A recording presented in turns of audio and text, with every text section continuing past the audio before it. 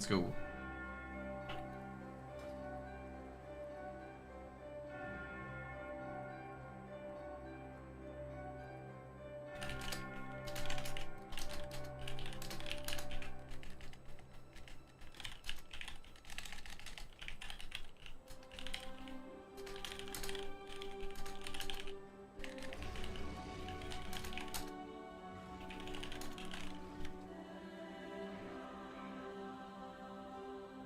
Fremantle is so fucked.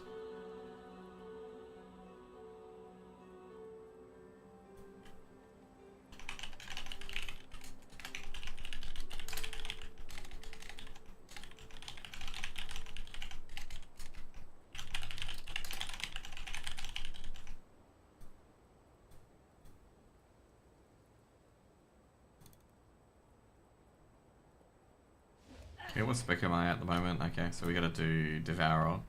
I think what I might do as well, I might get this quest out the way, the world quest one.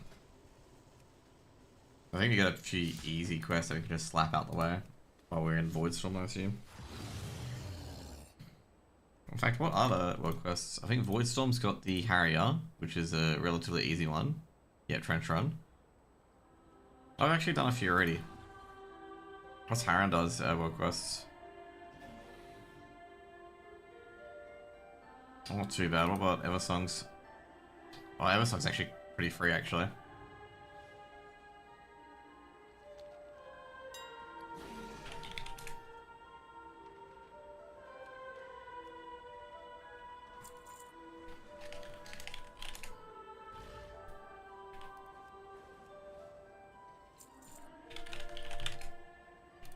Ooh, someone doubled those prices, by the way. I assume someone must have put Wimfish up. They're gonna do that? Yeah, they have. Some of these markups by people are definitely targeted. Let's go. Like, generally they're pretty targeted with certain, like what they're trying to target is like, you know, see people doing what and this and that sort of thing.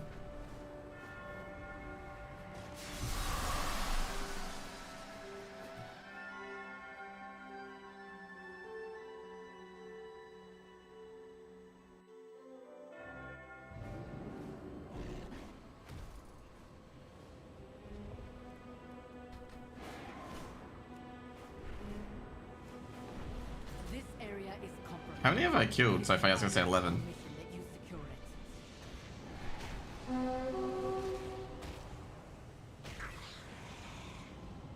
I like how you can just only need to be quick enough to knock them down. There we go, easy. This world is dangerous, but so are we. Yeah, we are definitely dangerous.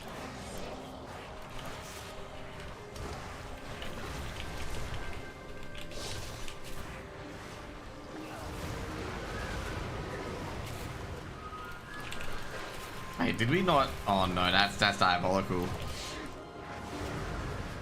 I didn't let my void ray run at the full speed that I needed to. Oh, done, nice. Oh yeah, I shouldn't do done yesterday. I should have actually done yesterday.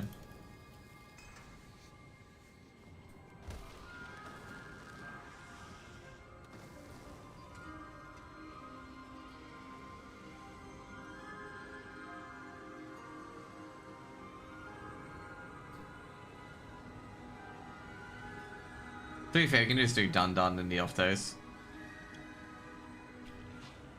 Oh shit, I just realized I already had the thing out.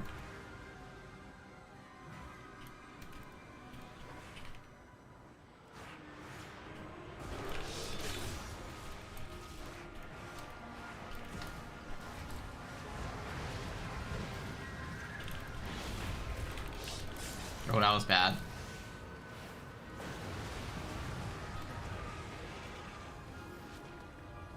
The reason why that's bad, if you were curious, the reason why that's bad is because like you consumed souls for no reason, basically. That's why it's bad. Like that means you may not get an extra collapsing star. Like you can smuggle a lot of souls into your meta if you're good enough to make a really big burst. And we did not smuggle the souls in because obviously we used them.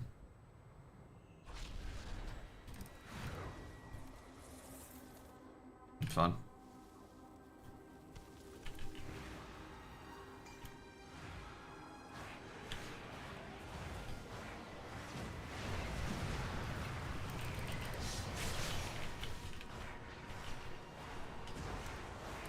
There you go.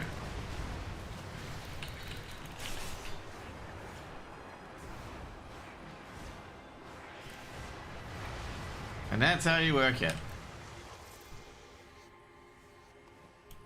I got nothing out of that either. Shit, man. We've got sweet FA at the moment.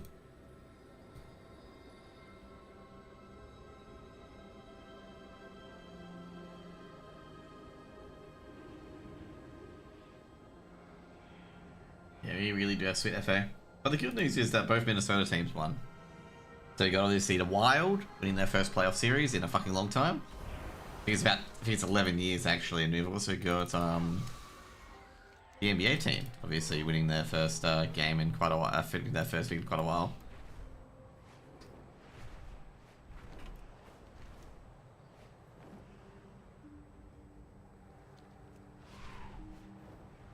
Many are still recovering from the Twilight's blade attack. Help us gather herbs round the shrine of cold bitter medicine.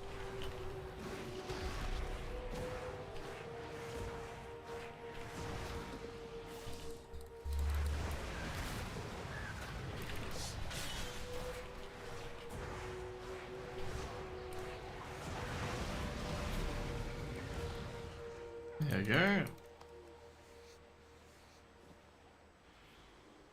I'm gonna say yeah, I did get the thing yesterday, didn't I? Yeah, I did.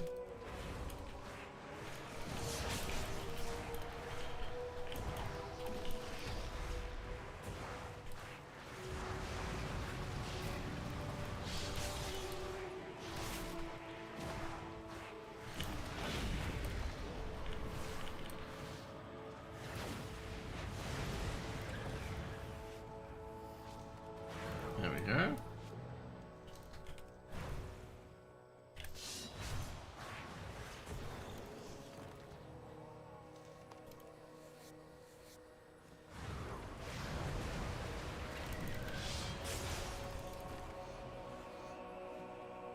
Probably enough. Like, that was probably the smartest thing to do that I did just then was kill that one.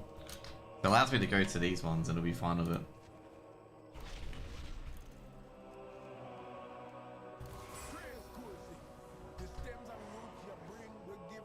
Oh, we got special assignment, really?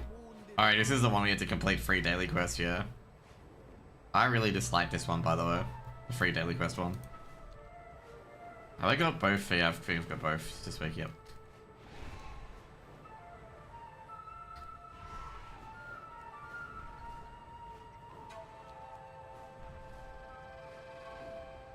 The Twilight's blade be ransacking our villages, taking priceless relics. Get them back.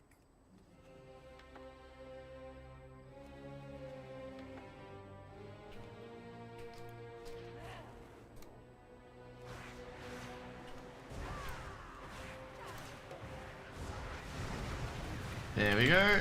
That's gonna be a big reap, by the way.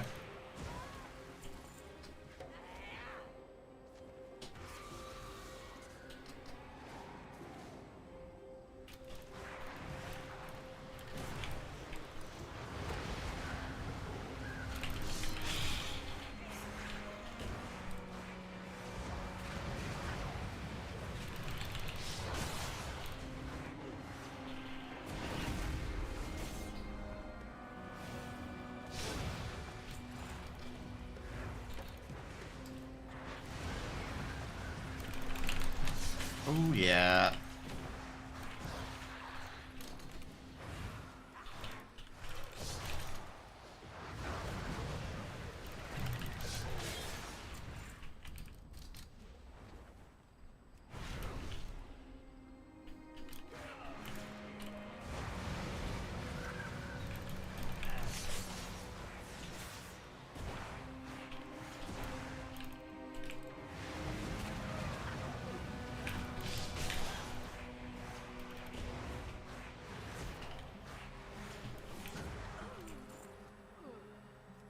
Funny thing of this though is like oh gee, that wasn't too many, was it? No, it wasn't.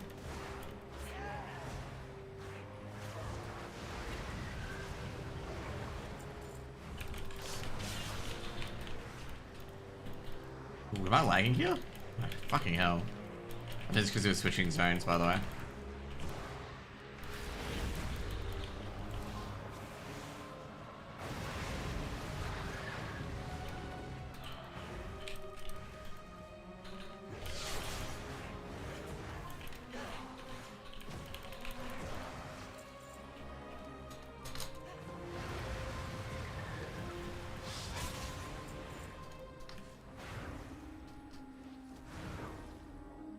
Oh. That actually figures quite a lot that this guy's, that there's not many of them, because this guy's killing them all.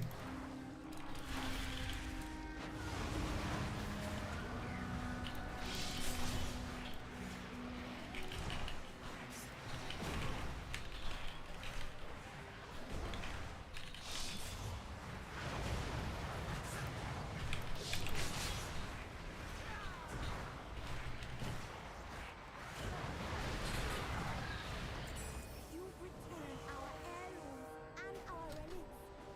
Thank you, Ashura. From There you go. Tusk and our ancestors. So you're gonna do 3 daily quests, which is gonna be pretty annoying. Meet my scouts at the Broken Throne. They'll direct you on the best ways of routing the remaining Twilight's blade.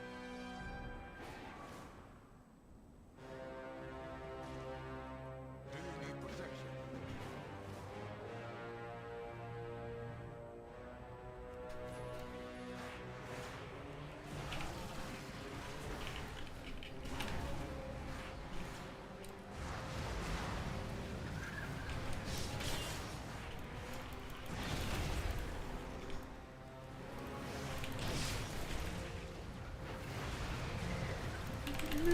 There we go.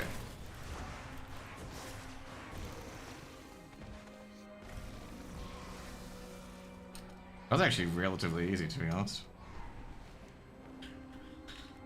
That's fun of the other ones.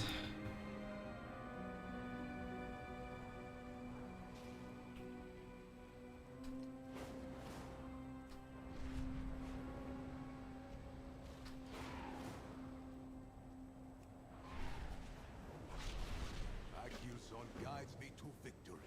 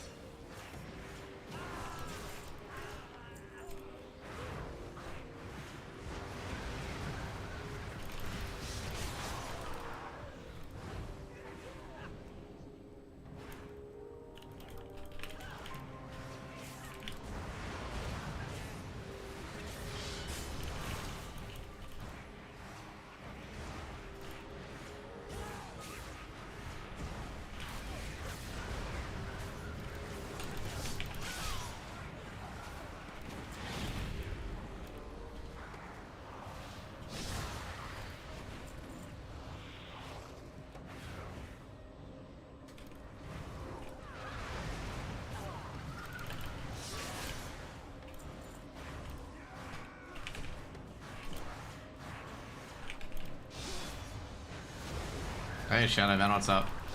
Oh jeez. Can't believe we got a freak down there.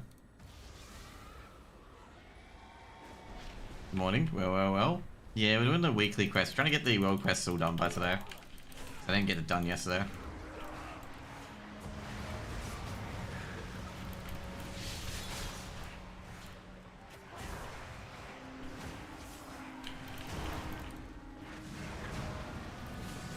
There we go. Oh jeez. We definitely reaped that one up.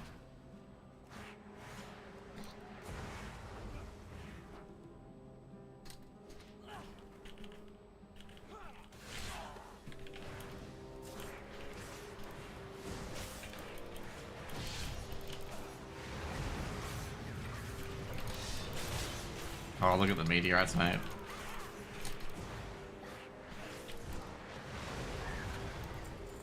Ooh, that's one done. We got the group quest and we just absolutely railed the guy who was doing the group quest one. It was just like, the guy's 1 million HP and I'm like, I can burst that. It is an honor.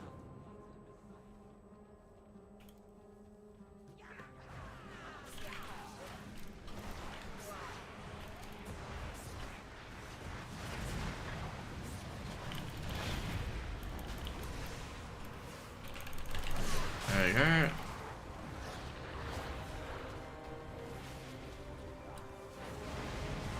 How do you playing a good spec? Yeah, I gotta say, like, overall, the main thing that convinced it, okay, is like the fact that it's like performing like a 10% above Havoc, and it's just like, nah, you gotta kind of go at this stage. Like, you can't like dedicate to Havoc when Havoc is not even being looked at, not even being fucking considered. I was like, Devour provides so much more than what Havoc does, which is like, I gotta say for Blizzard in particular, it's practically very embarrassing that you've got a class where one spec's got everything better than the other class. Which should never happen, I'm gonna say. Should never happen where a class has got like all the benefits of another spec. And it's like, what's the point of that other spec then?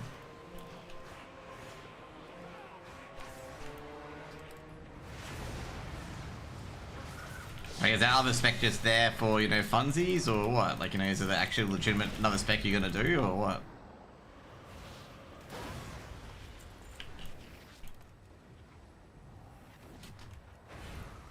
And the worst part is, like, they're like not even fixing fucking Aldrachi Reaver. Like, Aldrachi Reaver is like it might as well not exist on how bad it is at the moment. Like, it is so bad.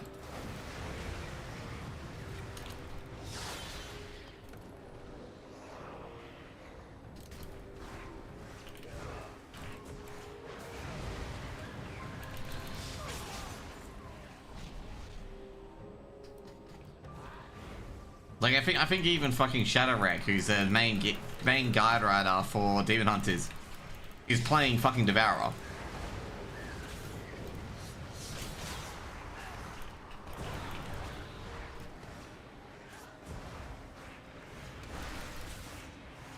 Should kind of say something, you know?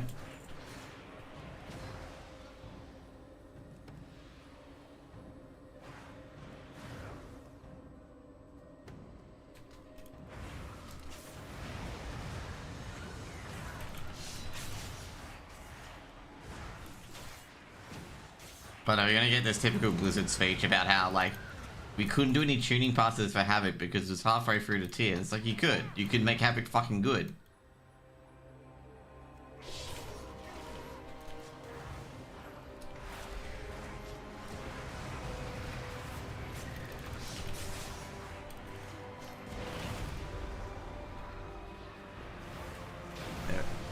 They want the moveset to be shiny? Of course they do.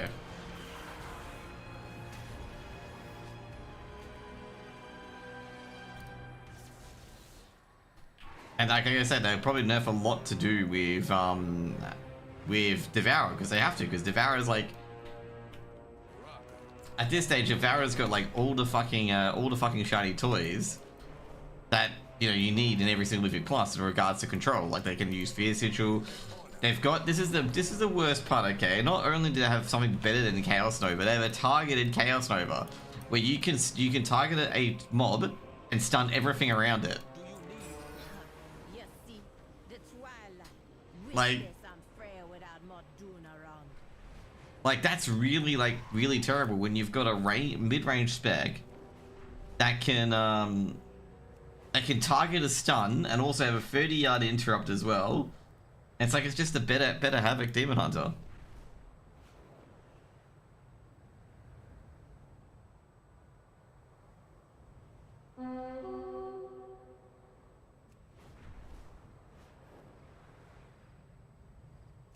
Which is sad, to be honest.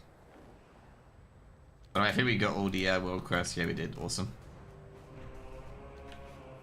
I think I'm gonna get another Haranda rep. Ooh, she accidentally flew over the area I was meant to go.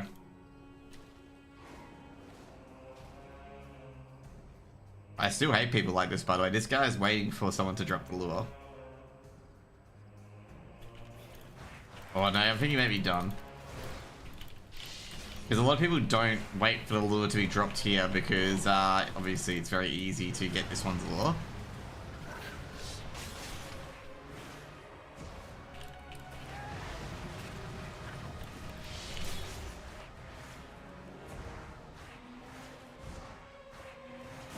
There we go.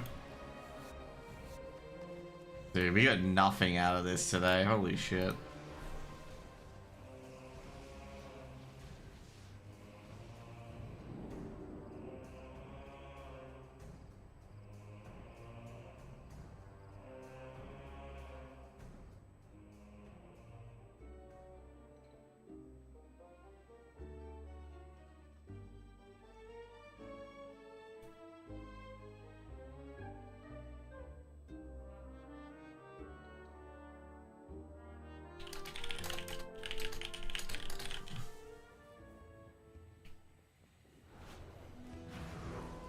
Dude, I love how Shift is fucking awesome, man. Like, Shift is like one of my favorite new favorite abilities, okay? I like the, you know. Okay, alrighty. Dude, I gotta say, AFS still talks about fucking Dalaran, okay? His voice clips. They need to change that, okay? He should be talking about his, he should still be talking about Dalaran because it happened over a expansion ago at this stage.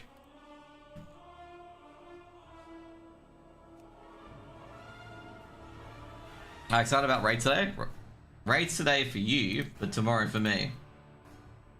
Yeah, but the downside though is, I have to take care of my nephew, so, so yeah, are they gonna get their shit together? To be fair, it's mostly farm this week.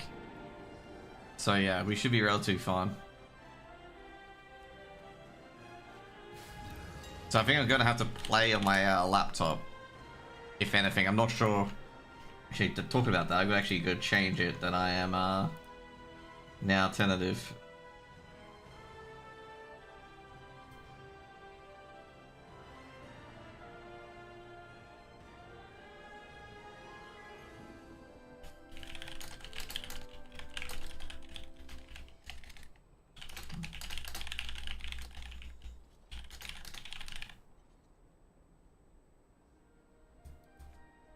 Great excuse to miss raid? No, it's because my sister needs someone to take care of the nephew until my brother comes over.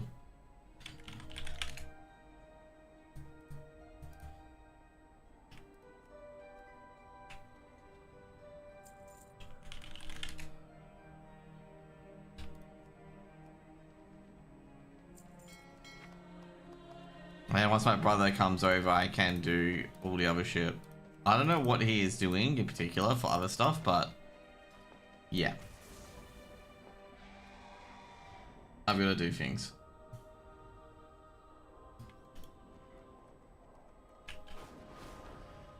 But I, you know, really do want to go to raid.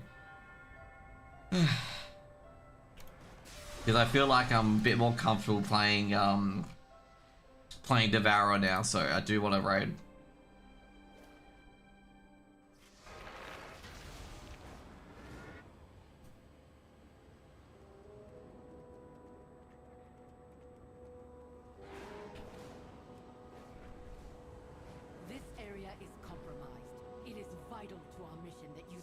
Big PP, exactly. Hopefully, we won't. I don't think we'll top DPS, but you know, it'll be much better than last week.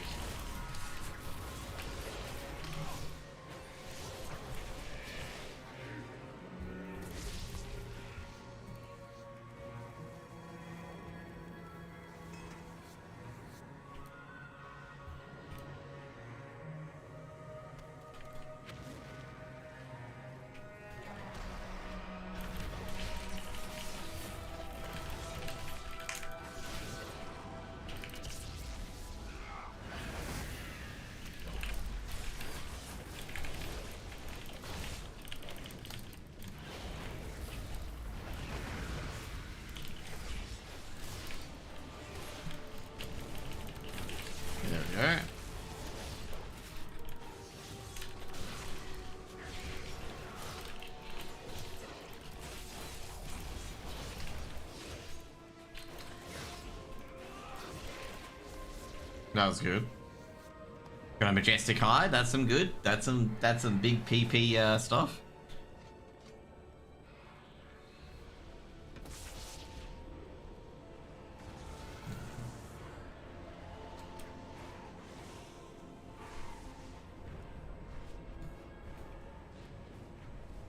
That's like enough for all my lures on a turn.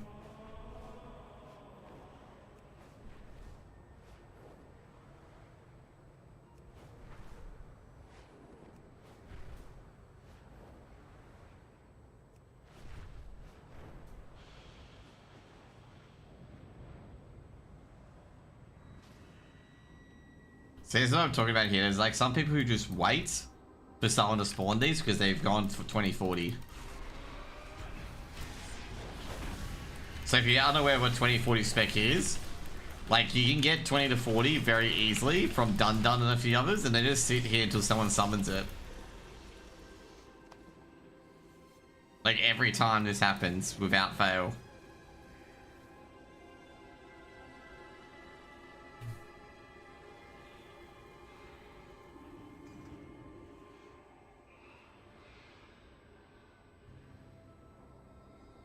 That's why I was surprised I was rating it Eversong. I'm just like, why?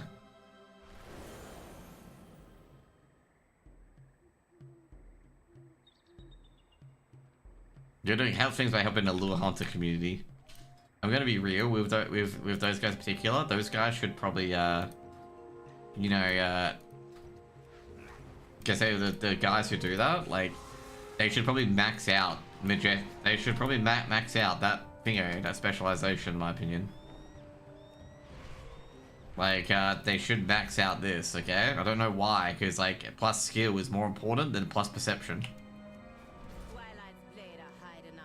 Like, like, I can say overall, getting this and getting this, okay, is less, like I can say right now, these 2 points, actually, this point you get anyway. Getting this point over getting 20 in there is worse, okay? Because I think 20 skill was better than getting this. Because the majestic materials require skill. They don't require, see here? They require skill, not perception. Like, I think skill is a bigger thing than perception.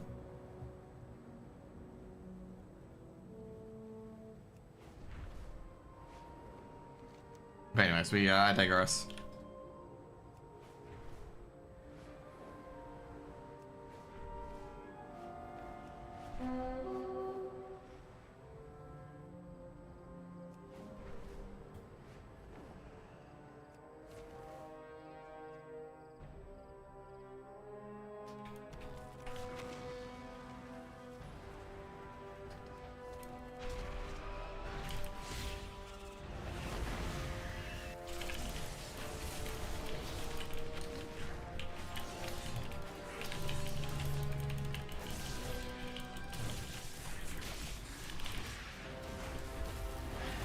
There we go.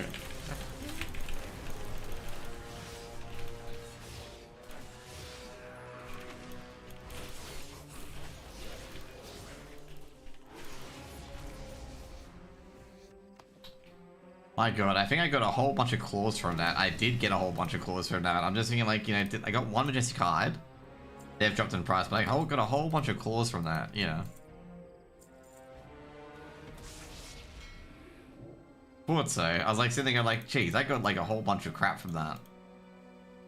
And I did, I got a whole bunch of crap from that.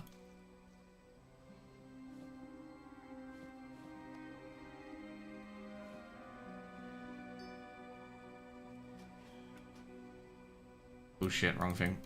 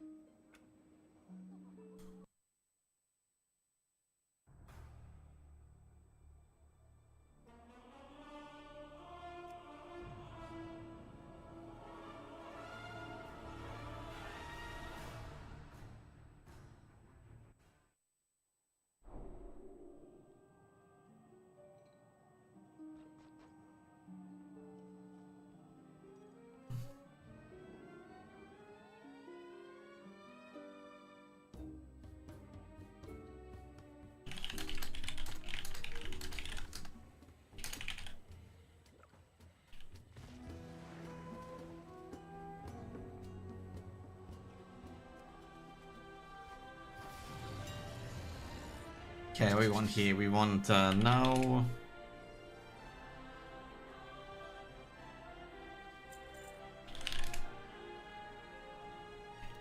I think that today we'll get all the stuff done for keys.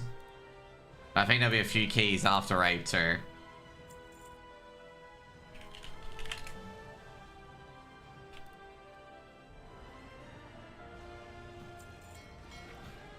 How should I get out of that?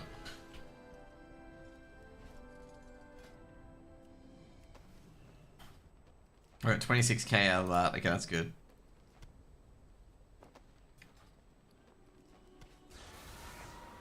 Dude, there's people selling, was it the mounts, the, what is it, the March Mythic Bound for 45 mil at the moment.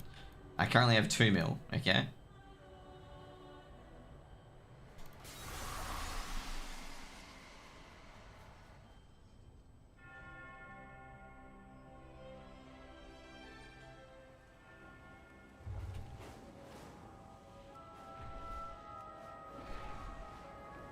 This area is compromised. It is vital to our mission that you secure it.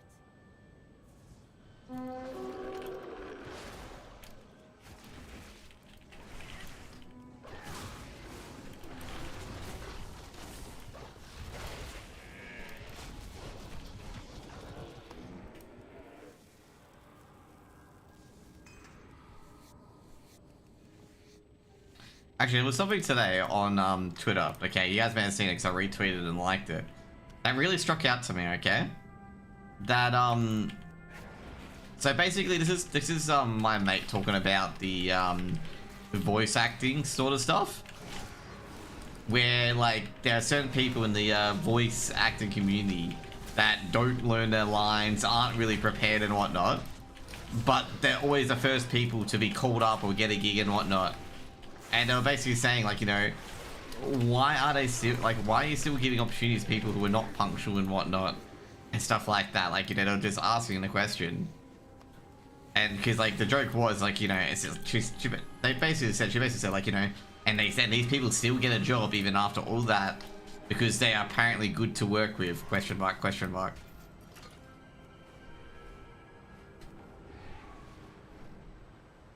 And I do agree with that. There are people, you know, in all, and I basically said, I think it applies to all sorts of life. There are people out there who are fucking clueless at their job and they make no effort to improve, and you know, are just there to just skate and get cash. And what they do is they just buddy up with the main boss to make sure they keep their job, basically. And I just, as he said, it happens in every fucking career, man.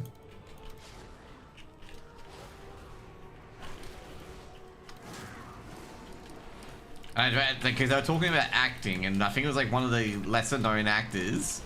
We were saying that a lot of the known actors, like, you know, don't remember their lines. They often have to have, like, you know, aids for them to learn their lines, or they will occasionally say, oh, the reason why I'm not learning my lines, I want to keep it fresh and stuff like that, like making massive excuses on why they're not doing their job.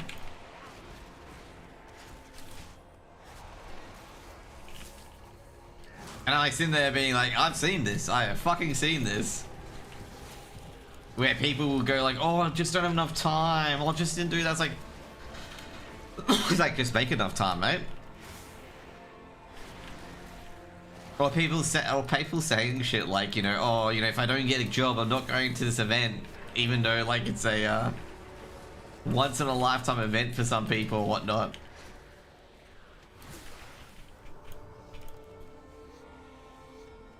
Oh, good. One hide, that's nice.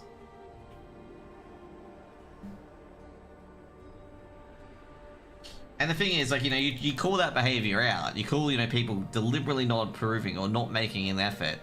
Like, such as being punctual or learning to players' names or preparing for the game and whatnot. And then suddenly you get blacklisted for not being hard to work with. And, like, these sorts of people that, you know, that you know, have been there for a while and know, you know, are serviceable and they know how it works and whatnot, they know they can just be bog average and just skate through. And if anyone points out that they're not chipping in their fair effort, they'll just be like, oh, it's just too hard to work with, man, you know? I think we should hire someone else. And like every time, like clockwork, that shit happens. Where like actual good people are let go for people who are making no effort to either improve or to even do their role correctly.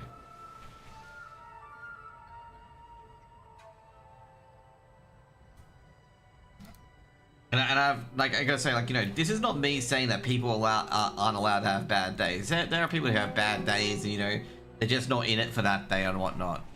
This is talking about a pattern of behavior where a person's doing this over and over again, where what they'll do is this. Like, this occurs in casting sometimes as well, where a person will do no voluntary casting, okay, at all.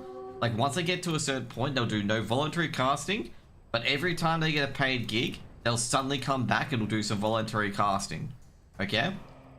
And it's because they want to get used to it before they do the paid gig, which is understandable and fine. You know, that's what I do expect for people to do. To do that, okay? I can tell you right now, that's 100% way to know if someone's got a gig or not, is like that. If someone who has not been, you know, doing casting a bit like voluntary, suddenly wants to do voluntary casting, okay? Off their own back.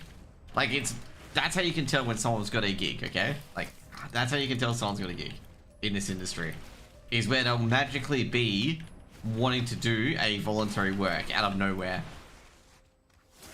And obviously a big tournament's coming up, so you gotta note there's a big tournament coming up in a month or so.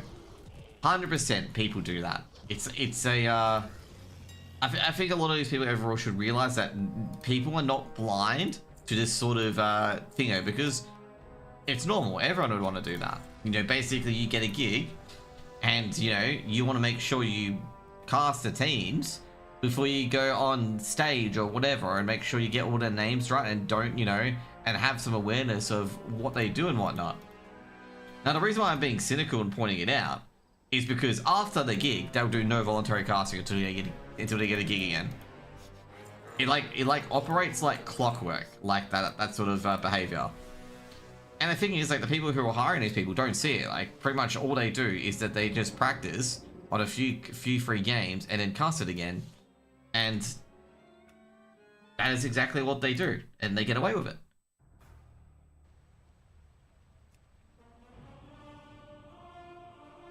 Now, the point I'm going to say is this, you know, if because obviously some TOs don't care about the dedication to the scene or whatnot, but like, if some people are not showing any dedication to the scene and will only cast, you know, voluntarily if they get a gig or whatnot, the moment the money's gone, they're never coming back. Like, that's the point. Like, once the money's gone, they're never coming back. Okay.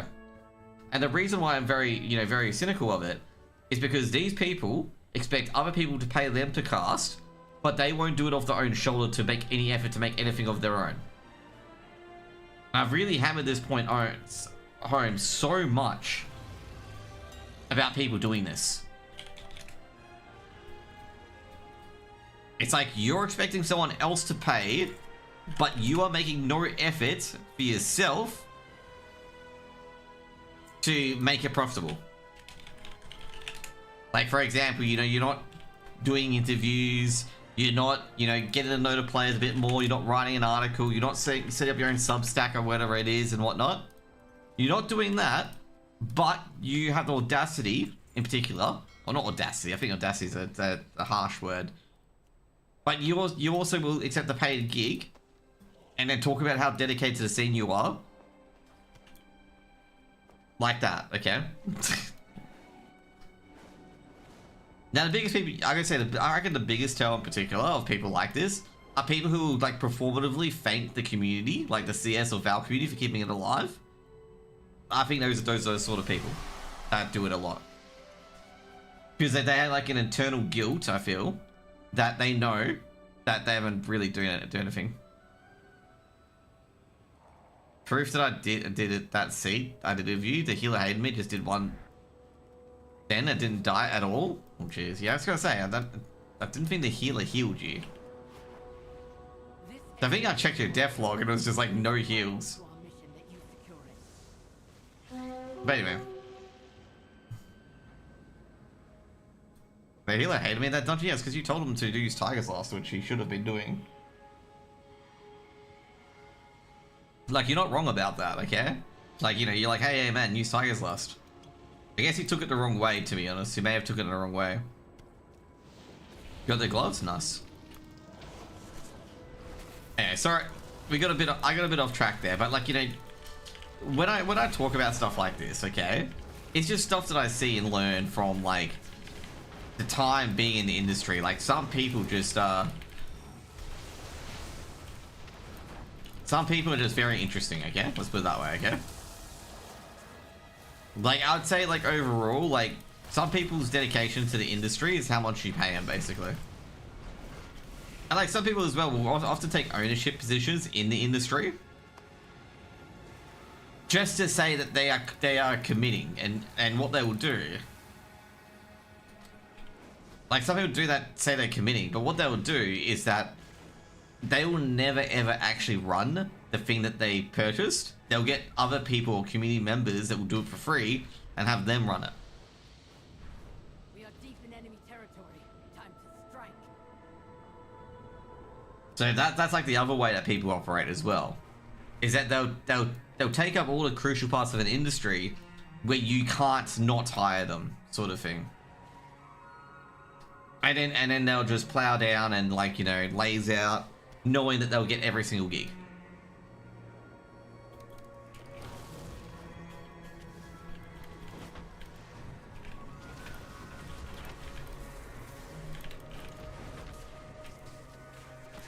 And I guess overall, it is quite a big problem that, like, I'd say overall, like, it can be a stagnation point for a industry if, like, you reward people like that, because basically overall what happens is that over time people realize they're not going to get a gig because the person who they've done so much more than will always get in before them, so they'll just basically be like, okay, I'll just go to a different game instead. And that's exactly what happens. They go to a different game. And I did say this with to no offense to any of the casters at the event, I did say that, you know, at Defrag, that the casters that were hired were all the casters that cast CS2, either occasionally or full time. The only person that wasn't there that cast CS2 full time, or casted CS2 full time, was me. That wasn't there. And I chose not to be there. Now, I don't want to be mean to the other casters who got the opportunities or whatnot, but I'm just more highlighting a problem that this is what happens when the industry starts to stagnate.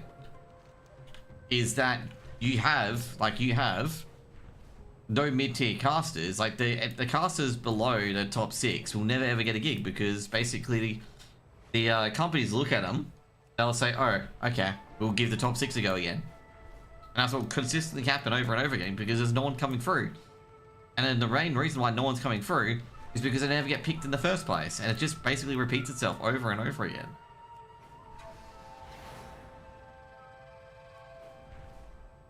And then you go to other sports and it's basically the same thing. Like, basically the same thing. Where, you go to another game, like, you know, a newer game, of course. Don't go to, like, the established games. If you go to, like, the established games, you got to lose out in the same way as well. Except, like I say, it's probably except for League of Legends in Australia. Like, you'll make it in all the dead esports, like League in Australia, for example, is pretty dead. So LCP, for example, is pretty dead in a way that, like, not many casters are there, and you'll get a gig for relatively easily. Now, why I say that is because I was offered a gig for LCP. Okay, I was offered a gig, and I declined it because the times didn't work out for me. But, like, there's esports like that where they're just lacking casters and you can get in there. And the main reason for it is because the gigs don't pay enough. And the reason why the gigs don't pay enough is because I would say Riot gave up on the industry, but also at the same time, the industry just stagnated.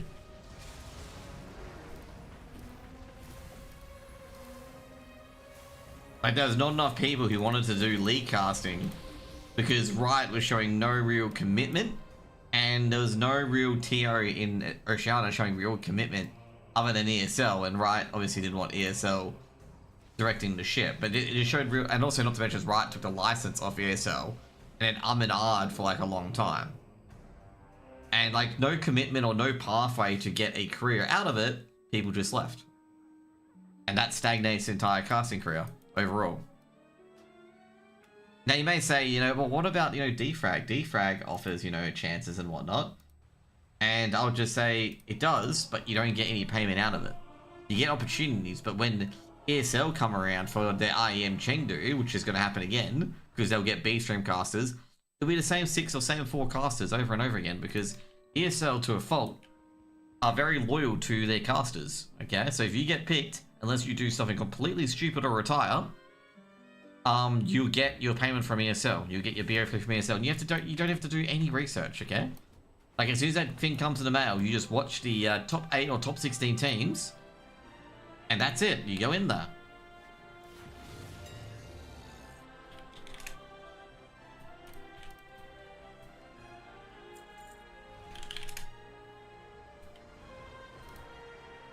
And then that just basically causes the industry to stagnate, because the people below them are never going to ever get a tier 1 gig. They're going to be casting the same... They're going to be casting the same Asian leagues. They're going to be casting the same European leagues or North American leagues or Australian leagues. And for at least, I would say for right now, for at least the next 5 to 6 years. And when they ask, oh, why can't I cast tier 1? Or, you know, ask for a finger, they'll be like, oh, you're not experienced enough. And they'll be like, you're not experienced enough, or you need more experience, stuff like that. Even though you've got, let's say, 6 years experience and probably know a lot of the scene like the back of your hand in the CS scene.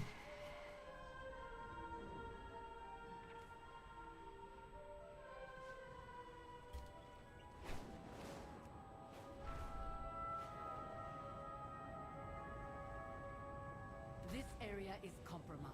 It is vital to our mission that you secure it.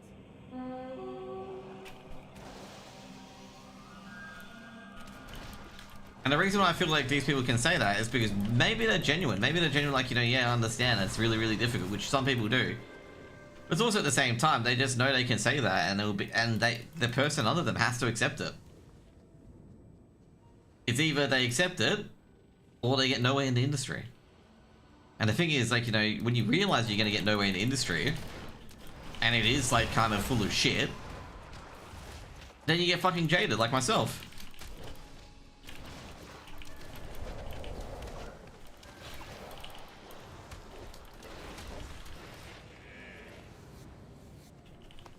Did I get? Oh, I didn't get. I only got 1 hide. Well, that pays for everything, and I only got Fantastic Fur. But yeah, that's the sort of stuff that happens. I know I ran on like 20 million different tangents, but let's put it this way, okay?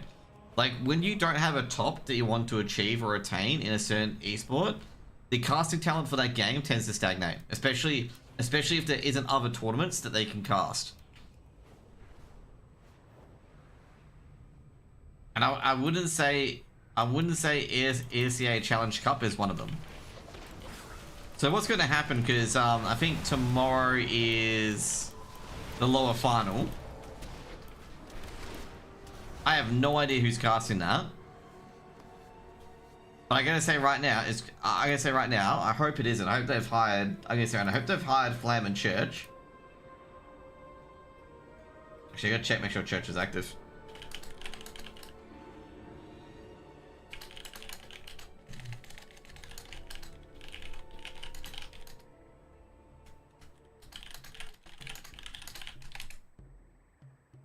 But what I'm gonna ask is, like, you know, who got the grand final and lower final gig? Because often what happens is, like, this has happened quite a bit in ESA Australia in particular.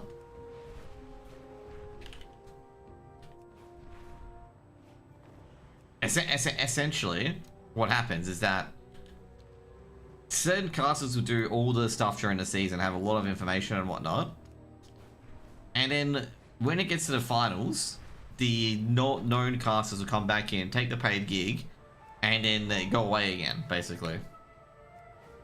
I'm just gonna ask who's got it.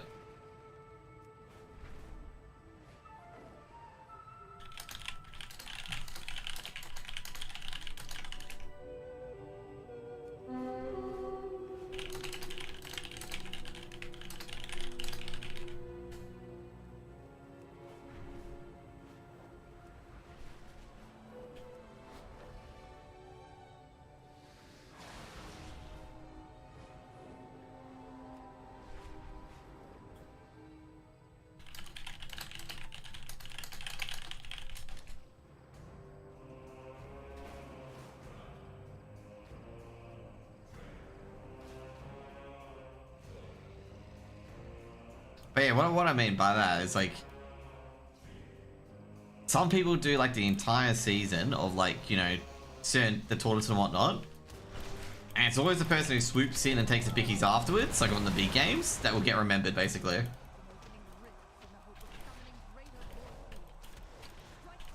Always happens. Not that you can change anything about it though, but that's the sort of stuff that you, yeah, that's interesting. Did not know you could get that.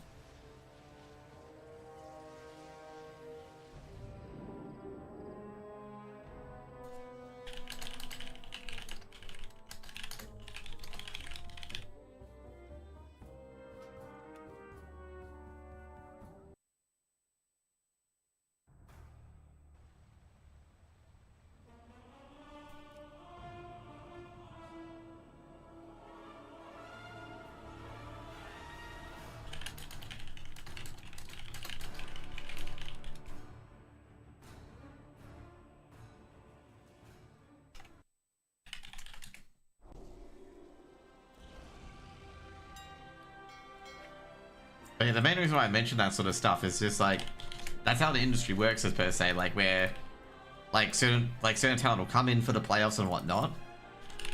They will probably occasionally watch a match and then they'll go AWOL again. And like basically overall, like, you know, the people who have been casting the season and whatnot, over time, like not at the start, you know, you're kind of like starstruck in a way. But kind of over time, when they've done it for like 5-6 years, and they've done a few events and whatnot, they'll be like, so when do I get the cast? Because I've done a lot of these games and I've basically, you know, casted these players for about, you know, 3 to 4 years. When is it going to be my turn? And then that's just, and that, you know, basically sets in that, hey, these guys are like, these guys are just going around the circus getting paycheck to paycheck.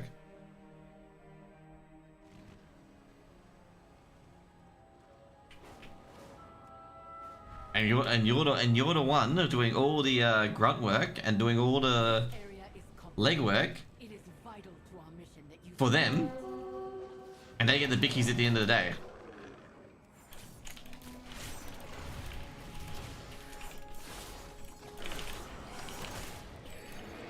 And like pretty much you're in a no-win situation, because if you confront them about it and be like, hey guys, you know, can you get me in? They can just simply say, oh no, you're not experienced enough, because they've got an extra few years experience again. And it's like kind of a no-win situation if you say something about it.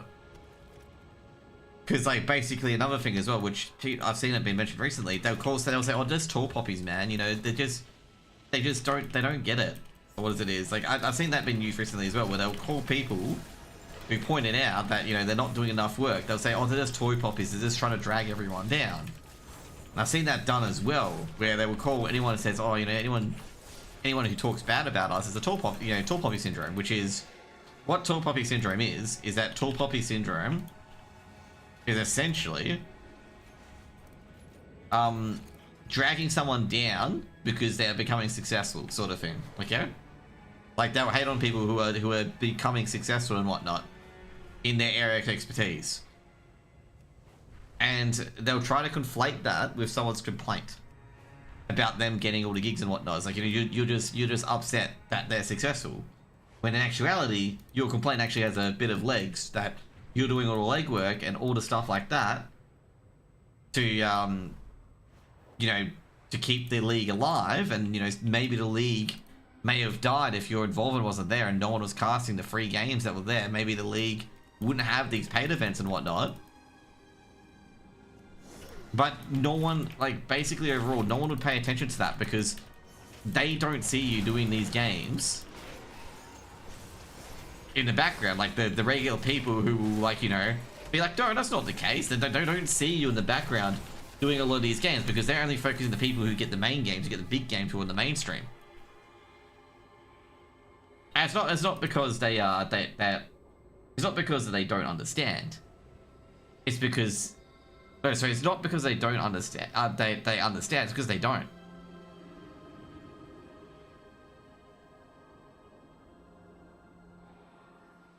They don't. Some of the people don't understand that, like, you know, the guys who are on the mainstream don't do all the other games. Like, don't do sometimes some of the prep work or something like that on all the other games. They don't do it.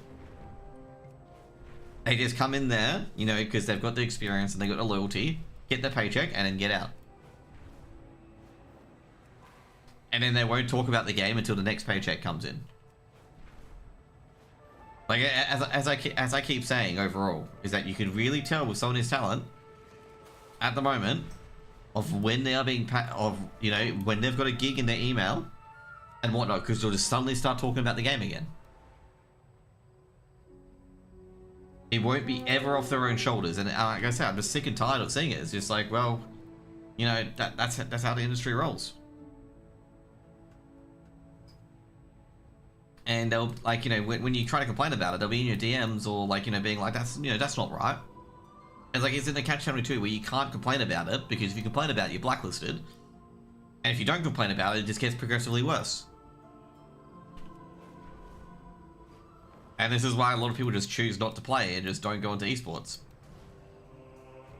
Like, this is why, like, a lot of people who have been in esports for a very long time and have gone through a lot of the bullshit tell people not to get into esports.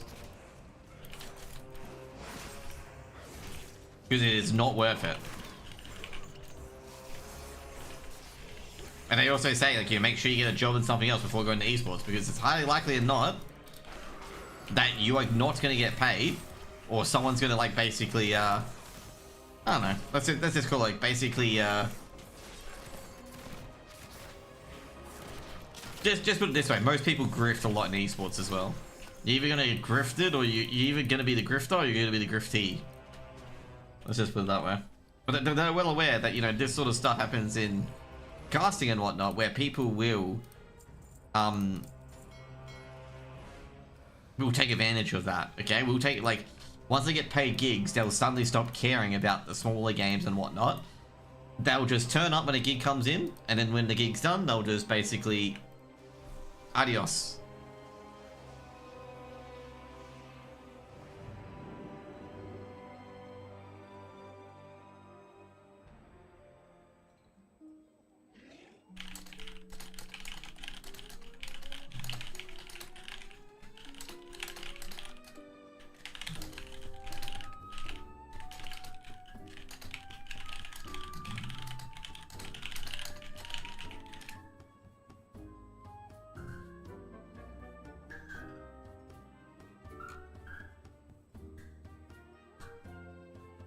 Oh, that's our lures done, that's our rand, that's our yap done for today. Let's get some keys done.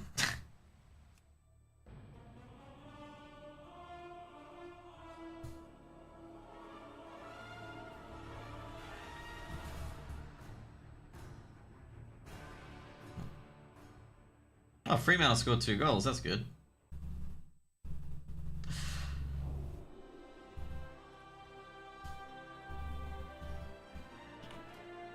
Anyway. Enough about, my issues of casting, I guess.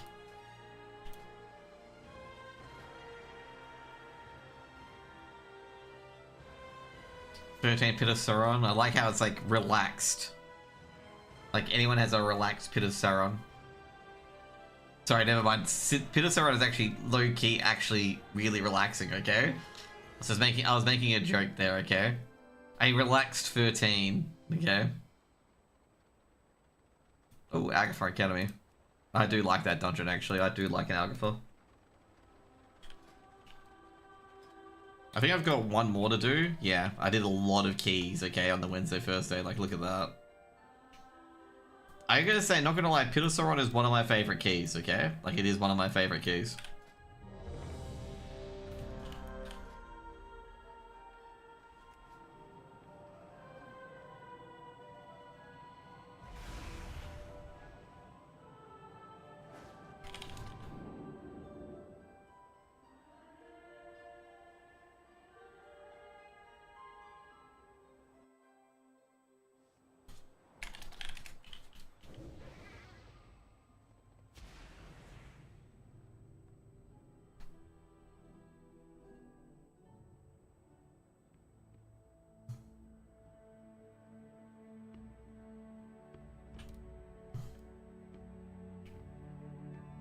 Okay, holy shit, let's realize my,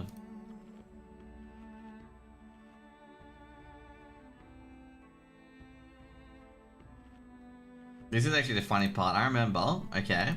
This is me doing Dragonflight, okay? We're doing a, what was it? We were doing a 10, okay, on this dungeon, okay? Or was it a 9? I forget, but I don't know. Okay? And there was some guy who basically said this, who's like, you know, we were trying to do the first boss, which is obviously you need to stack up for germination and whatnot. And this guy literally said, like, you know, as we told him, we told this warlock to stack up in melee, okay? Because if you don't stack up in melee, the mobs are everywhere. And eventually we're gonna die. And this guy, after about 2 to 3 wipes of him, we were yelling at him, being like, hey man, stack in the middle and melee so we can just slowly do around germinate and kill it. He literally leaves a key saying, you don't pay my WoW subscription. And all we were asking him was just go into the middle and be in melee for the ad stack to make the ad AoE a lot easier to do. And he also had a fucking go. He's like, the tank doesn't pick anything up quick enough. And it's like, bro, because you're not fucking stacking in melee.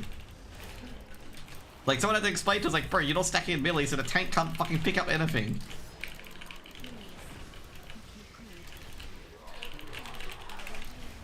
Like, he basically had to say, like, you know, tank can't pick up anything if it's not in melee.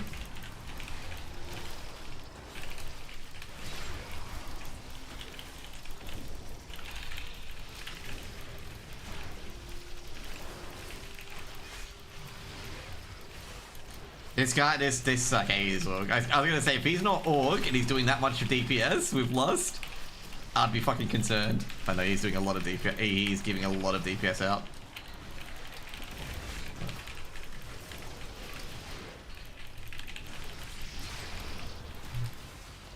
Yeah, I gotta make sure one of these guys go down, to be honest, because if they don't go down, this file bite's gonna stack.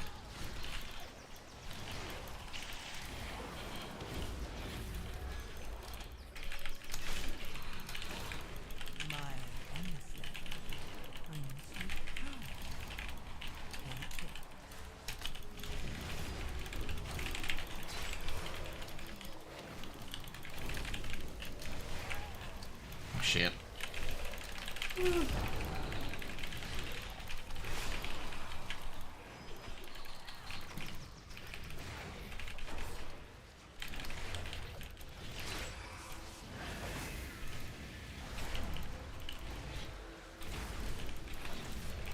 There you go. Perfect. We are just about... Wait, Ichistras. There is too much life magic. What are you doing? What are you doing? There is too much nature. What are you doing? What is that thing? This is your fault. Please get to melee. Absolutely. Okay, never mind, he's doing that, okay. Please, help us, new students. I was about to get angry at this dude.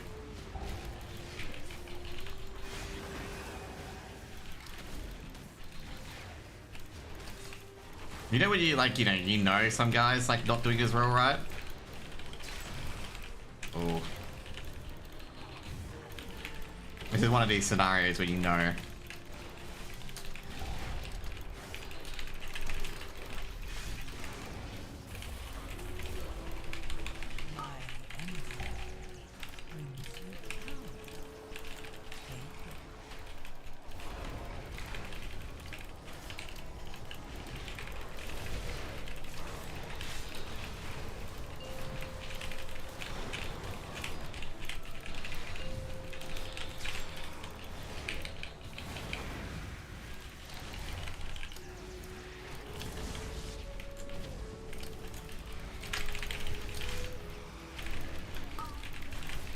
There we go.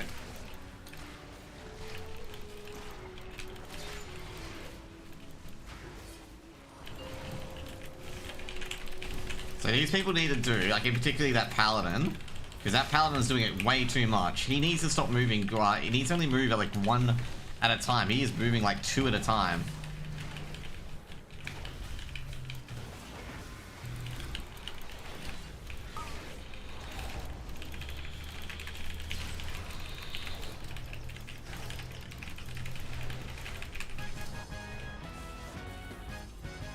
Like I say, that's an issue. Like, he's moving 2 at a time, which is actually getting us killed. Here's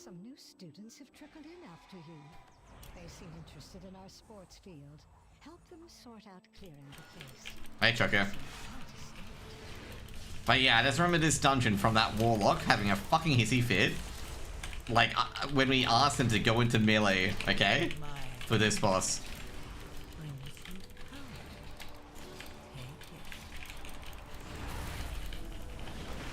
Did he get swung off? Yes, he did.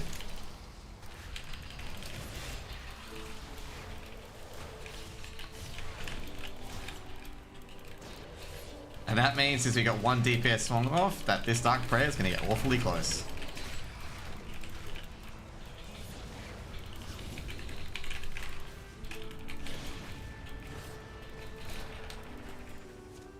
I thought I just got out of that anyway.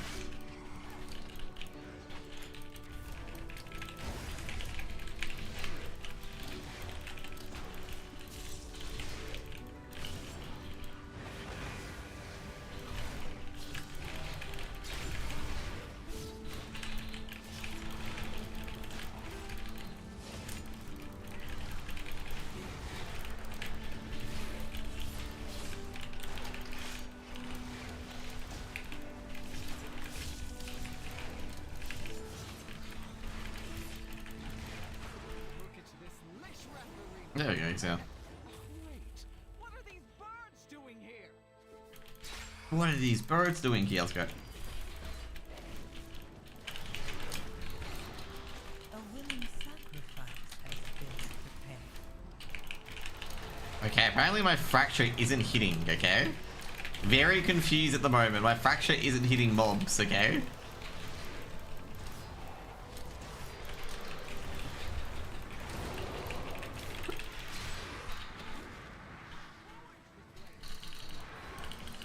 It's actually funny about this mob here. You can actually aggro them before they actually come down.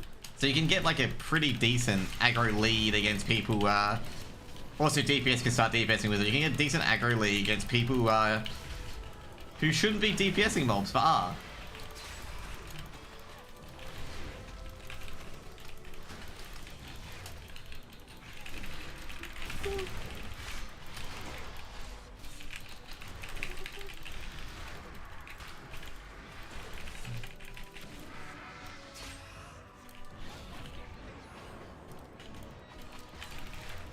Now the thing that had the hotfix here though, is that these birds could attack while in the air, so if you accidentally did aggro them, you were actually legitimately screwed, because they would attack you from the air, you can't CC them.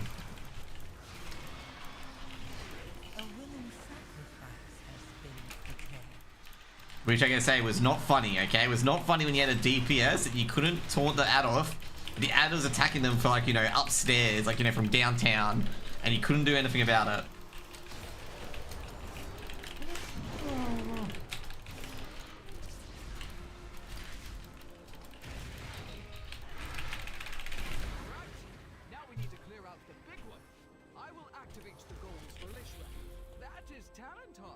Soft skills. Use them to get her attention. Huh? At least we know that works. Watch yourselves.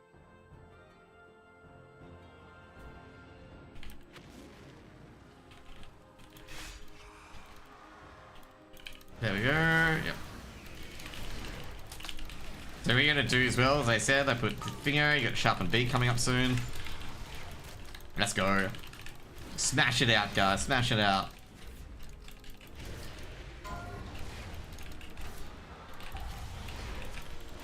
Take out the first one soon, which is going to be... Okay, never mind. Should have the first one coming out soon, which is the first game.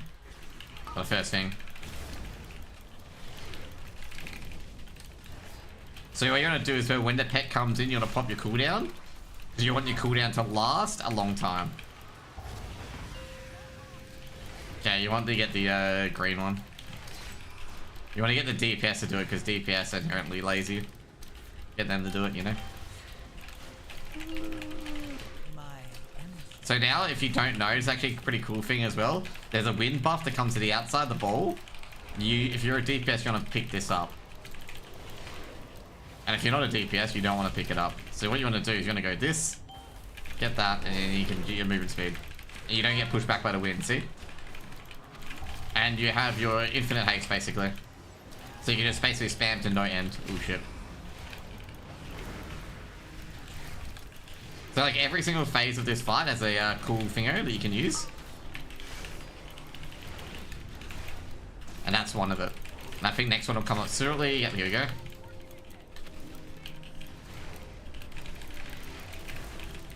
So this one you usually pop Lust on, because what happens is that once it goes down, he takes 100% extra damage. So you want to blast everything here because he takes 100 extra damage until he gets unstunned. And as you can see here, we did a lot of damage to him. There's no little buff on the outside that we showed earlier.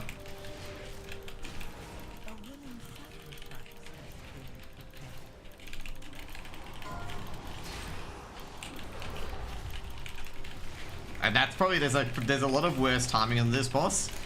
This and fire is probably one of the worst timings you can have.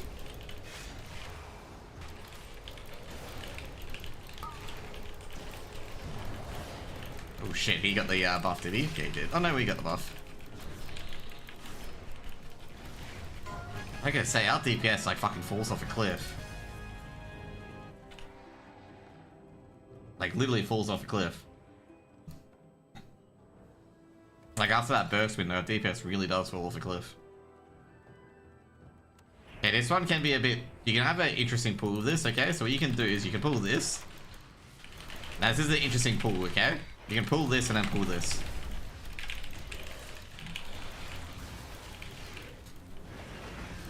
And then do that. Now we've...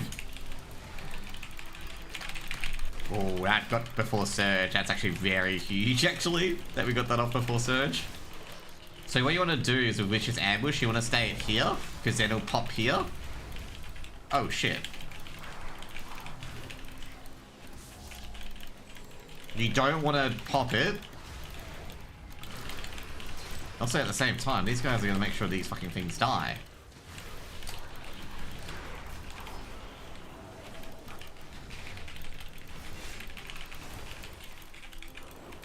You want to make sure that these things are facing away, so you can kill the other things easy.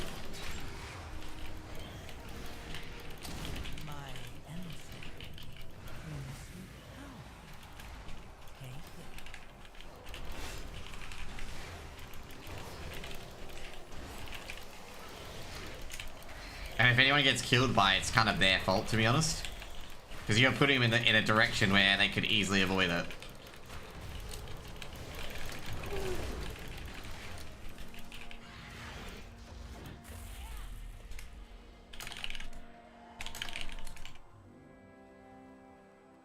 Our history, Professor Max Dormer, is almost ready for lessons.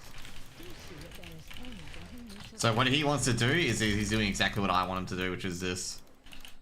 We can actually do this pull if you want as well.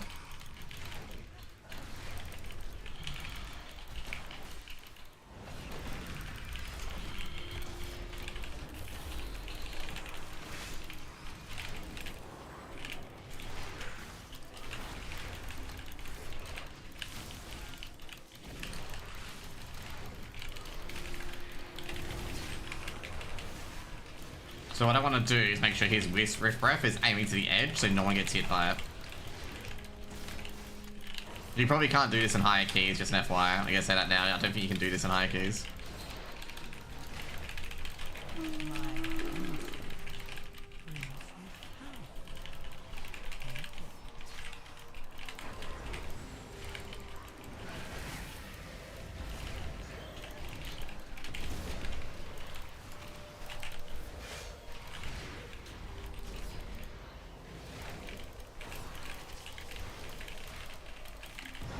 Oh shit, that's actually bad.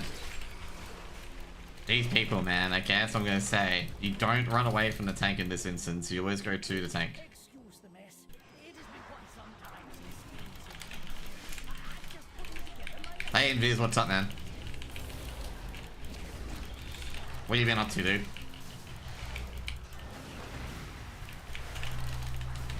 We're doing some more dungeons. Probably a lot easier dungeons. You know, not harder dungeons, a lot easier. Oh shit, that's gonna go.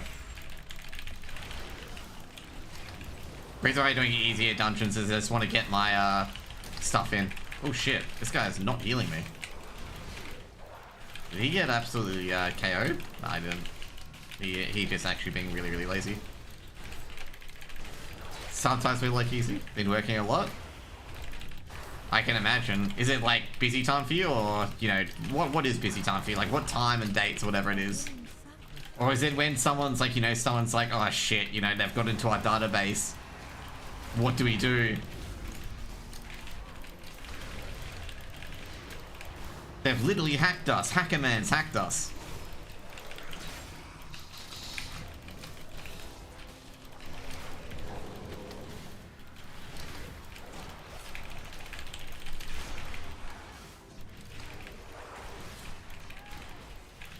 There we go.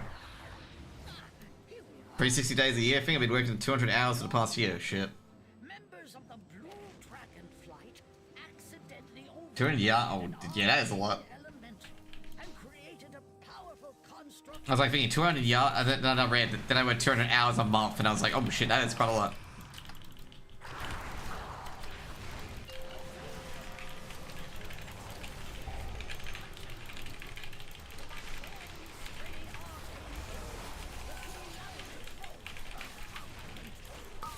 There we go.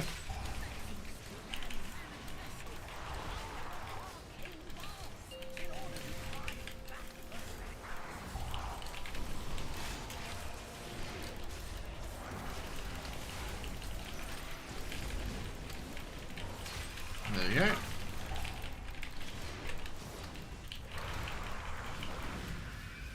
All I do is just tank POV, okay? Like, I don't think tank POV is very exciting. You just see me, like, get whacked, and that's it.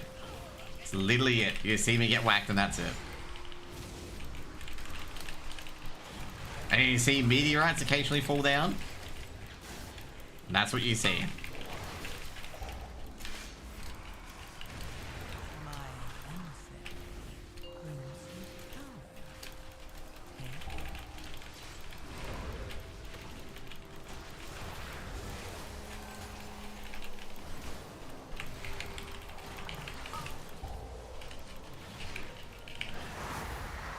Our projects don't seem to stop. Oh, jeez.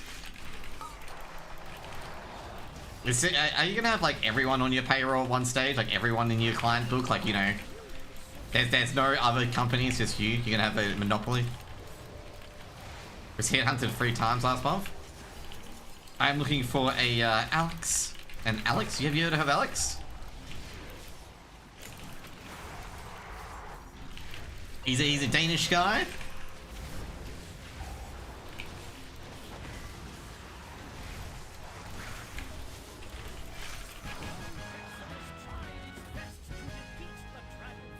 It was ultimately destroyed. Well done. But no one knows what to do. Damn. You mean no one does it like you do it?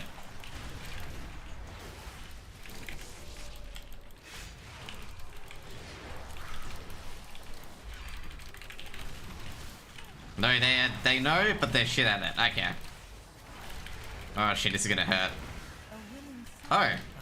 Only one of us got hit by it. Oh boy. I thought it was gonna be a lot worse than that, by the way. Well, I could have feared it, but it's just not worth. Can we finally get a kill on these? Finally. I'm so concerned about this group, okay? Like, there's certain parts in this key where we just, like, go from, like, you know, doing really high DPS to just doing no DPS. I get worried about that, because I do these big pulls being like, okay, you know, they'll be handling, they can up their DPS. And then they just drop off the face of a fucking cliff, and I'm like, oh shit, you know, I am dying because these guys can't last this long. Please head to my office and students require my personal attention. Homie, you should not be there. see that thing drop, and you should not be there.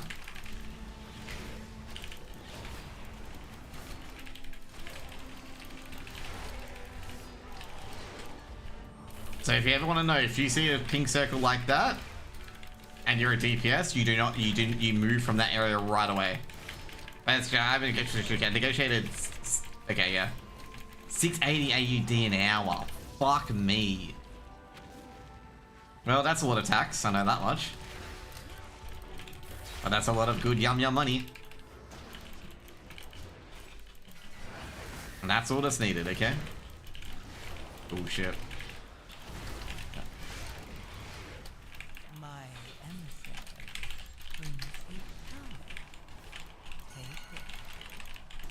I mean,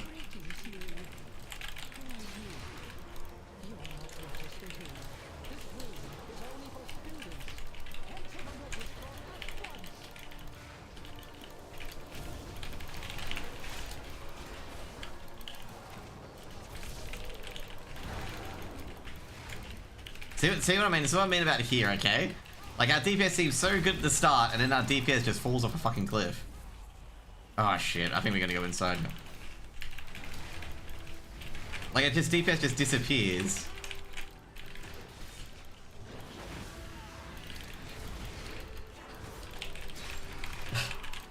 And I'm spending half my main tuned health. Oh, that's gonna be a good thing. That's actually gonna be really, really good. Dude, the food there, the fine dining there is so fucking good. Like, holy moly, the fine dining there is so good.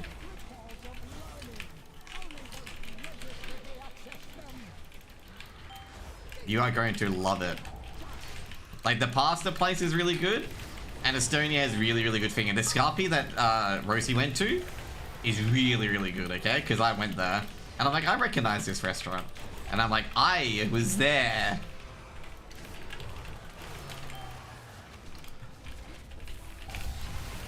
That's how I know it's good, anyway.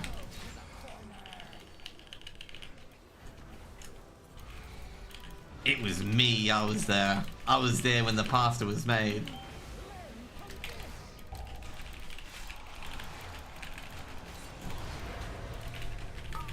Okay, there we go. Okay, cool. That's exactly where I actually, funnily enough, wanted to spawn it. So what you want to do now for this situation is you want to build it back here.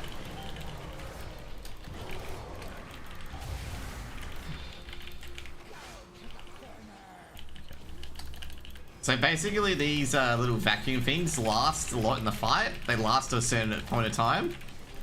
So these will disappear eventually, okay?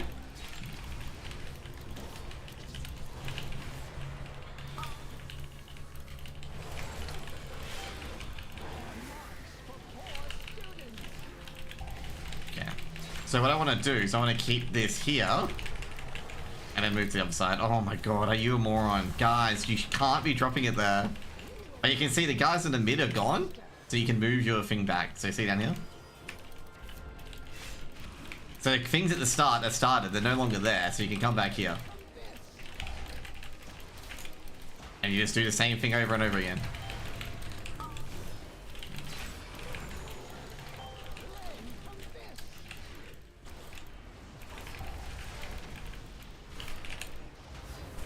There we go. There we go. The same owner as a few other restaurants in Helsinki too? Okay, I did not know that. I actually went to a really good burrito place. There's a really good burrito place on the top floor of, I think, Forum. There's a really good burrito place. It's like a little Mexican place. I forget what it's called. It is really fucking good. Like, the burritos were like, mwah. Like, so good. Like, holy shit.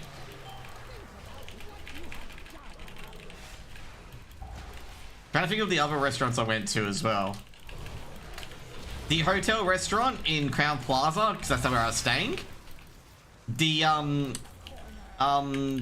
shit, I'm trying to remember what I had. The pastas there are fucking, like, even though it is a bit expensive, they are so fucking good. The arancini is actually really fucking good as well. Just an entree.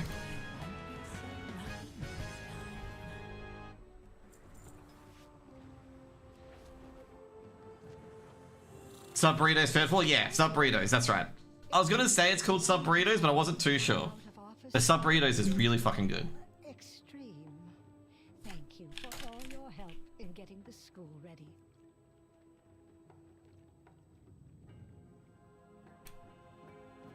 should try that one. It is pretty decent. Like, it's a small Mexican restaurant. Like, I'm gonna say it's not fine dining, obviously, but the chicken burrito was very, very good.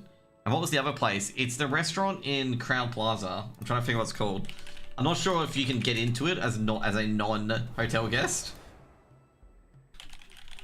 It's I think it's the Hesperia. I'm not sure if you can eat at the restaurant if you're not a guest at the hotel, but I'm not sure. But they have very good pasta. And there's a restaurant in Estonia. I don't know what it's called. It's like in between, because I walked from Old Town to the museum. It's in between that area. I forget what it's called.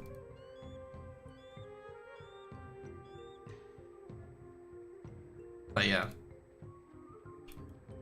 To be fair, some of the times I just had fast food for dinner, okay?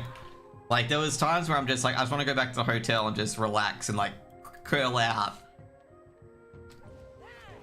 So yeah. But I did eat out when I could, basically, and I did eat out when I could.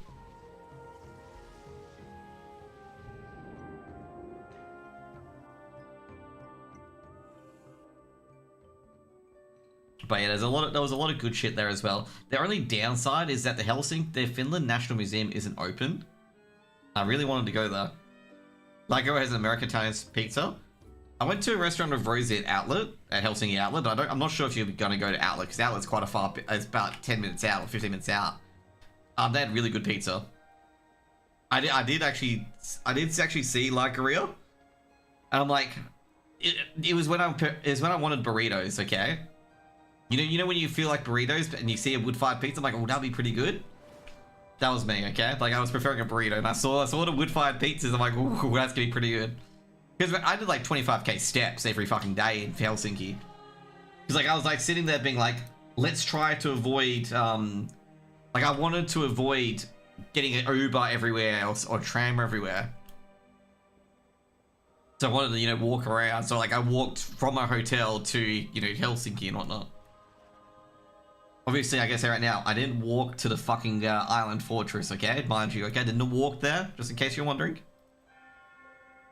Just in case you're wondering, I did not walk across the water to the, you know, the island or, or to, oh, sorry, I can't make any more jokes. You are not Jesus? Yes. I think we may have satisfied that one. Do I have to get, I think I have to get more crests, don't I? Oh no, I think I may have capped out on crests this week. Oh, let's just cap out the rest of the crests.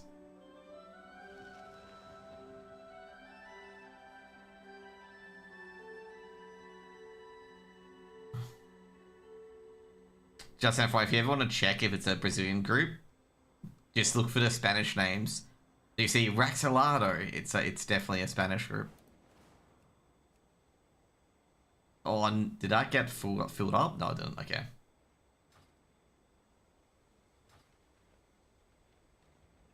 Hopefully we can get these guys to invite me.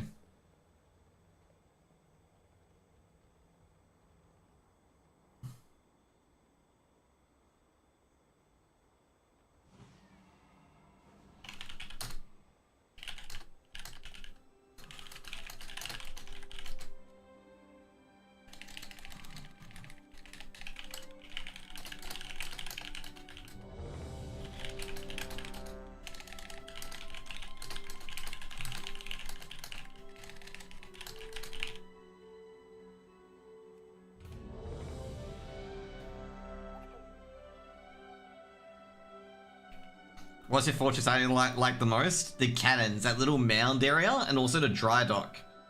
Like, the dry dock was really fucking cool. Like the fact that there's a dry dock in that fucking island is actually really, really cool.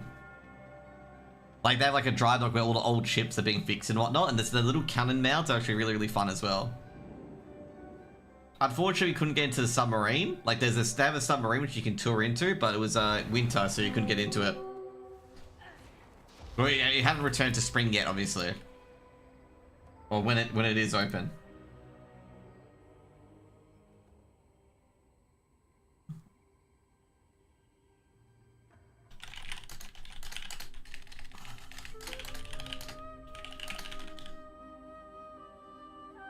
But yeah, I enjoyed it. Okay, you know the funny part is?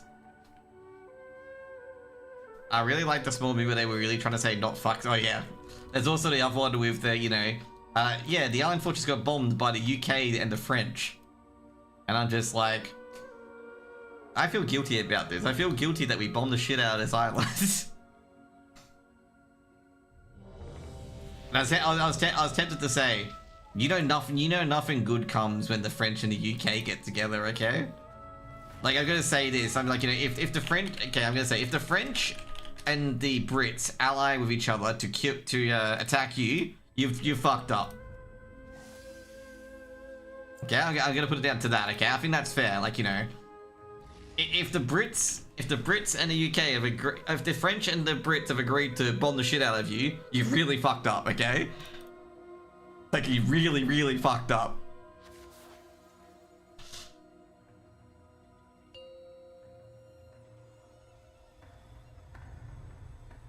Five, 4, 3, 2, 1.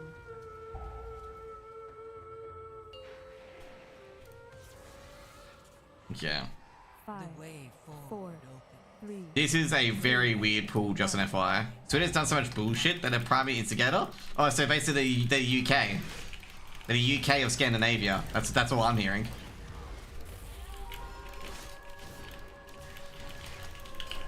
That's all I'm hearing. They're the UK of Scandinavia.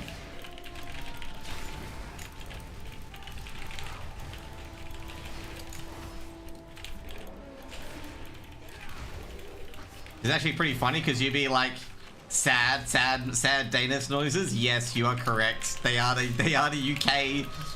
They are the UK of Scandinavia. So who started this war? Oh yeah, some British people came in and said we needed freedom.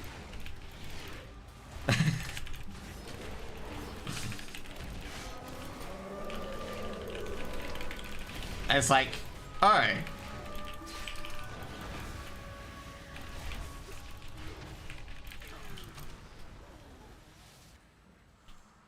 And it's like, free?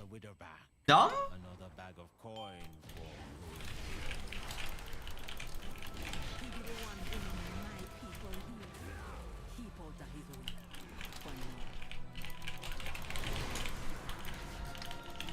That's pretty much it, you know, free them? You know, exactly. To be fair, you know, at least with these other cultures that, you know about, you know, shipbuilding, at least they didn't build a ship that just, you know, fell over in the wind, okay?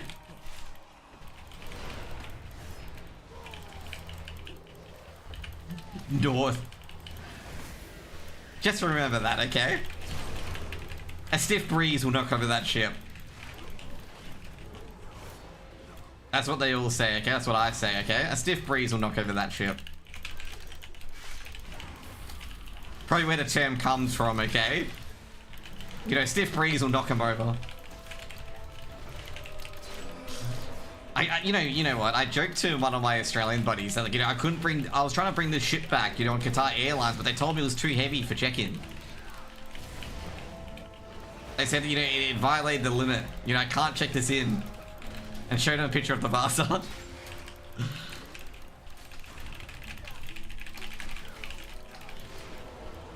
Did you see the capsizing again in the museum? No, I did not.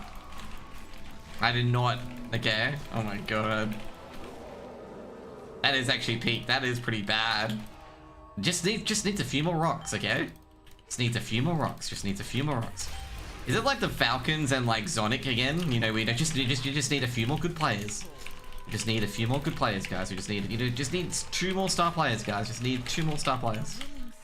If you don't know the joke about that, basically, Sonic in like a lot of his interviews for like CS with the Falcons are like, we're just a few star players off our main roster.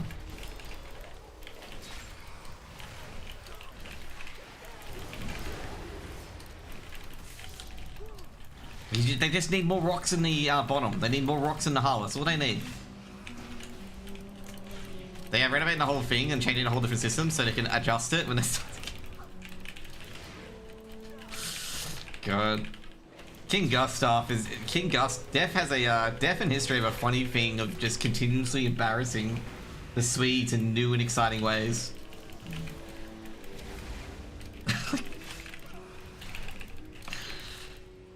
Anyway. I overpulled here, just an FYI. You're not meant to overpull like this.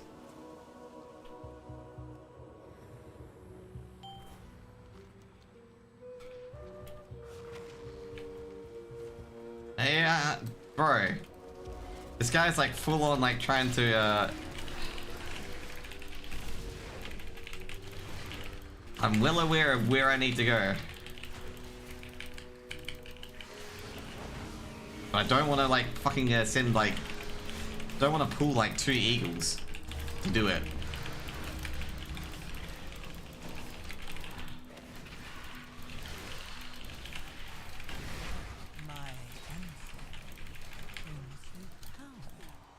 Oh, that's not good.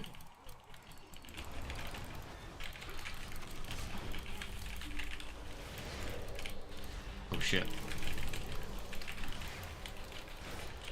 I've got no fret. This is a problem here. I've got no fret on those mobs. Like no AoE fret I can just use.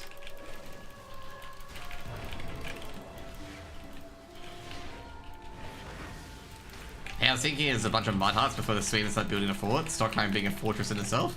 Yeah, it looks like a fortress to me. It's got extra levels, I've noticed. You know, for some streets in Stockholm, you need to climb a set of fucking stairs or a flight of stairs.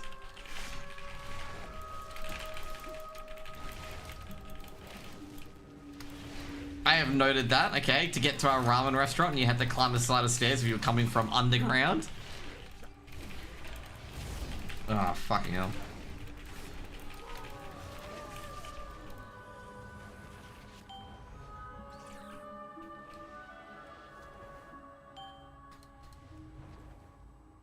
They put a cannon everywhere? Oh, that's actually pretty good, not gonna lie.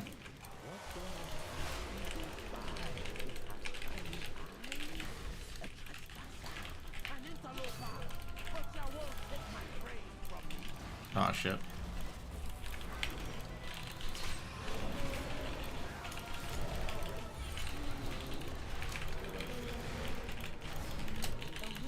This is not good, by the way. This is too much.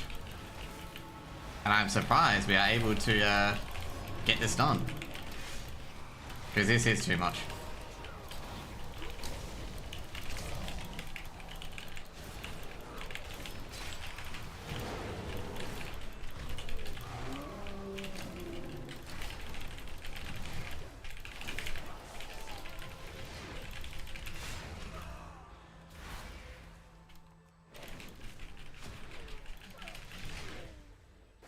There we go. I shouldn't have freed the other dude, by the way. Palm your ass from above? Yeah, I guess it's like a typical medieval castle town, I assume, right?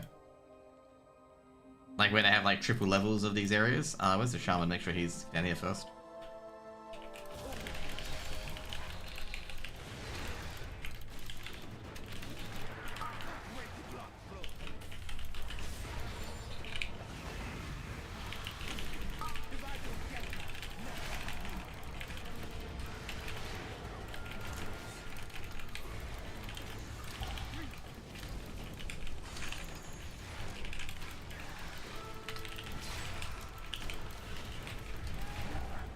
So what you want to do here is when Nefrax does this, if you don't want to get hit, you just go into where he was. Oh no. You donut. Oh no, he's dead. He's a dead donut.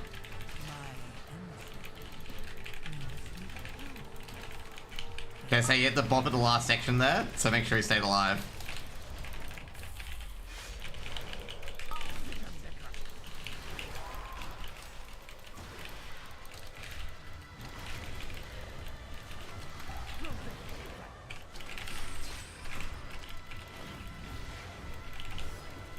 Back? Okay. God, Fremantle are fucking up by like 9 points and it's given away 2 goals in the last like couple of seconds. It's fucking annoying me, man. Why can't Fremantle have like a cruisy win? But no, then they've got to give a heart attack, you know?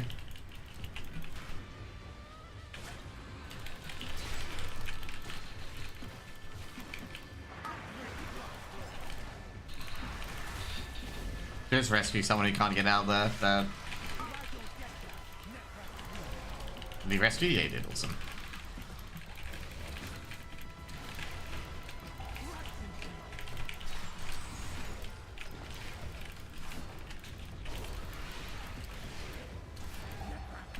So like with this one, what you do is you do that. When he throws them out, you just go back in because he never drops them back in.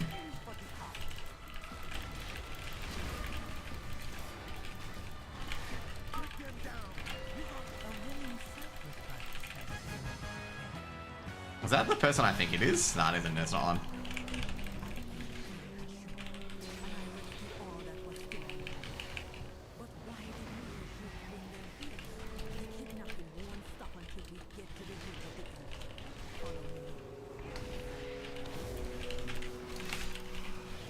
Maybe.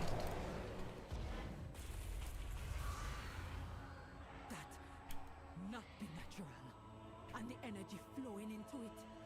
This is hex magic, using the souls of the dead in powerful magic spells. I hope this is not underground to you.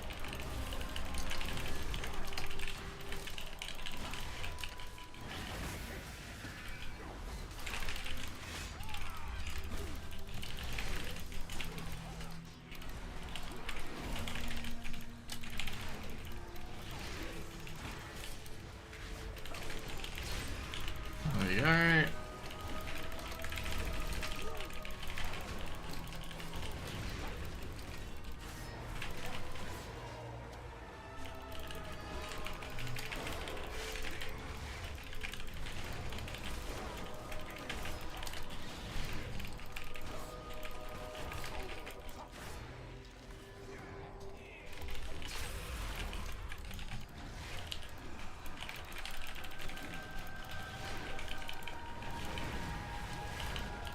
I don't want to have the other guy in here.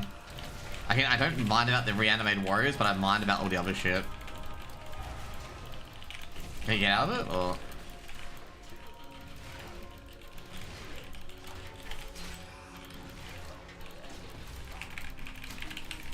Oh no, you can't. Shit, I just realized we don't have the classes that can get out of that.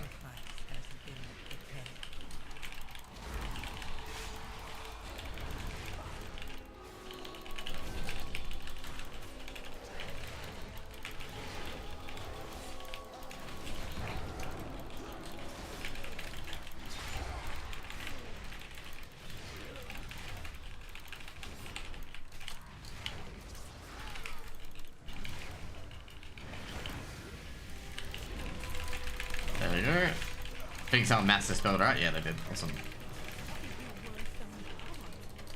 How many of my people have died here?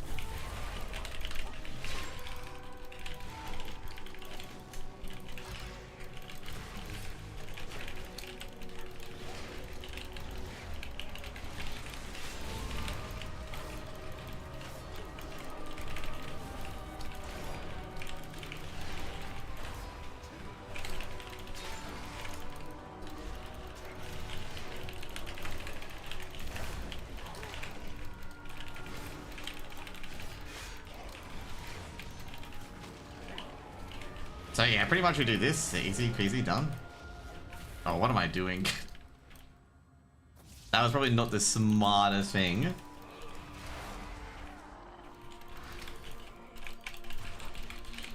to do.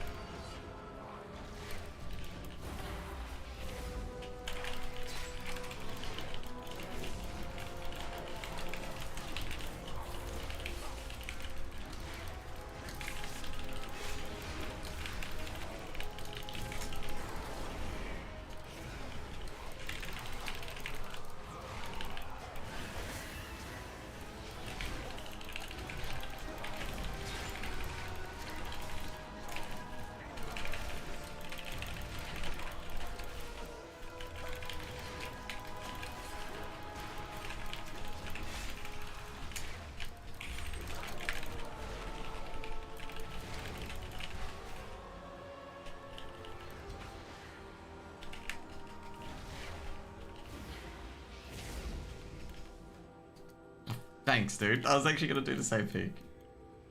Oh, fuck.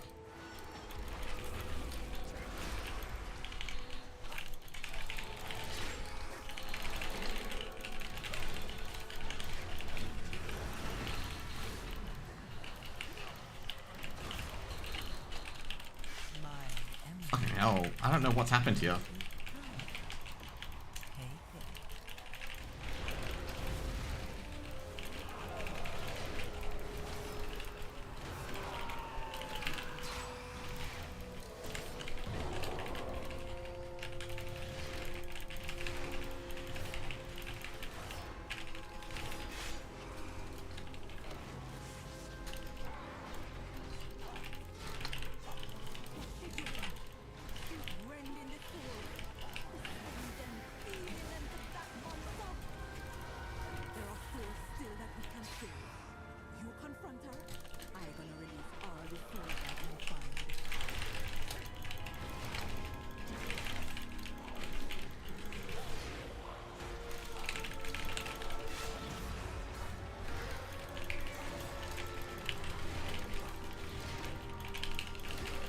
There we go.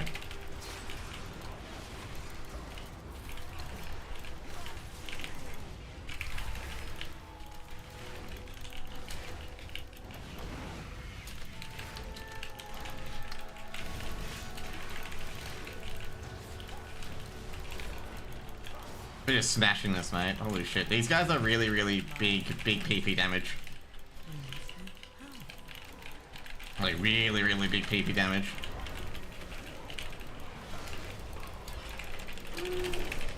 Oh, you're kidding me. I thought I got them all.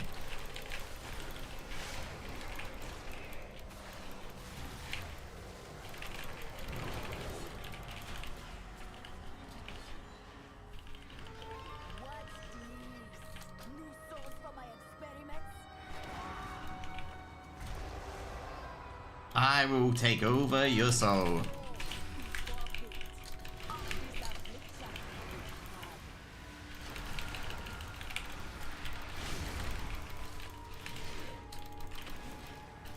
I will take over your soul. Shit, this CBS is really, really fucking good.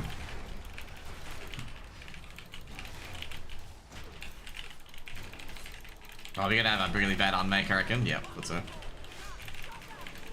That guy's lucky he didn't get absolutely killed there.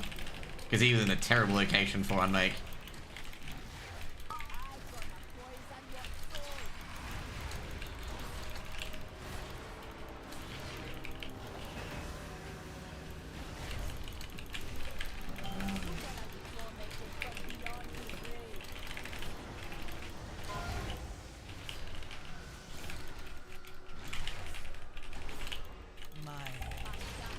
Oh shit, that's gonna be bad. Hopefully that guy... Okay, good, it goes the opposite direction. We got very lucky there. Because that shouldn't have gone the opposite direction. He's gonna teleport to the middle. Yep.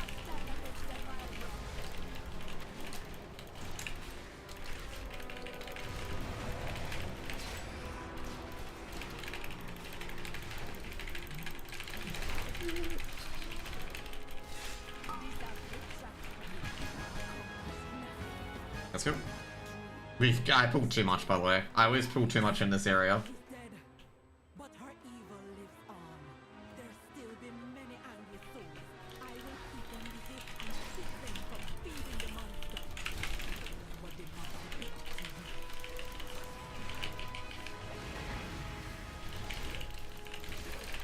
Hey, let's go.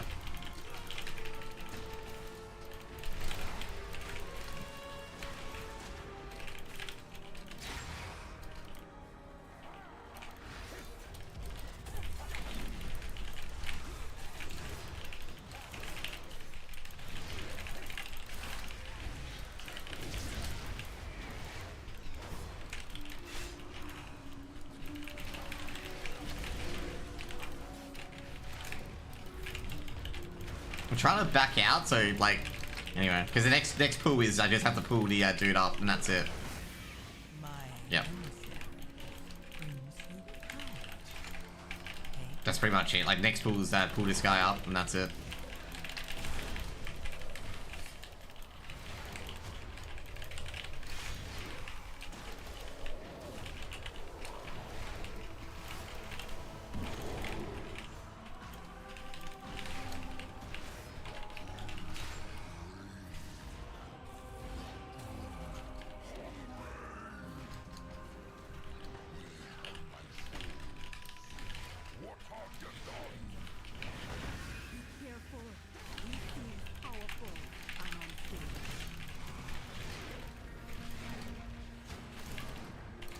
I think these guys are aware that I do not want to kill him.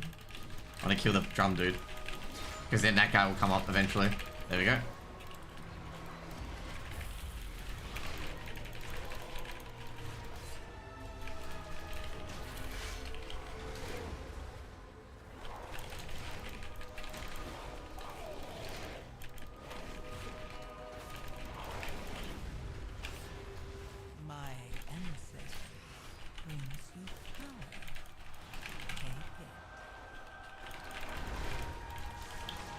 What is he? Did he get chucked off? I think he got chucked off.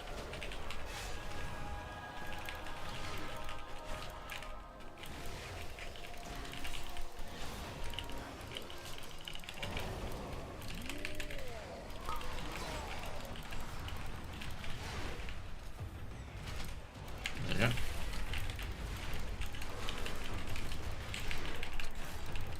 I think we're gonna have a really good group that we're gonna beat this, like when we get into the first stun phase.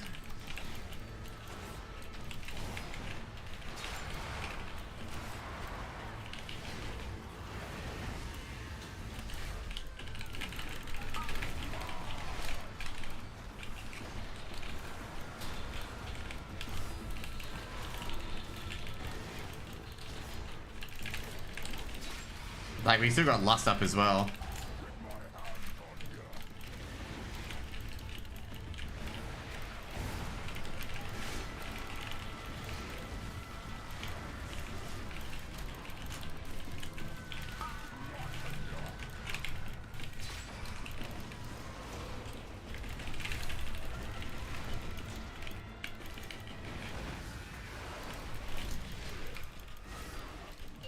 There we go.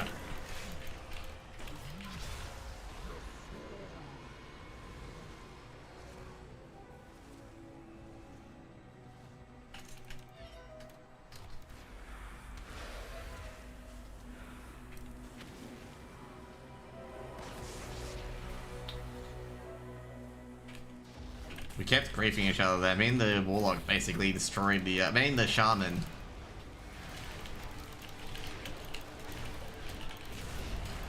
There you go. I mean, the Shaman basically did the same thing. And as I said, we'll kill it in one try. There we go.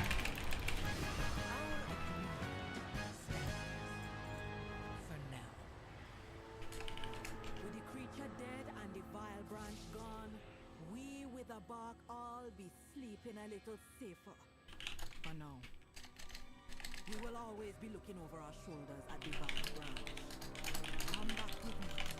The chief be having a reward for you.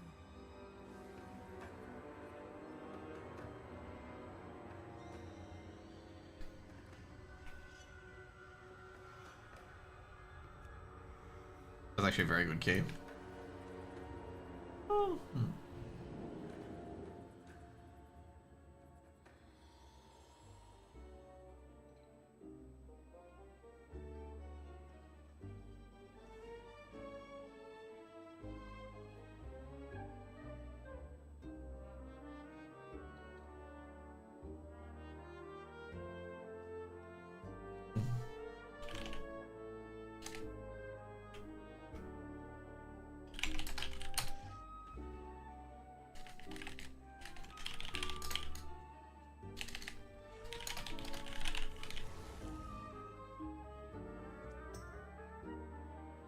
There you go.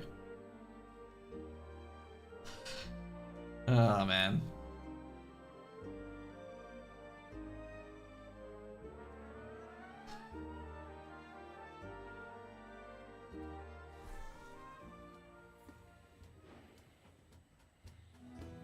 Fremantle won that game. Dude, that's a fucking surprise. Fremantle fucking looked out of it.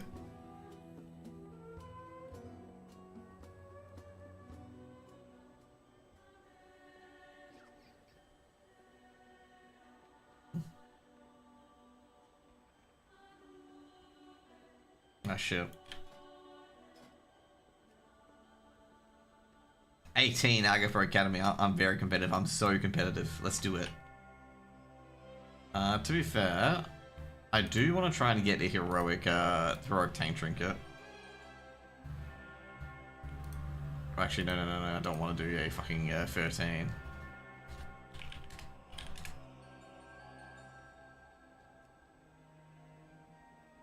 Like, trying to do a 13 one of those and trying to get one of the hero trinkets, especially since I can just do any. And get a hero. Hang on. So I'll make sure to OCE before signing up to them.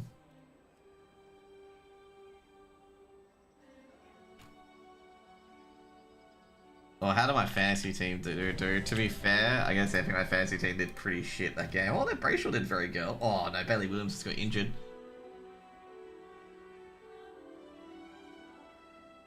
Oh, that's not ideal. To be fair, it's well, he hasn't played as captain, so no. Okay, it's pretty close actually. I think he's in the lead slightly.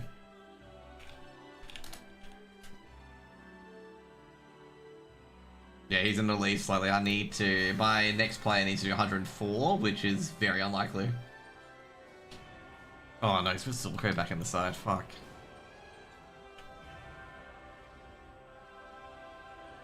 Actually, my other guy's score... Oh, Rochelle is actually doing alright.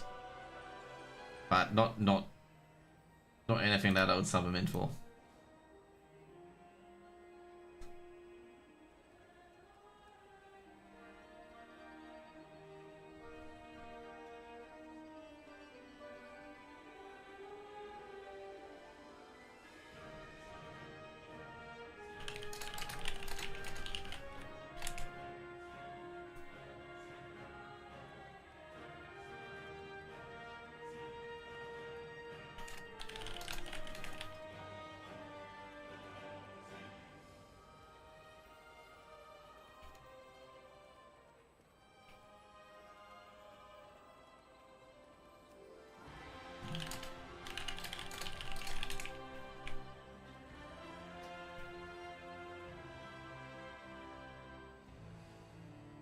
Yeah.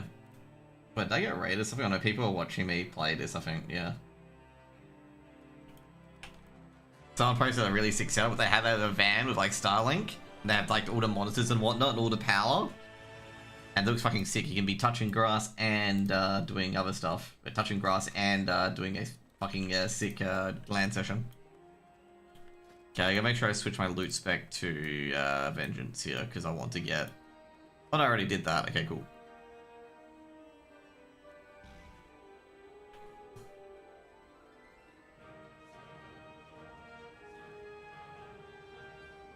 Who did I tip? Oh god, I have a bad feeling I tipped Port Adelaide. Welcome back. We timed that key really fucking easily, by the way. Like, we had a really, really good group. Who did I tip? I tipped the Camrys. Okay, good. Yeah, I was getting worried.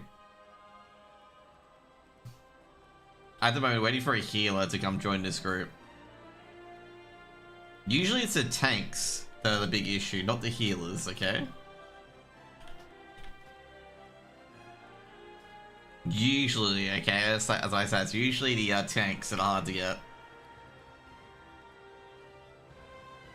Yes, usually my class is the hard one to get, okay?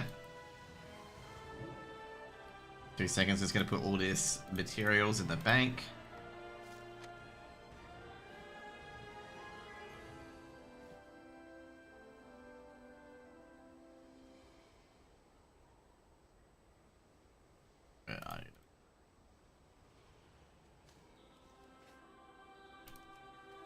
I got some new Faraday bags. Can't wait till we stop doing security. Like, dude, every fucking time. I guess now every time I go through security airport, every time without fail, I get stopped and they check my bag and they see like all these USBs and 3DSs and whatnot. And I'm just like, yeah, I know. You stopped me because I've got a 3DS and a laptop and like all these electronics in one bag. I know. And a Faraday bag is probably just going to be just as worse.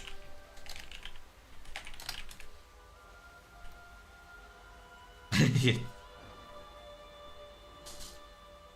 Yeah, let's see. A specialized conducive line pouches designed to block... Oh, okay, yeah, you're definitely going to get that. There's no way in hell that you will not get checked. Blocks all incoming signals. Yeah, that's a check. That's just a check by itself.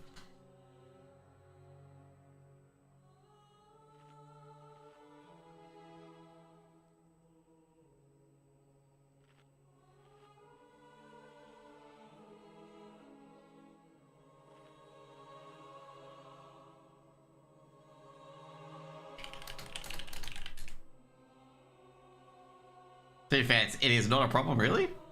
Oh yeah, shit. For some reason, I thought it would block, you know, them scanning it. Then I realized it wouldn't block them. Okay, I'm an idiot. Okay, I just realized that. Like, the X-ray machine wouldn't get blocked. It does? Wait, the X-ray machine can't scan in it? Oh. Of course it... Okay, I didn't know that. I thought it wouldn't. Because it uses radiation. Okay, yeah. So you're definitely going to get that fucking searched, okay? No way it's not getting searched. And they're going to ask you, why do you have a Faraday bag?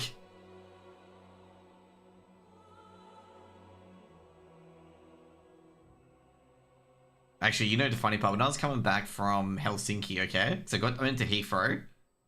No. When I was going to Helsinki, okay, I went to Heathrow.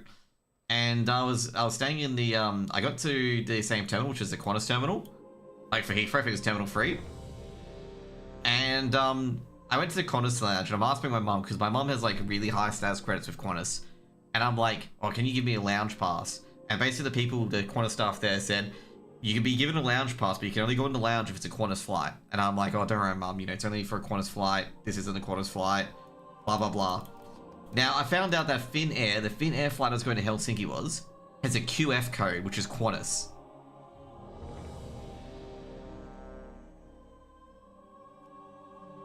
And I'm just sitting there going like, I could have gotten a lounge for fucking free because my flight actually had a fucking Qantas code. And I didn't realize it had a Qantas code until halfway through. But the funnier one, actually the funniest airport story I've had is the time I got food poisoning as I got to the airport. 3, 2, 1. Now you may be thinking like, oh, how is that exciting? Like, you know, isn't that like painful? No, there's a funnier side to it, okay? The lounge in Helsinki is not that good. Oh, the lounge in London Heathrow is really good for Qantas. Like really, really good. I was in Heathrow, not Helsinki, Heathrow. Yeah. But let's talk about the one where I got food poisoning, okay? So I had some 7-Eleven sausage earlier in the day, and I gotta say right now, I felt like dizzy and nauseous while I was in the car, okay? So I was like, oh, you know, I basically said to my sister, I don't feel that great, and when I get to the airport, I'm just gonna, you know, go to the toilet because this is coming out one way or another, okay? Yeah, 7-Eleven definitely sausage, okay? So, my sister said, let's wait till we get to the Virgin Lounge, because Virgin, just FYI, Virgin's a plane company in Australia, and then we can get it in, okay? Now, like I said, I did not last to the Virgin Lounge, okay? We got outside the car, and I was done, okay? So, not realizing, because I was having fever, so I was going from, you know, being cold, to being warm and hot and whatnot, you know, as part of how food poisoning works.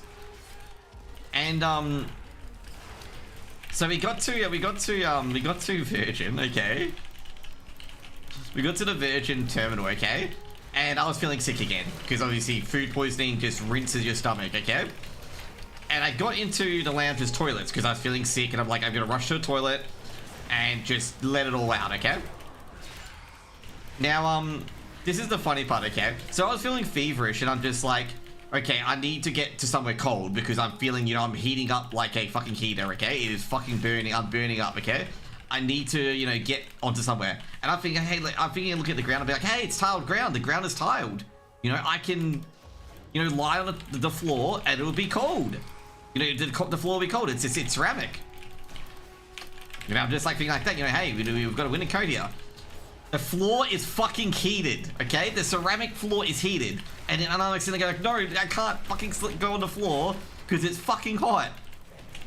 And I'm trying to cool down. Yes, the floor was heated. And I'm just like, fucking hell, where else can I go? So then I looked at the, then I was looking at the bench because in the toilets, the lounge, there's a shower. And I'm like, oh my God, a metal bench. That will definitely be cold. So I literally run to the metal bench in the shower. And I just like lie in it and I'm like, oh, it was like ice cold. And I'm just like lying on a thing like, thank God.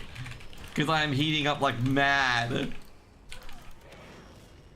Anyway, so pretty much I did that for like the next 2 hours, like 1.5 hours or so. It was like, you know, if I felt sick, got it out of my system, got back in and slide on the metal bench over and over again. That was like the cycle. think Rama could go this far to keep me out? Oh shit, I think I pulled too much. Yeah, I did too.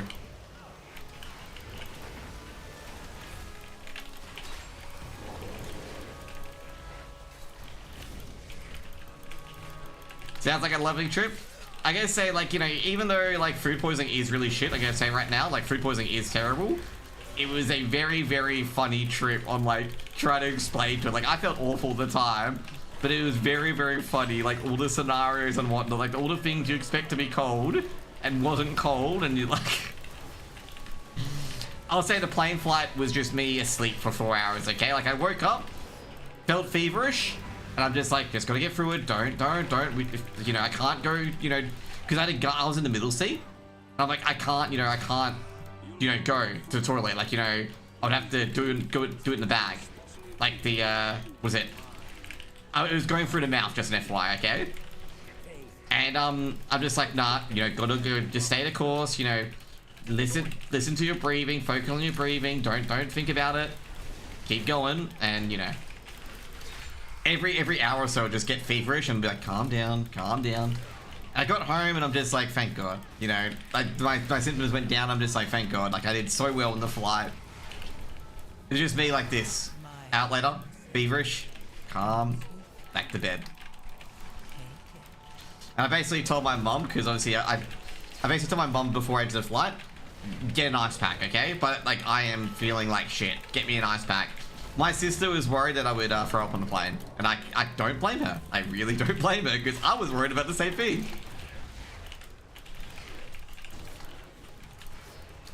But yeah, so I basically said, like, we know what caused it. It was the sausage roll from 7-Eleven. Like, that's why I said there was nothing different I ate that day other than the sausage roll from 7-Eleven.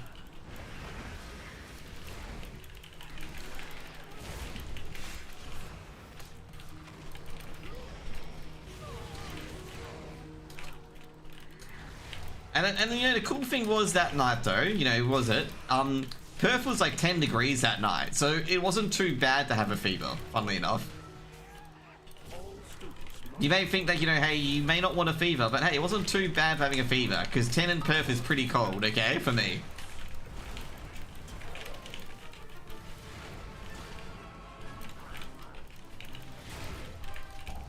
So yeah.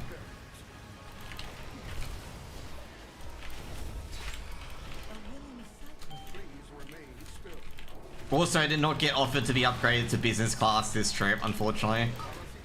I was looking for it. I was like, come on, can I get business class on this trip? This is actually kind of funny, by the way, okay?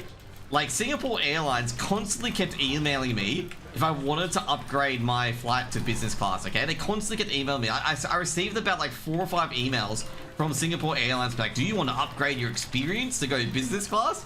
And I don't, like I said right now, I don't have anything with them. Like, I don't have any freaking flyer points. It is actually legitimately weird that I was even getting these offers. Because I don't hold anything with Singapore Airlines. Like, maybe if I had a freaking flyer program, I'd be like, oh, okay, understandable. But I don't. Like, I have a freaking flyer program with Qatar. Like, you know, like, a lot of points of them. For, you know, because obviously I do DreamHack winter trip. So, like, you know, it's obviously a given that I have it with them. So it'd be kind of interesting. They haven't paid for my trips to DreamHack Winter yet, but I'm trying to suss out if anyone, like, who's going or whatnot, because I had a few people saying they may not go, which I can understand. Because I gotta say, the last few DreamHacks, for like a lot of people and a lot of content creators, it's just been a fucking computer expo rather than a LAN.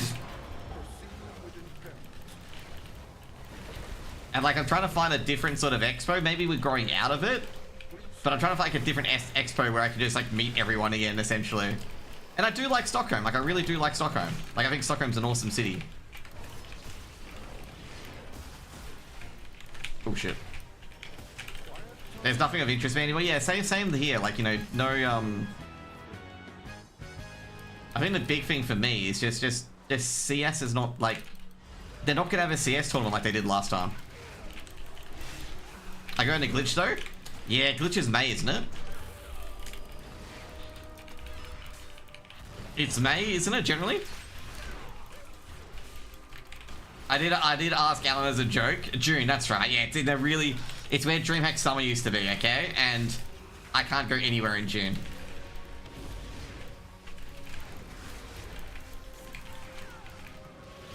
Because end of financial year, yeah.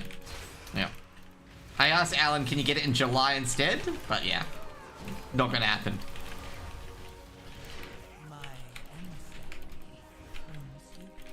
But yeah. Oh, dude, don't pull for me.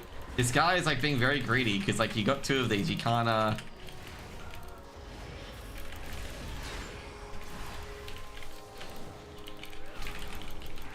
Oh no, fucking that's all good. But yeah, like, you know, like obviously glitched is like, I'd love to try to bring everyone to this. That's like we do with GabbyCon. I did hear that was pretty good actually. I think Glitch has a CS event as well, as far as I know. I do actually miss your shipping, okay? I do actually miss your shipping. So I think I think Semper Fi were gonna enter that event, but they couldn't make their way to Europe, as far as I know.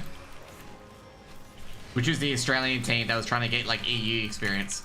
Your shipping is great, dude. It is so good. Like, I do like Stockholm for some things, obviously, you know, like, you know, everything's really close and whatnot. But your shipping is really fucking good. Like, I do miss it. Like, I look at some of the photos I took in your shipping and I'm like, damn, like, you know, it was really fucking good.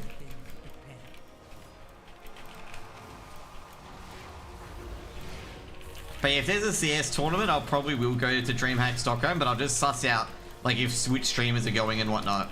But I don't think there's going to be a CS event. I have basically told ESL, hey guys, how great would it be if we had a CS event at, you know, at the thing. I have permission from Lorthamar himself. In JK, people there, yeah, 100%. Like, basically, they take over the town. I have heard that comment said by, funnily enough, I think it was you actually who said it, but a few other people as well. Restrain him. I'll take care of these shields. So yeah. I got no more touristing to do in Stockholm though, okay?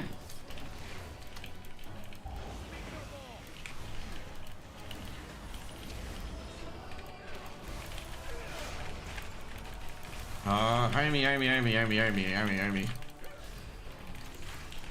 Oh yeah. I wanna see if Joshua shipping has changed a lot since that. You know you can meet, you know everyone's gonna meet in 2 bars, either Kappa Bar or whatever, yeah. Or maybe the new hotel. Remember, the new hotel could have a bar. The one that has the train sheds. Stockholm, like, people could be anywhere, true. 4, 3, 2, 1.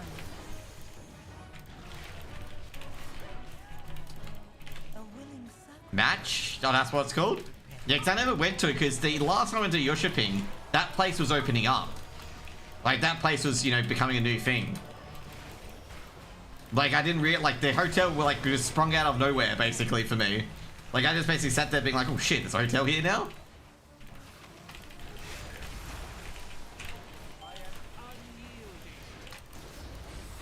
Like, I think it's like, is it to the left of O'Leary's? I'm very sure that's the case. Like, you go to O'Leary's, it's like, it's literally right next to it. I think it's something like that. Like, it's next to an area where you don't really expect anything.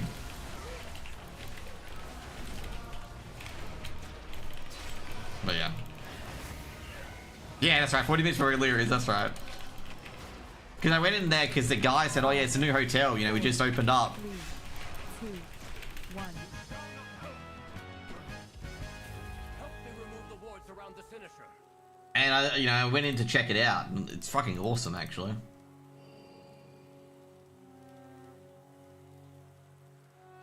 Maybe I should go to different places and whatnot. But there could be other game conventions I could go to as well. They stole the chef from Vox? That's right. You told me that. That's the one. You told me that they stole the chef from Vox. Who has literally the best scrambled eggs in fucking ever. Like, holy shit. That guy's scrambled eggs is like so good. Holy man. Every time I go to a hotel, my brother's like, you're obsessed with fucking scrambled eggs, mate. I'm like, you have no idea, okay? You have no idea of how good they are, the one at the Vox, okay? You have no idea how good they are. My I haven't taken my brother to a gaming convention yet. I've no actually taken him to PAX. That's right. I took him to PAX. I was thinking like if I'm gonna do something like with like Rosie's community or like Annie's community or anything like any streamer that I watch. I was looking at certain things to go to. Like certain events where they would most likely all be there. Or, you know, instead, you know, it's gonna be one of those things. The last one Jaga went to? Or a different one? Wait, shit, what am I thinking about?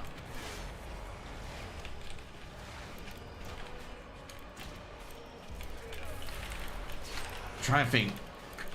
PAX. Alright. No, not the one in NA.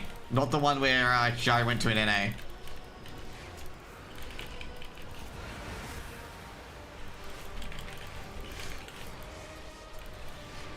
I think it was NA that they went to, right?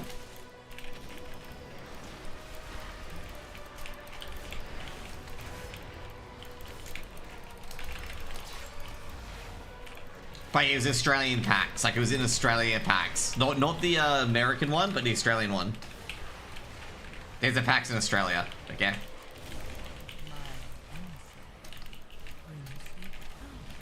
But PAX in general is relatively good. Obviously, none of the Twitch cons are here. Like Twitch, like I say right now, Twitch made no fucking effort in PAX Australia to come in. Just FYI, just to say straight up, like Twitch made no effort at PAX. Okay. Then again, neither did Kick, but yeah, it was like there was like no effort from the main streaming thingers.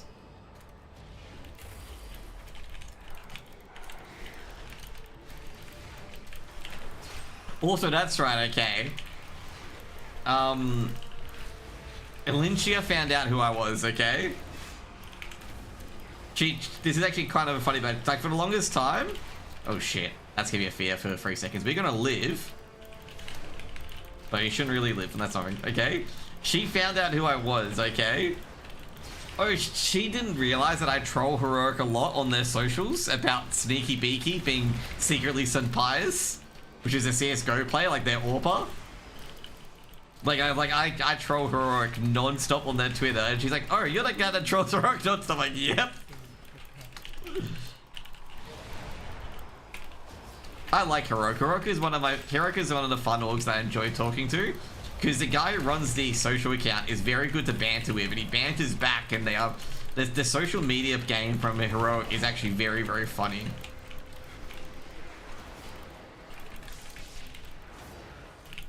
Now the conspiracy is that Sneaky Beaky, who runs a lot of stuff in Heroic, is secretly the main AWPer for Heroic, okay? Like his alter ego is the main AWPer. Because you never see him and the main AWPer in the same place, okay? Laura works for Heroic, okay? If you didn't know that, Laura, one that we meet at DreamHack, works for Heroic.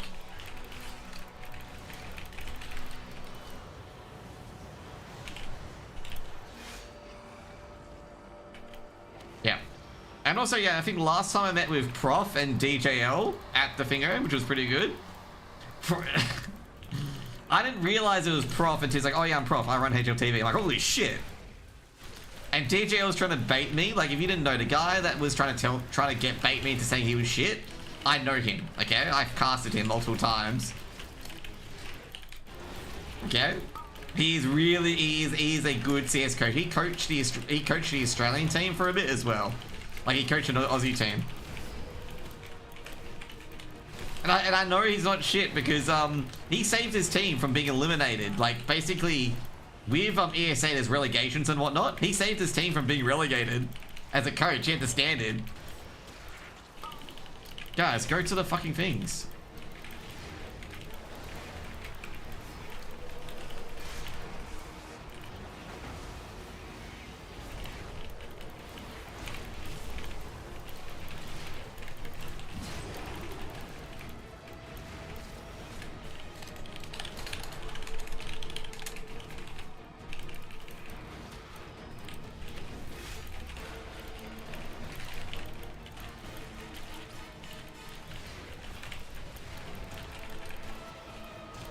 Crashing into losing teams. That's what he won the game. Like he standed in for a team and he won.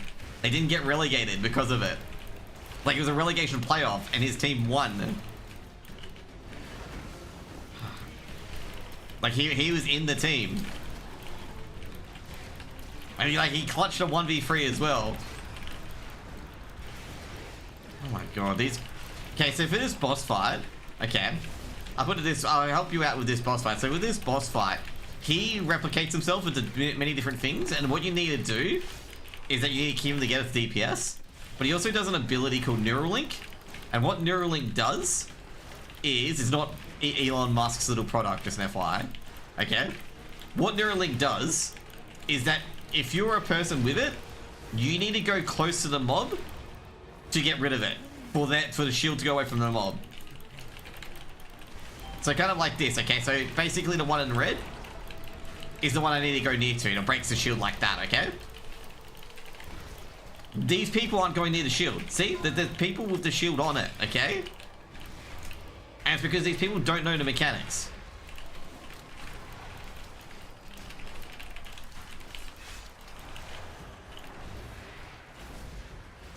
So pretty much what you do is you run near the boss to get rid of the shield.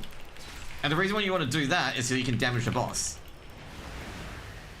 And you can do this. If I get a single comment about my tanking, I'm just going to say, guys, why are you not getting rid of shields, bro? Especially from a DPS, like, you guys weren't getting rid of shields, you were dying to shit you should be dying to. Do not ever think of blaming the tank for that.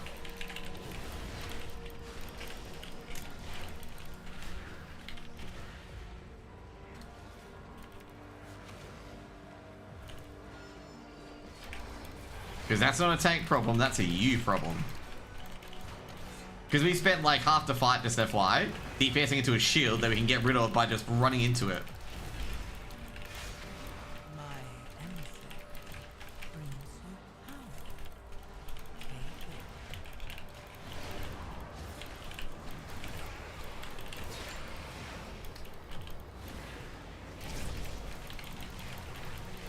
So yeah.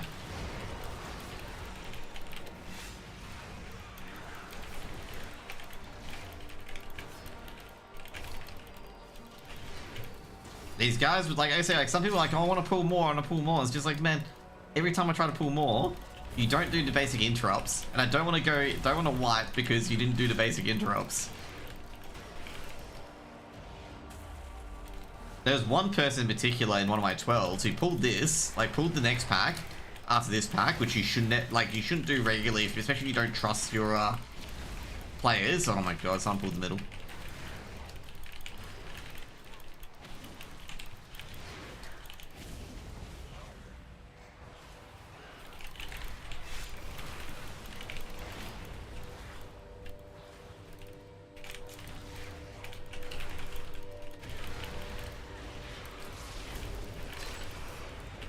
I don't know, honestly, how we pull the middle.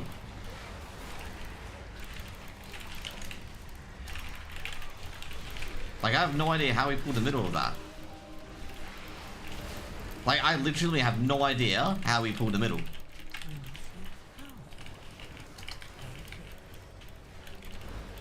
Like, how did we pull the middle of that entire thing? Like, that's actually confusing to me. Because the mobs that I pulled would have slowly gone up the edges. They would have not gone to the middle.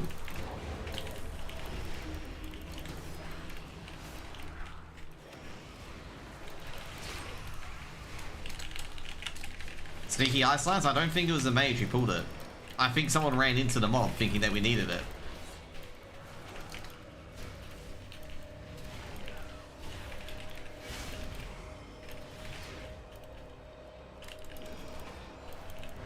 Oh, we don't need it. Like, I've already cleared all the trash that we need. Yeah, I'm not sure who pulled it. And also, even if the mage did pull it, the mage would have no reason to pull it.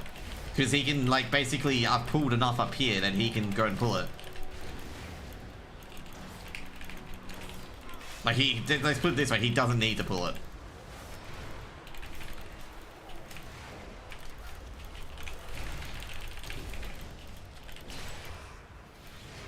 Like, it would be silly for him to pull it, let's put it that way. My emissary brings you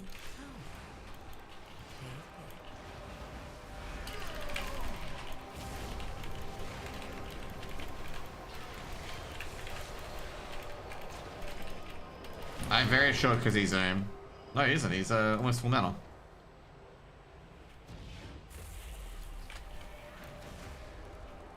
Champion, I know what to do.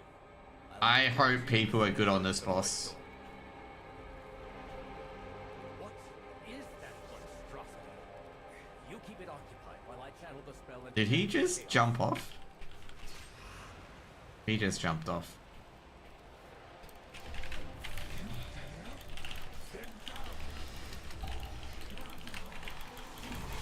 So you're gonna wait? I'm gonna wait to see where the line is. Cool. Yeah. Cool.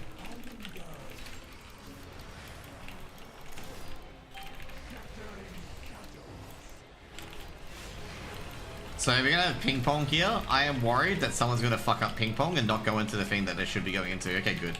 People are paying attention. I don't have to panic about this.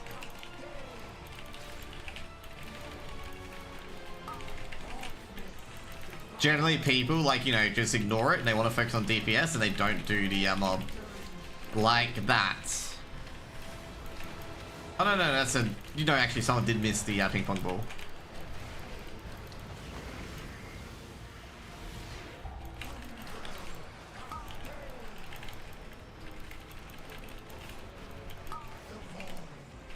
Oh, no.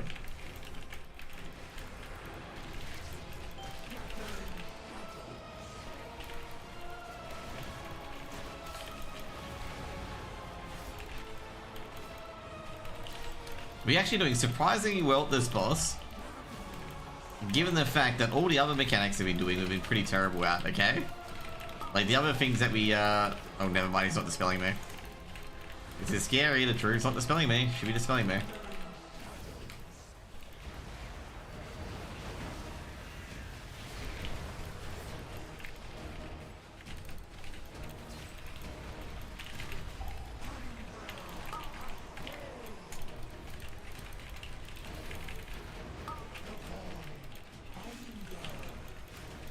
We're actually doing this boss really fucking well. Considering the fact that the third boss was, third boss is easier mechanically than this boss. Yeah, we're doing this trash really, really well. We're doing this thing really, really well. It is done. We have our way into the void. Then you get a trinket. Let us inform Lorthamar. And perhaps offer an apology for the near... Was it him? Oh. It was, I think it was the Devourer DH potentially, pulled the thing through the, Devourer DH apparently I-beamed the mobs. Okay.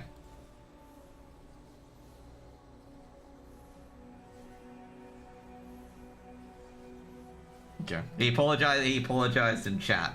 So what the Devout Demon Hunter did is that when he was downstairs, he I-beamed the mobs downstairs. And brought him upstairs so I could tank him. He didn't do it deliberately, he accidentally I-beamed.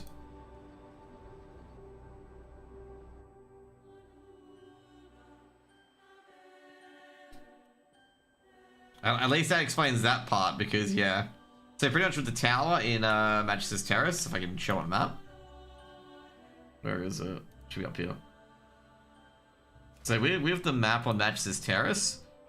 So basically when you're going up to the tower on this side,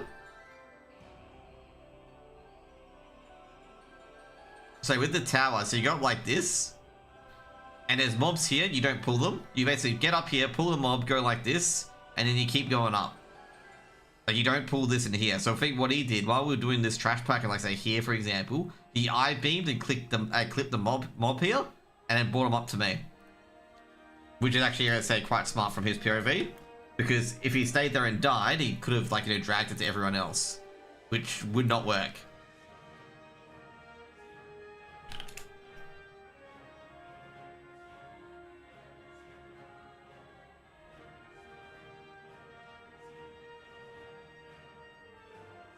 I know. Oh, she's coming in. She's tanking, isn't she?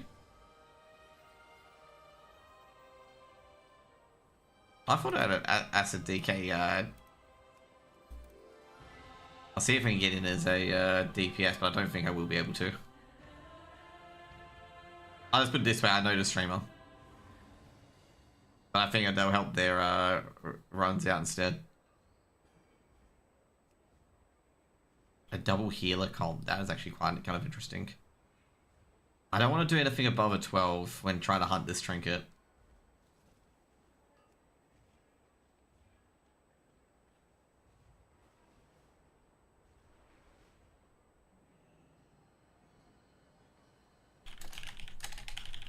Because what this trinket is, so I've got this trinket here, which takes damage, which gives you a jelly shield. I want to get this trinket onto hero, it could be it'll be a big eye level bump. And I want to get it, and it drops some Magis's Terrace.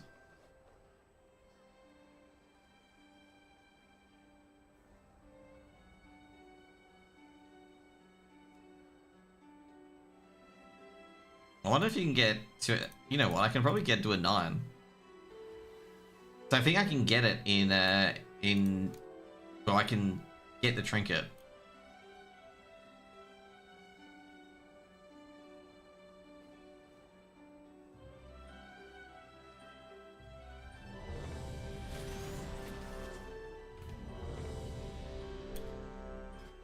Like, I'm gonna say right now, I'm not expecting the greatest of people, I just want to get this trinket. Are you winning, son?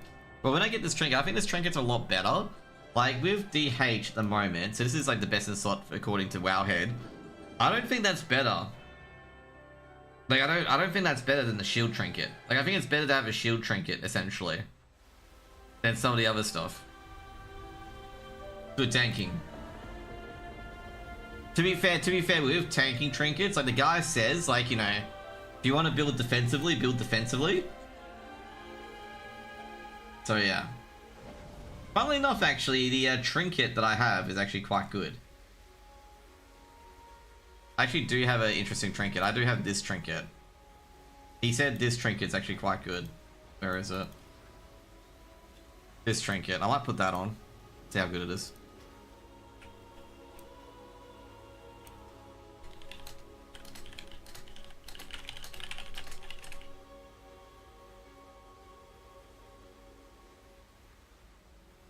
So yeah, it's basically telling me to get Gaze, Lightless Laminate, and Occlusion of Void.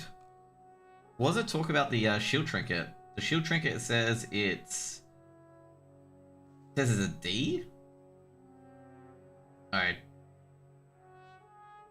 Okay, it says Sulfire Prism is better.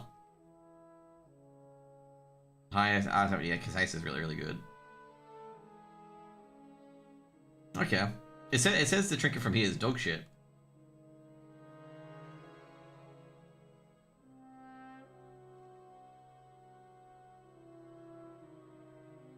Okay, I'm a bit surprised by that.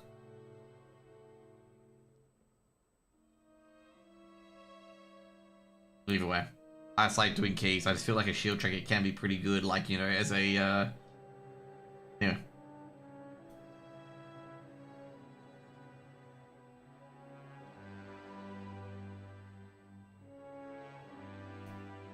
Also, you know a funny thing, okay, Invis, you may have heard of this on Twitter, if you ever look at Twitter. I'm gonna say, I guess you that you may do.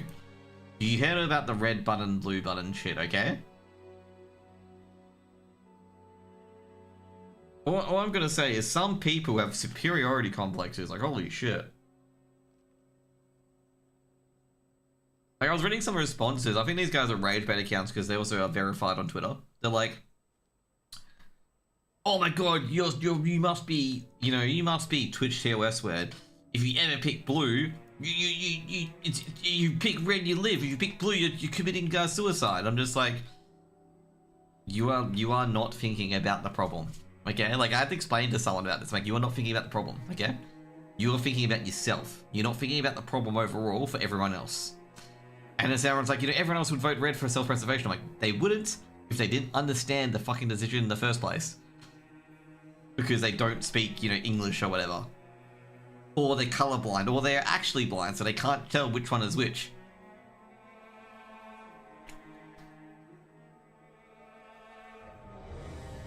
And I had to explain that, like, you know, you could have like these scenarios and whatnot that you gotta be very, very careful with.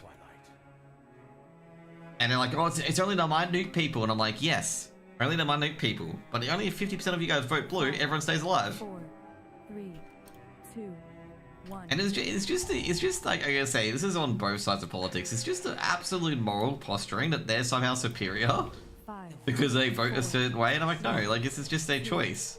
1. The terrace holds what we require to gain entry to the Void Storm. It's no superiority complex. I don't know. People are very interesting, okay? Let's just put it that way, okay?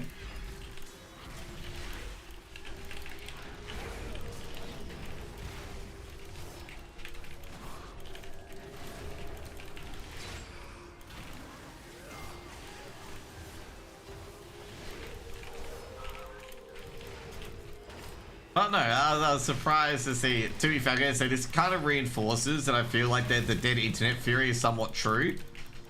Is you get some people who, like, you feel like completely devoid of empathy, saying these, like, completely horrific things to people, and you're just sitting there being like, how could anyone fucking say that to someone? You were warned, Umbric. The terrace is forever closed to you. Now leave before... Of course he left a message for me. I'm afraid you'll have to incapacitate the guards. I have a few items I'd like to pick up while we're here. I'll meet you at the exit.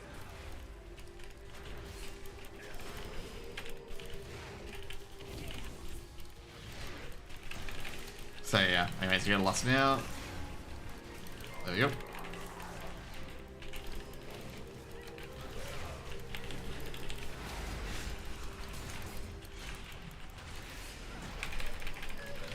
Open your mind to the whispers. Take it. Yeah, it's just like, I really hate people who, like, you know, they make a choice and they think it's the right one, and then they'll, you know, call everyone else who picked the other choice dumb, stupid, and don't understand anything. And it's just like, no, like, it's something you've actually got to think out in particular. And these are the sorts of people when you, like, when you get to your political circles, like, these extreme nut jobs, that you just sit and nod and be like, yeah, sure. I'm gonna assume every single one of those guys got caught.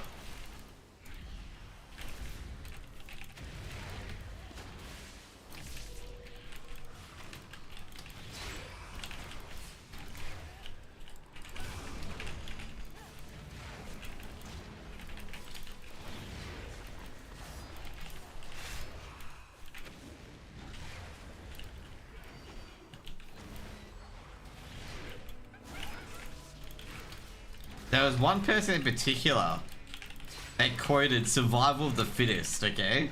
When doing the blue and red button problem, okay?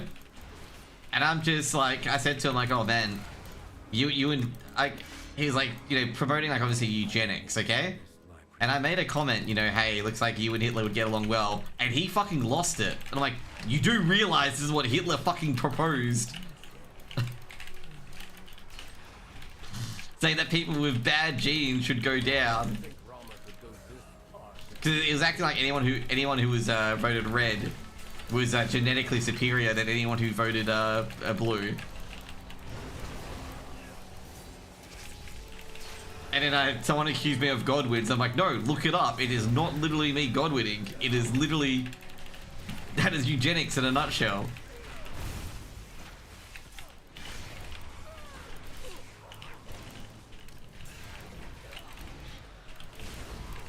I'm like, I wish I was joking that it wasn't eugenics, but it is. That's a eugenic term to say.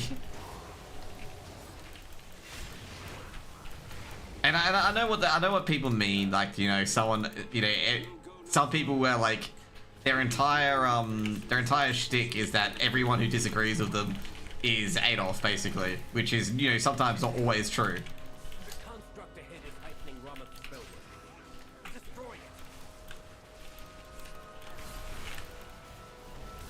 Because there are people who honestly think like that, which is basically, I'll just say Hassan.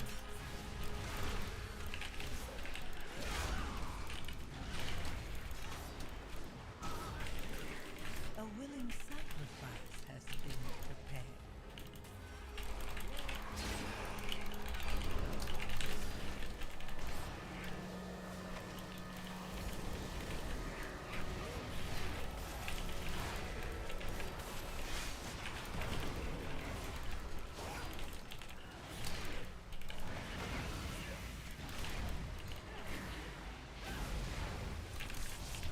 go.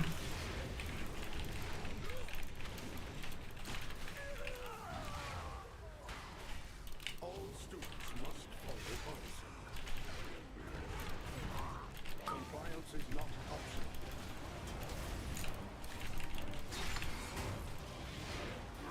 To be fair, I've actually dealt with people who are like that, by the way. Like, anything they disagree with you, you are the, like, the worst dictator known to man.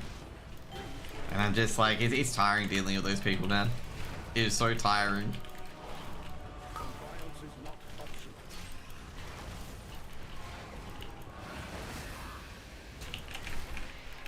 There we go. Suppressive measures necessary. Oh, sure. Please stand by.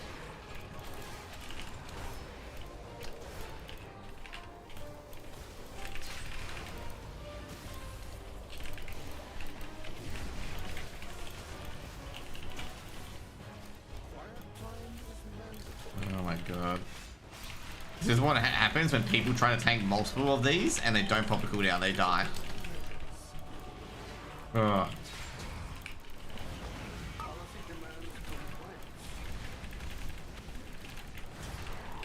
Like, people forget you can only take it like roughly up to 3 stacks unless you got a cooldown.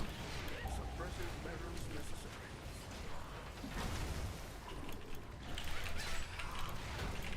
Please remain still. Compliance is not optional.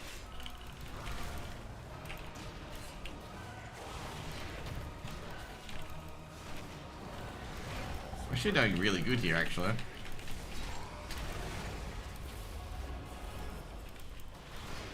Refueling. Please stand by.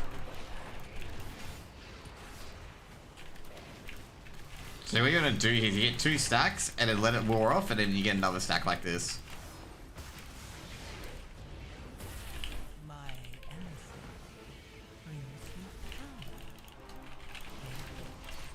And if you get like if you get more than 2 stacks, you straight away, like, you know, use a cooldown to keep yourself alive.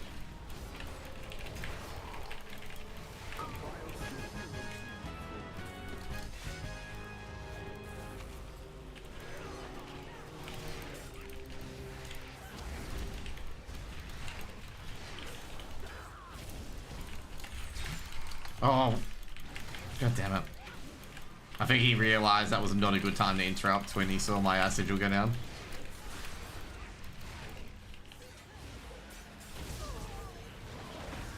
Like, as soon as he saw my sigil go down, he was just like, oh, why did I do that?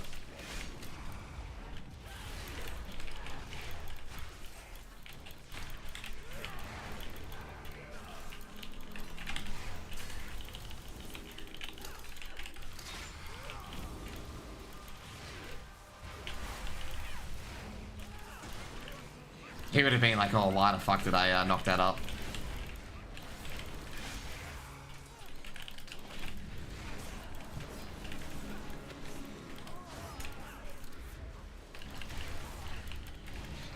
My innocence brings you power. Take it.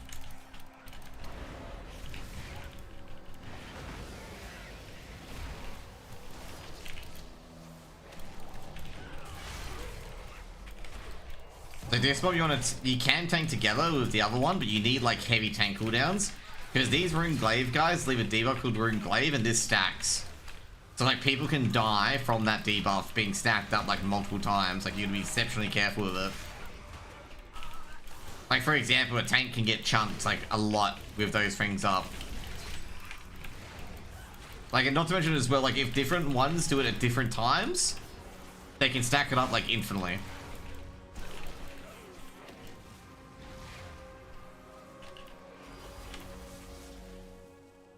Zaranel, stand down.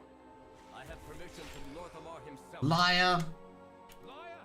None shall lay hands on the Cynosure! Cynosure remains here! Give it all! Restrain him. I'll take care of these shields. Your fall is written! There we go.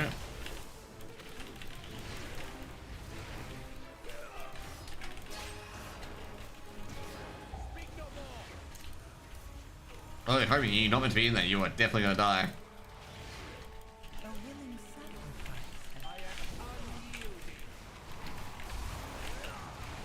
I think a lot of people with this, like that debuff, they're like definitely afraid of fucking it up. And then sometimes they both go in at the same time. It's like you didn't have to go in at the same time.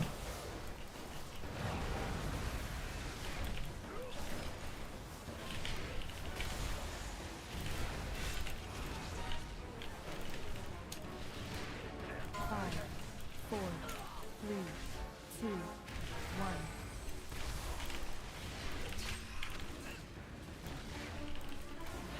You actually remember these from old Mattresses Terrace? You used to go in there to take reduced magic damage because some of the trash pools are pretty nasty in that place.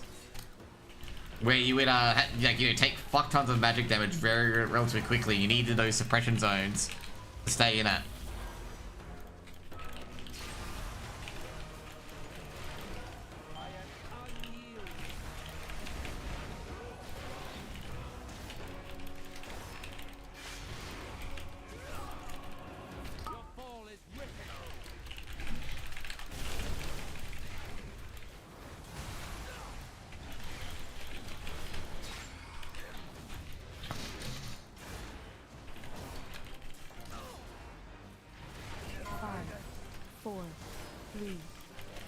I gotta say, like, this group needs to improve their DPS. Like, holy shit! I just realized, like, oh, they're probably got like, they probably don't have like a lot of items then.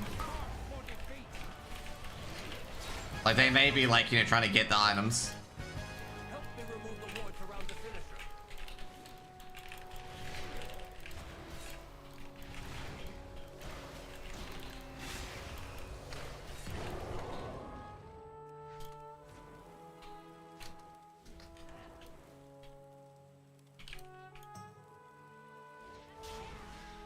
What the hell? Oh, God damn it, man. You can leap above it.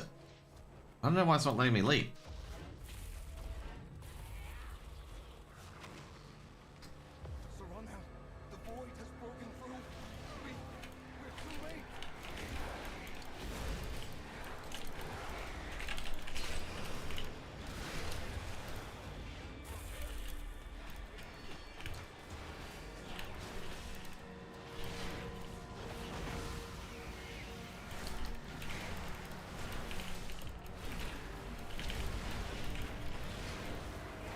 There we go.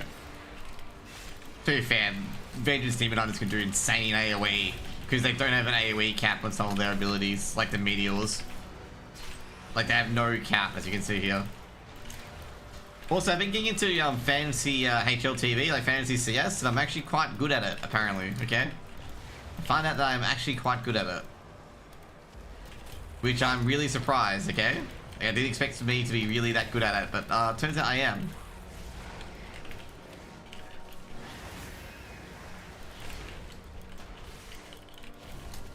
Oh, please have not, come on.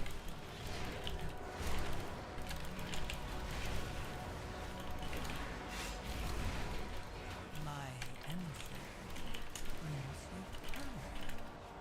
Take it.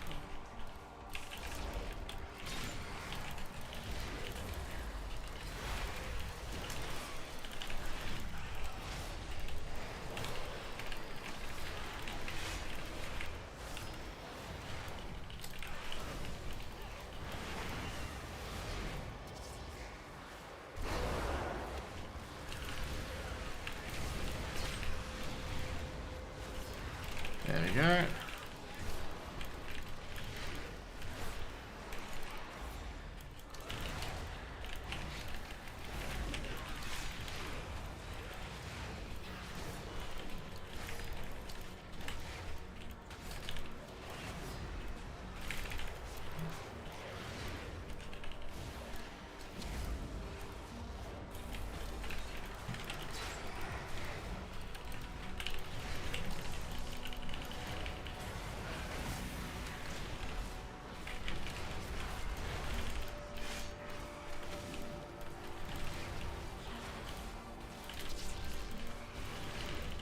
There we go, Spirit Bomb. Sweet, sweet, sweet.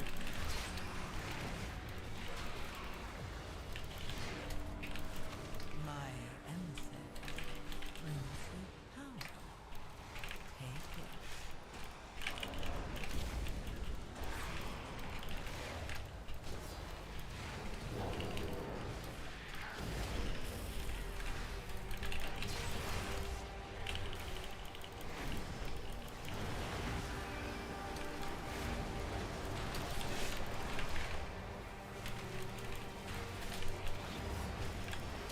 There we go.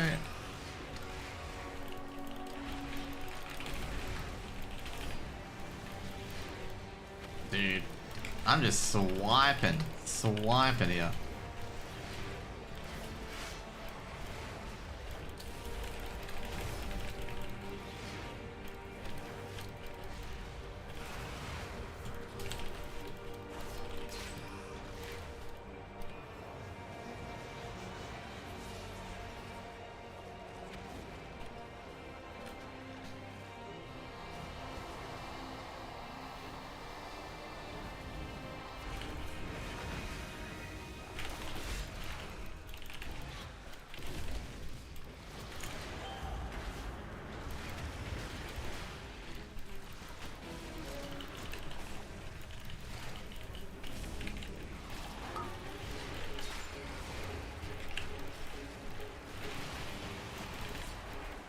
A willing sacrifice is prepared.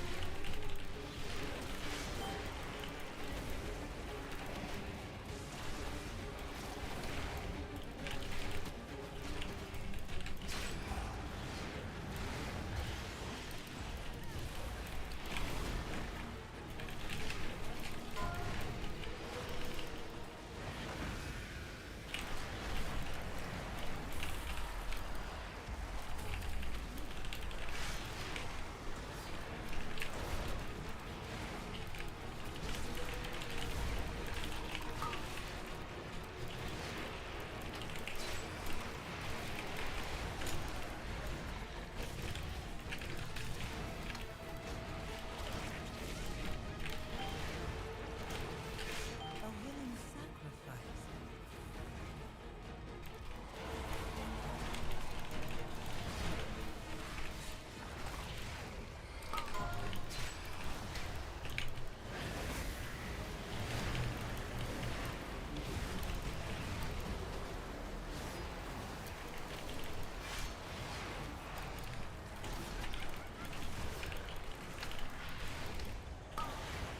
There you go.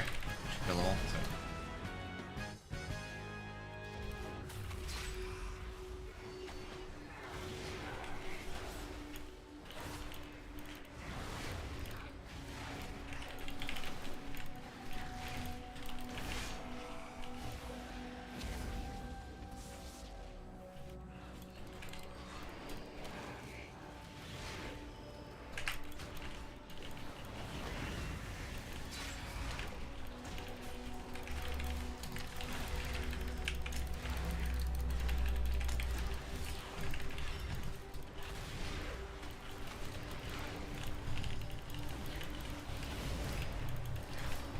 There we go.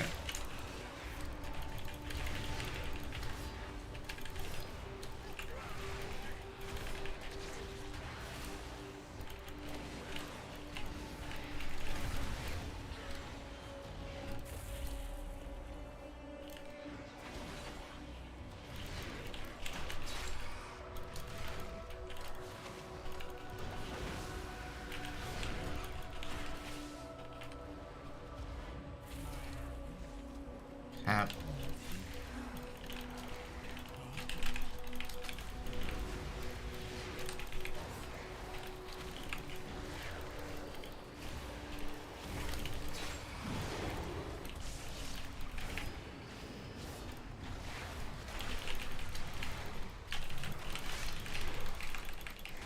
I should have actually gone and be aggressive here, because I would have actually got away with it as well. I went and be aggressive and pulled this as well.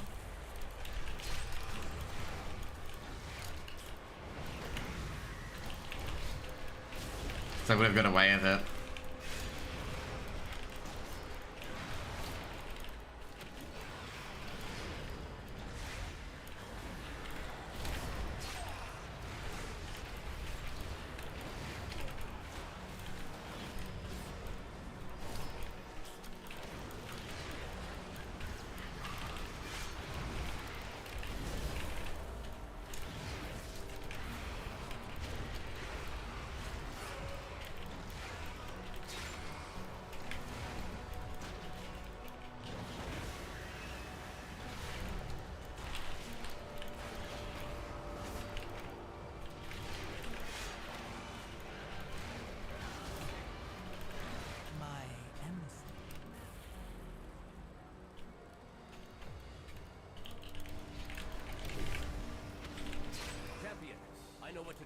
Better not fall off. To attune the Cynosure to the Void Storm. What is that monstrosity? You keep it occupied while I channel the spell and end this chaos.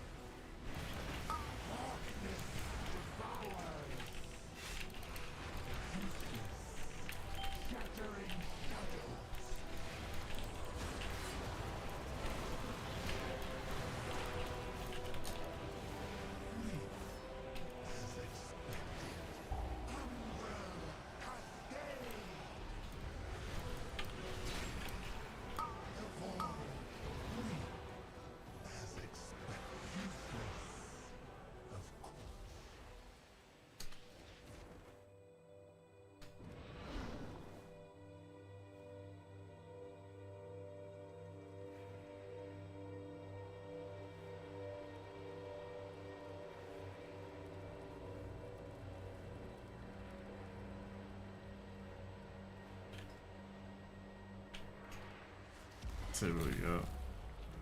A lot of people doing. I think a lot of people doing higher keys than I am.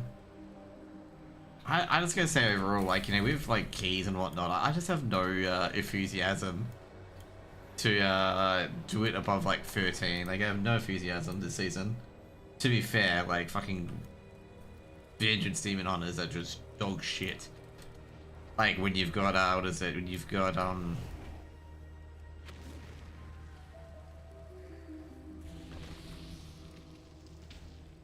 when you got Brewmaster Monks, which like basically can tank everything while AFK.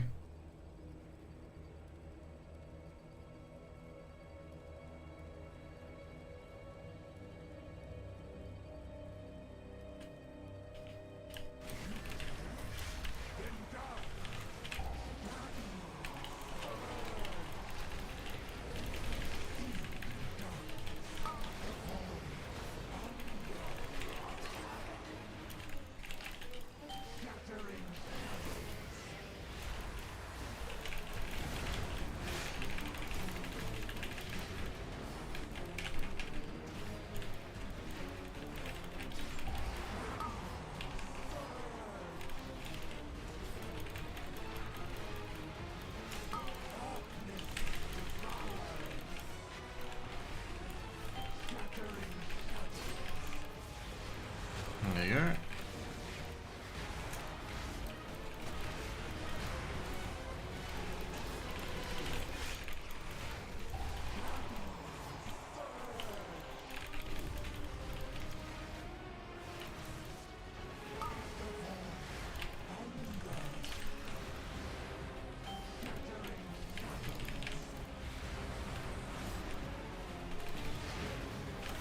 There you go.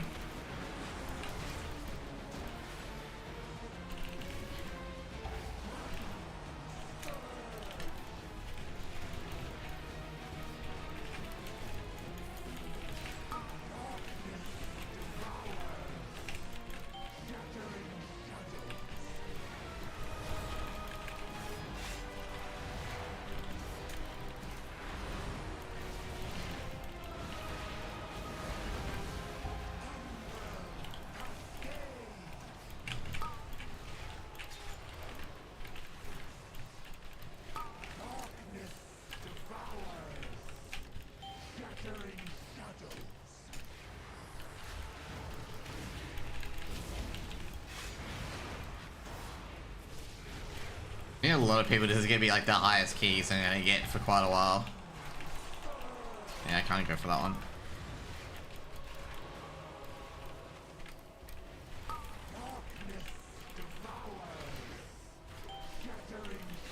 I feel like for a lot of people, like, this is gonna be like the highest key they're ever gonna do.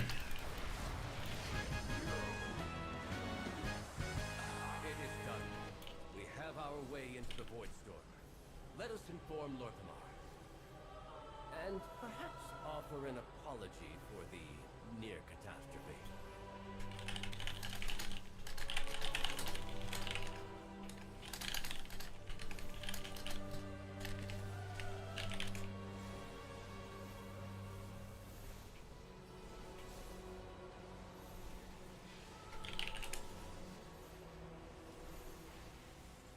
Guy uses bonus roll, by the way, on that. Still a bit sure. Hi, Church. Church, by the way, the reason why I DM'd you, because I thought, like, you may have known, like, who's got it or not. In particular, because sometimes talent do talk to each other, especially if, like, Flame and stuff got it. But I gotta say, I'm assuming it's either Elvish Pilski or Konki or Komodo. And given that Konki, I gotta say right now, with talent and OCE, you can tell who's got the gig, okay? There are people who are good at hiding it and people who aren't good at hiding it. Okay? And I gotta say, I think it's Elvish and Pilski, because, they don't do the, so basically, some ANZ talent do the tell, where they will start suddenly caring about a certain area of CS, like ANZ CS, out of nowhere, like, it will come out of nowhere. And like, it's because they got offered the gig. Like, you know when you can just tell? Like, it's like, they just, I don't know when they start talking about it. It's just like, someone's got the gig. Someone's got the gig. Is it the best CS analyst in a thing? No, I don't think I'm the best. In OC. Some people might think that, but I don't think I'm the best. There's always someone better than yourself.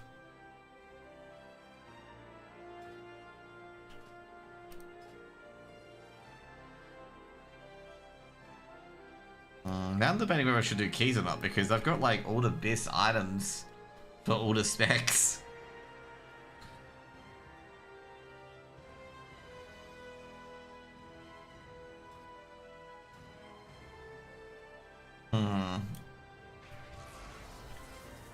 Is there anyone mates I can help out? No. To be fair, I don't think it was appropriate enough for the SL mainstream. Data strict Static Suppose? No, not really. They've had Flam on there. And Flam Flam has had times where he's obviously not done the most smartest thing as a caster.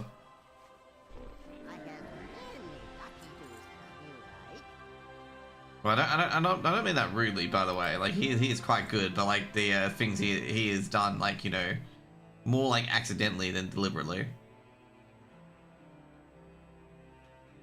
Yeah, he got banned for saying bad shit about Steel Series at TGX. And he was, like I say right now, it wasn't him like deliberately talking shit. He was doing it as a part of a joke. And like he wasn't being a dickhead. He was you know, he was doing it as a part of a joke, you know, like, you know, joking around that he couldn't hear anything on a headset, you know, he was that that sort of thing, okay? And yeah, I was gonna say, like, the not a good idea. Let's just put it that way, okay? Which was the closest one? We're Talon on. But yeah, it's as you said, it's a bit of a rip.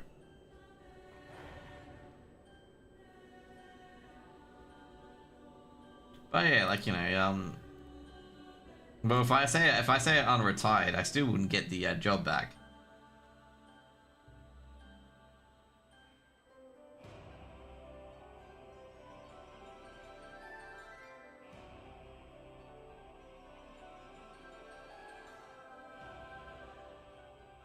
Sounds like it's something I could have done if it's joke percent. I guess he can learn from his lessons. Yeah. Like, I don't know whether to write this up, and I don't want to deter other people either. But like, I was thinking of writing an article about like stagnation in talent in OCE with CS2. Now, I'm going to say it's going to be a very controversial subject. But the reason why I'm going to write that is that we have very few casters that are mid-tier other than Flam in Australia. Flam, Tony, and yeah, I'd say just Flam and Tony actually that are mid-tier. Like mid-tier casters. We have no, like we have like the top of the crops, and then we just have, oh shit. What I'm going to say is it's probably going to be very, very hard to explain. Not hard to explain, but hard to explain without, obviously, saying some people are shit. Or, like, not experienced, basically. And what I mean by that is that there's a lot of experienced casters in the CS2 scene, but there's nobody in between. There's nobody coming up in the wings, essentially, other than Flam and potentially Tony. Okay?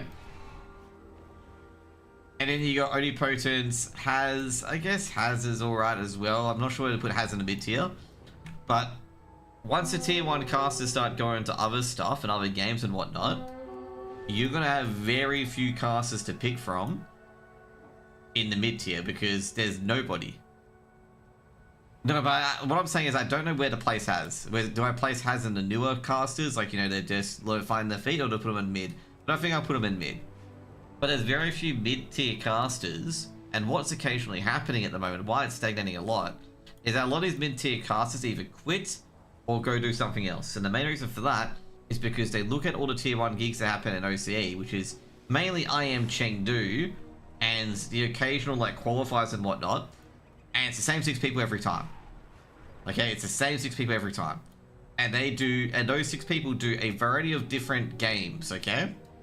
Which is Valorant, CS, and Crossfire, which Bingo does. Elvish does. Okay? And they do a lot of those games in particular. And we had a lot of talent get bled dry as people went to Marvel Rivals. So Matsy went to Marvel Rivals, and a few others went to Marvel Rivals as well. I think Tony does observing in Marvel Rivals as well. And the reason they probably went over to Marvel Rivals are trying to make that a product, and also not to mention a lot of them do AEL and just focus on AEL. The reason why I'm saying this is that there's no point for someone to cast just CS2 in the mid tier, because there's no upper limit or upper any reward at the top they are going to get in the short term or medium term. And the thing is that once the top talent know about that no one is going to get a gig off them, it's going to cause it to stagnate. Because they know that they don't have to put any effort in to get the gig, because they know no one below them is going to take the gig off them. And it's going to cause like their casting to stagnate. Now, there's a reason why people aren't going to like that being discussed, is because it's implying that the people at the top put no effort into their casting, or could put no effort into their casting, and people take offense to that if I say that, because some people take a lot of shit personally. That there's no incentive for the top people to prepare if they know that the people below them aren't going to have a chance of getting a gig. That's what I'm trying to say. Now, not that anyone's doing anything untoward, it's just more of an observation of what could happen. And that's why a lot of people are moving to different games and whatnot. So like every time a new game comes out, you'll notice a lot of mid-tier casters in CS and Overwatch and Rainbow Six and whatnot will move to a different game, will move to that game.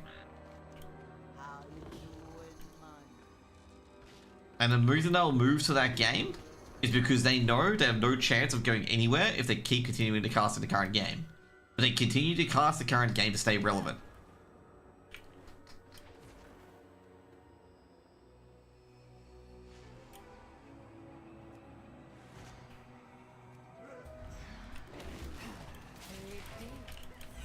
What the fuck is this puddle shit? Oh my god.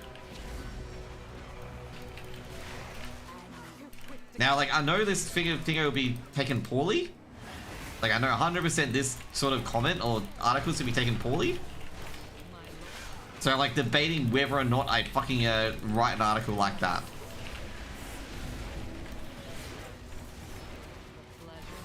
Because like the thing I'm going to refer to in particular is I'm going to refer to defrag, okay? Where like this is where people may get insulted with it, okay? With defrag, obviously congrats to all the people who got to it, but that is every caster in the OC scene for CS2 that still actively casts CS2.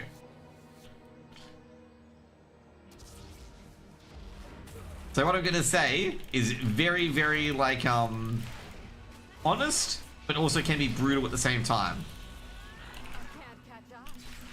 Is that it didn't feel like an achievement if you're casting a LAN like that, because everyone was hired. That sort of thing. Like that's all the casters we have in the CS scene.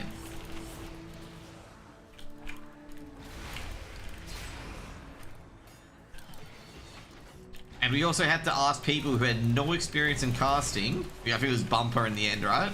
To cast because we had no other casters. Why do I keep jumping, okay? And I don't want to like release an article like this because it is a very, very delicate issue. And I know people are just going to react poorly because it's me. Is it a serious issue? Maybe not. Maybe it's not a serious issue. Maybe I'm completely overthinking it. You never know. But that's what I feel at the moment, that the quality of casting in the region for CS is stagnating. Is going to stagnate. Either is or is going to stagnate. More than one way to skin a beast. And the main reason why I say it's going to stagnate is because eventually the top is going to know that they do not need to do anything, or they do not need to do too much effort into casting their games. Like, you know, figure, all they have to do is just cast at a serviceable level, and that is it.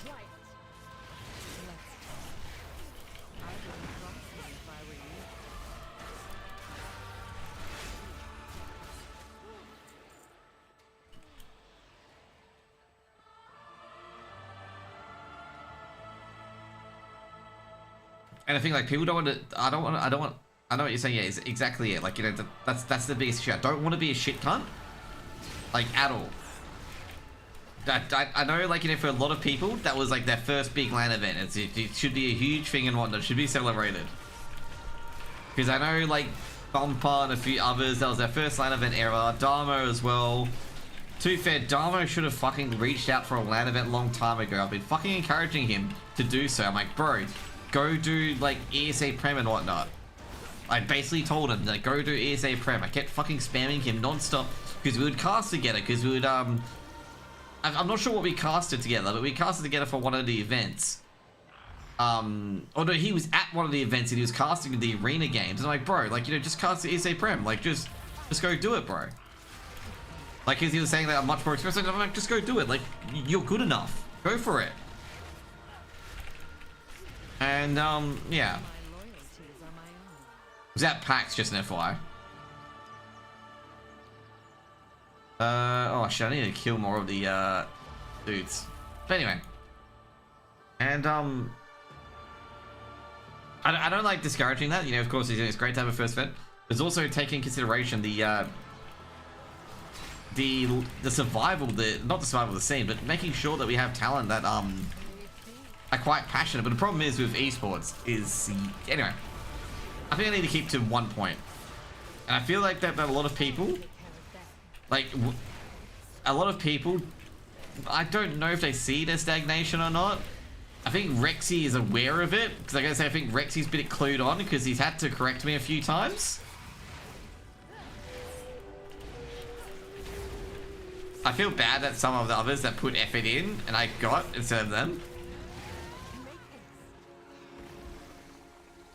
I gotta say, I think Rexy is either unconsciously aware of it or aware of it. Because I'm gonna say, he was going hard on the backseating of certain objectives in the game. And I'm like, I think he's seen a lot of casters miss.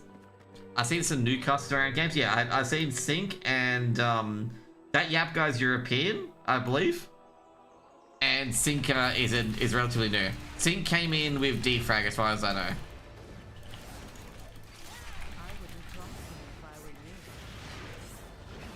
I've never seen Abit's cast in my life, okay? So I don't know what to think about him so far.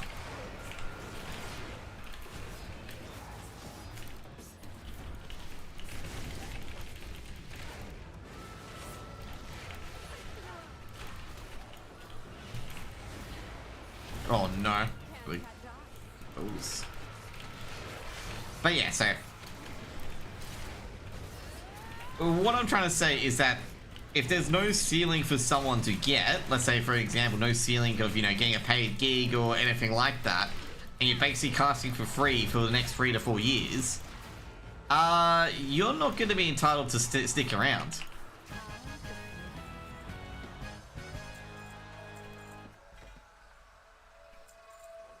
Like, you're not gonna, like I say right now, like I say, like 3 to 4 years down the 3 to 4 years down the track, like if you haven't been given an opportunity, there's gonna be points where people are just not gonna stick around. They're gonna either get, you know, they're either gonna get burnt out because they're getting nowhere and they're doing a lot of this effort. Like myself and like a lot of other people who did the same thing over and over again.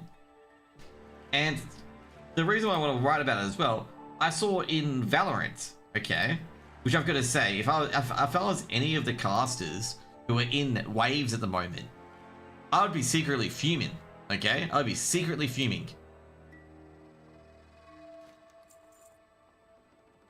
Not that they will anyway, but I'd be secretly fuming about Elvish getting a gig without asking those lower tier casters to come in. Like in waves in Valorant. I'd be secretly fuming. I'd be like, we're doing all this effort, we're running all these tournaments, and this guy who's coming in from CS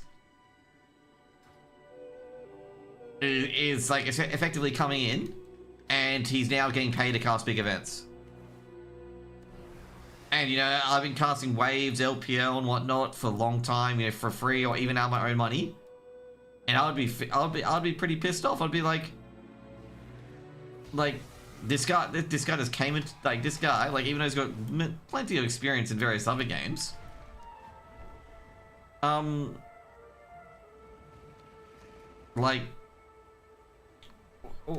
what are we meant to do? Like, there's nothing, like, you know, there's no like pathway to go to the pro scene in, like I say, straight up in Thingo. Like there's no pathway to get to the pro scene of Valorant. Like you just gonna be like I say right now, it's pretty much down to this point. I'm gonna say for a lot of people doing waves in Valorant, you could be doing waves for a good 3 or 4 or 5 years because you're never gonna get picked because it seems to be like it seems to be that sort of thing where, like, you know, it's not reaching out to the people under you, it's reaching out to your best mate to get them on board. Which has always been a quality of esports and quality of life in general.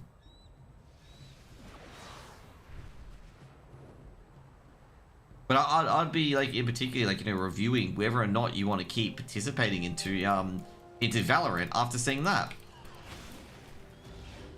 Like, I would be, like, if I was casting in waves right now, and I was, you know, questioning whether or not I want to go into Valorant full-time, this one would be a big no. Like, this one should be a #1 reason of why you're not going to do it. Because, like, out of all the people, let's put it this way, out of all the people that you could cast, you know, pro tier Valorant, they thought of getting a guy in for another game to cast it. Now, people are going to get, like, you know, people might take this personally of me saying that, but it's like, take it from their POV. I'd be heavily questioning whether I still cast Valorant after moves like that.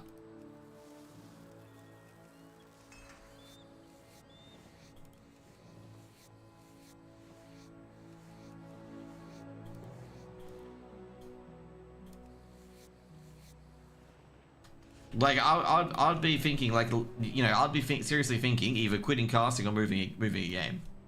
Moving to a different game. Because basically now, Valorant's just effectively another CS. Like, that's what it is. It's effectively another CS. Your same forecasters are the same forecasters in CS at the moment.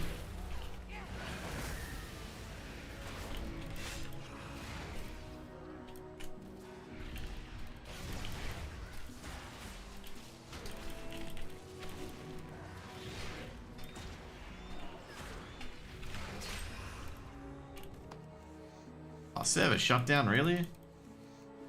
I'm trying to get a last shot of Dun Dun at the moment. I'm not getting it.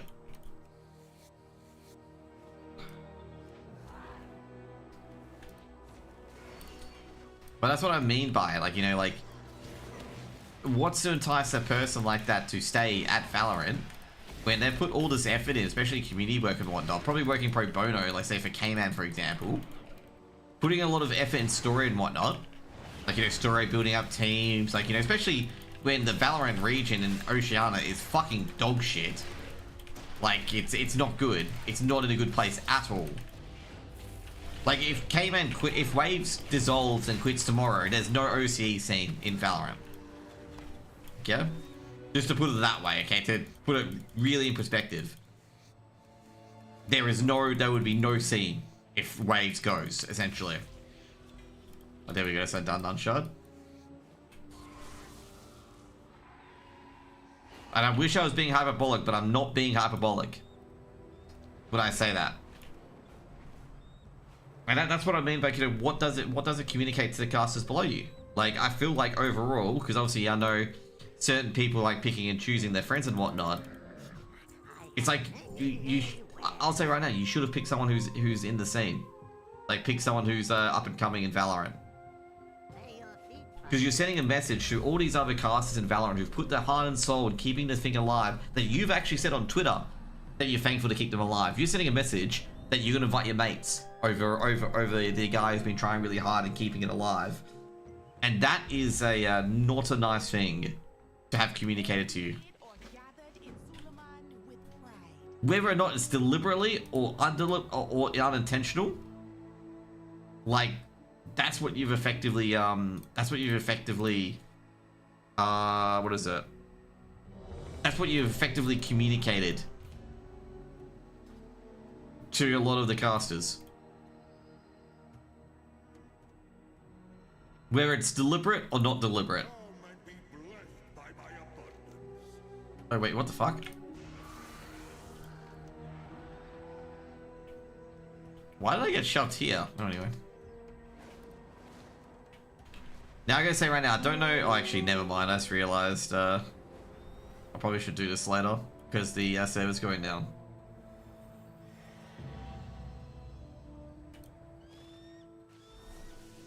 Anyway, I think I'm thinking way too much about this, in my opinion. Thinking way too much about this.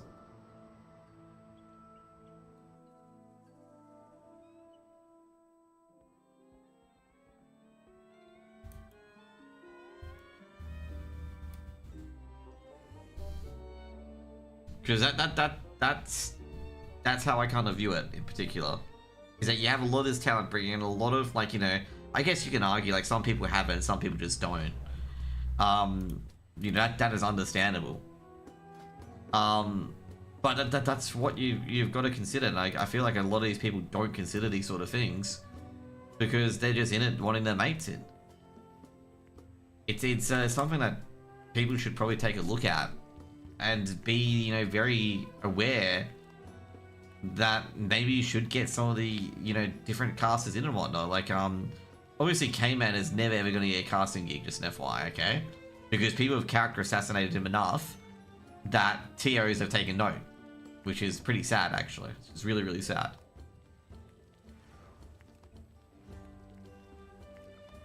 And I'm going to say, unfortunately, it's going to take, for people to realize how important he is to the scene, it's going to take him to quit before they realize how important he is to the scene.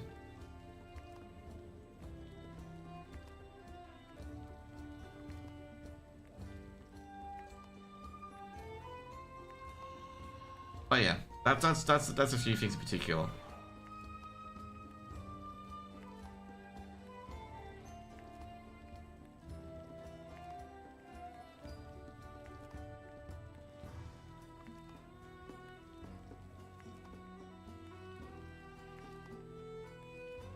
And then I guess Arena, it is relatively sad in esports, and this is why I tell people don't work in esports full time. Get a job and then work your way into esports.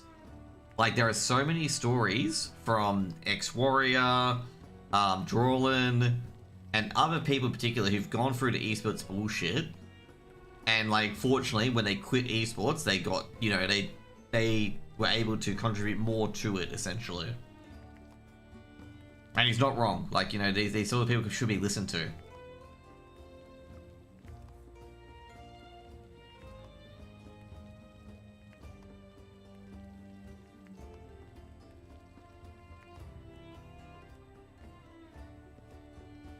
I just realized I made 60 of those? I've only made 100, but either way, we're getting more Heidi Rooster roasts, sorry, Roy roasts.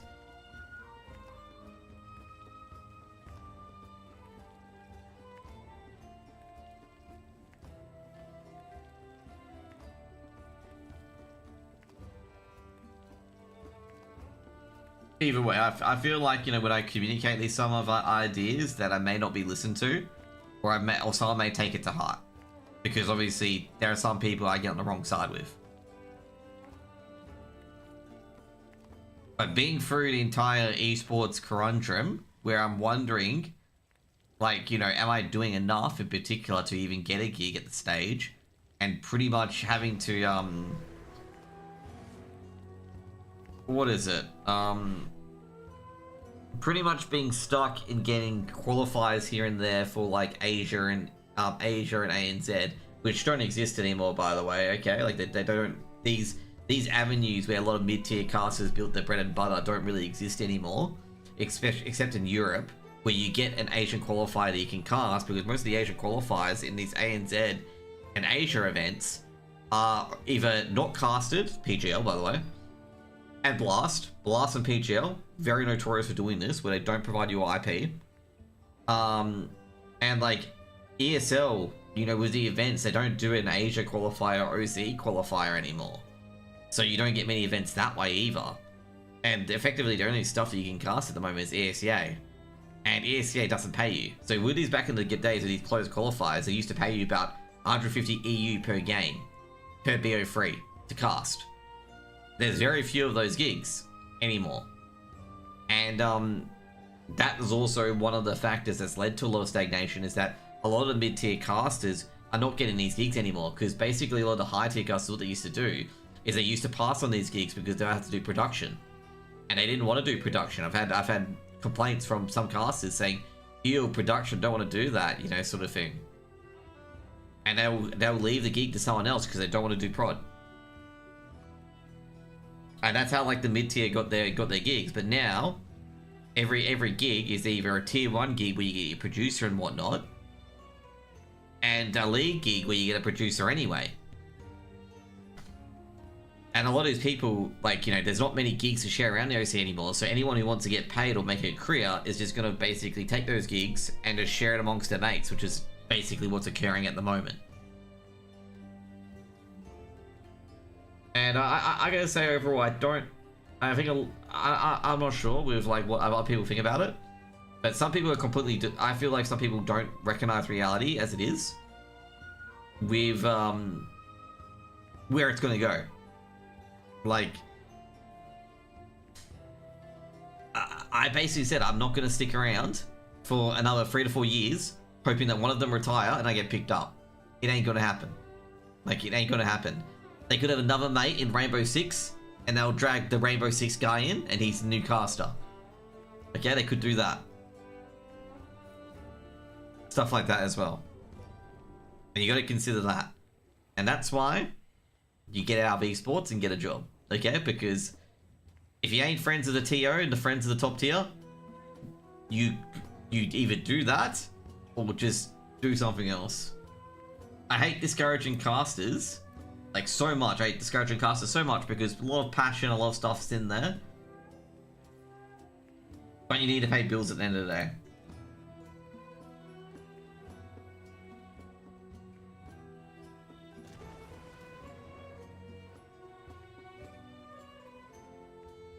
Also, WoW's going in maintenance in about 7 minutes, by the way. Like, I'm gonna say right now, always get a job, and then you slowly get into esports. No one ever falls into full-time streaming. No one ever falls into full-time... Sorry.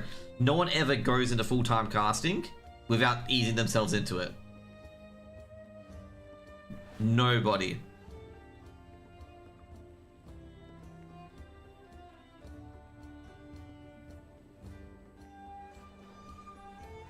Like, usually they do it part-time, and then they get to a point where they're like, holy shit, you know, I can actually, you know, if I apply myself a bit more, I can generate a full-time wage. And that's pretty much it.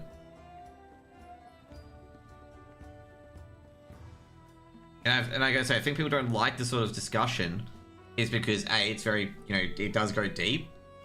And secondly, people feel personally attached to it. I don't care if I get a full-time job casting or not.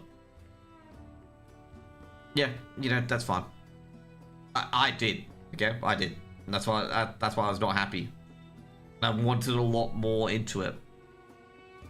Like, a lot more, like, you know, talk about tactics, players, and whatnot. And it just feels hard. I've been enjoying the hobby. It's been content. It's just more defrag lands. Yeah, pretty much back in like the heyday for myself. Like, I had to do just so much online gigs. It was really frustrating. Well, not frustrating, but it was really a lot. And yeah, you know, like, it kind of clicked what a lot of things says. Like, you know, you're not given a chance to, because I gotta say, why is the server going down? I have no idea. Even the org owners are starting to realize, it's like, why does casters who know so much about our teams and whatnot, and we get our teams to tier 1 level, okay, and the casters who are supposed to be the top tier have no idea about our teams. Like, that's you know, that pisses off some org owners as well.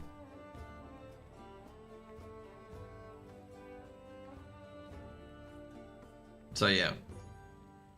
And you know, like I say right now, I think most people know which org owner it is. It's pissing off that they're not knowing about their team. So yeah,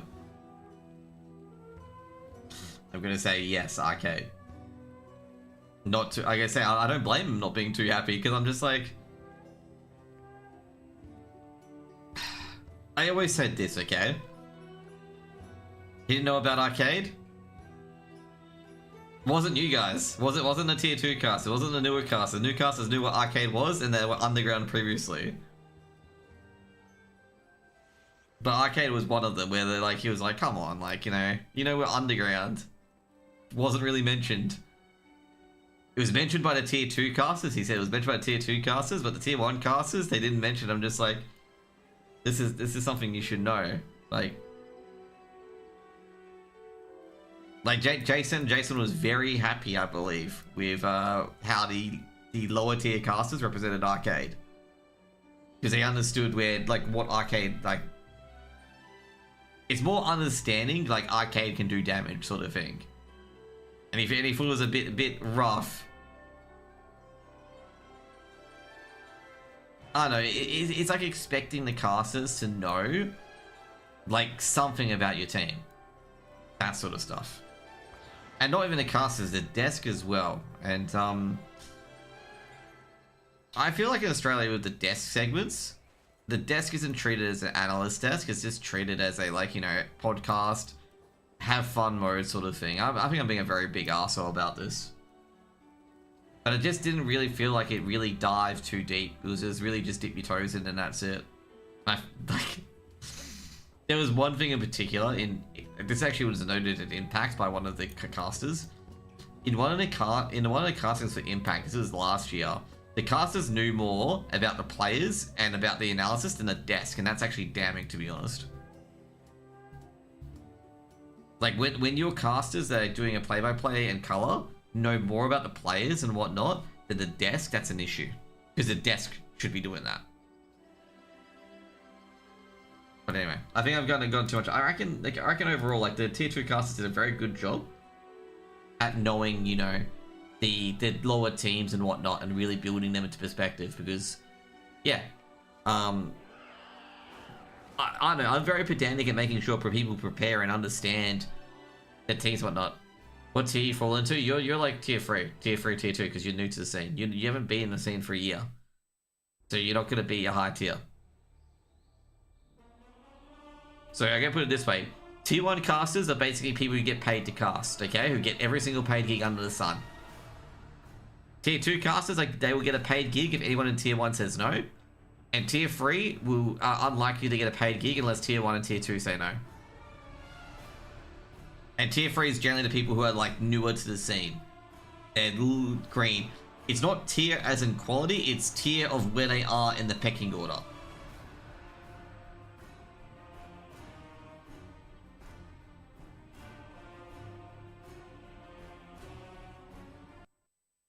Yeah, so it's not being critical of someone's ability. It's where they are, like what sort of gigs they get, like, you know, stuff like that. And that's why I'm really stating that, you know, like overall the stagnation. If tier 1 talent, you know, because I know someone felt like my comment about, you know, you still got to be hungry even if you feel cushy in your ivory. I mentioned ivory tower. Like if you feel cushy in your ivory tower gigs, you could have a really nasty surprise from someone who works harder than you and is below you and takes your gig. And I said that, and people got personally upset over it. I'm like, no, it's just making sure, like, you know, if you want a good ecosystem of casting and whatnot, you need to feel the pinch. Like, you don't need to feel like, you know, big pressure, like, you know, every single word, you know, if you say the wrong word, you're out, gone. But you need to have some sort of incentive to improve. And if you have no incentive, then the system just collapses on itself.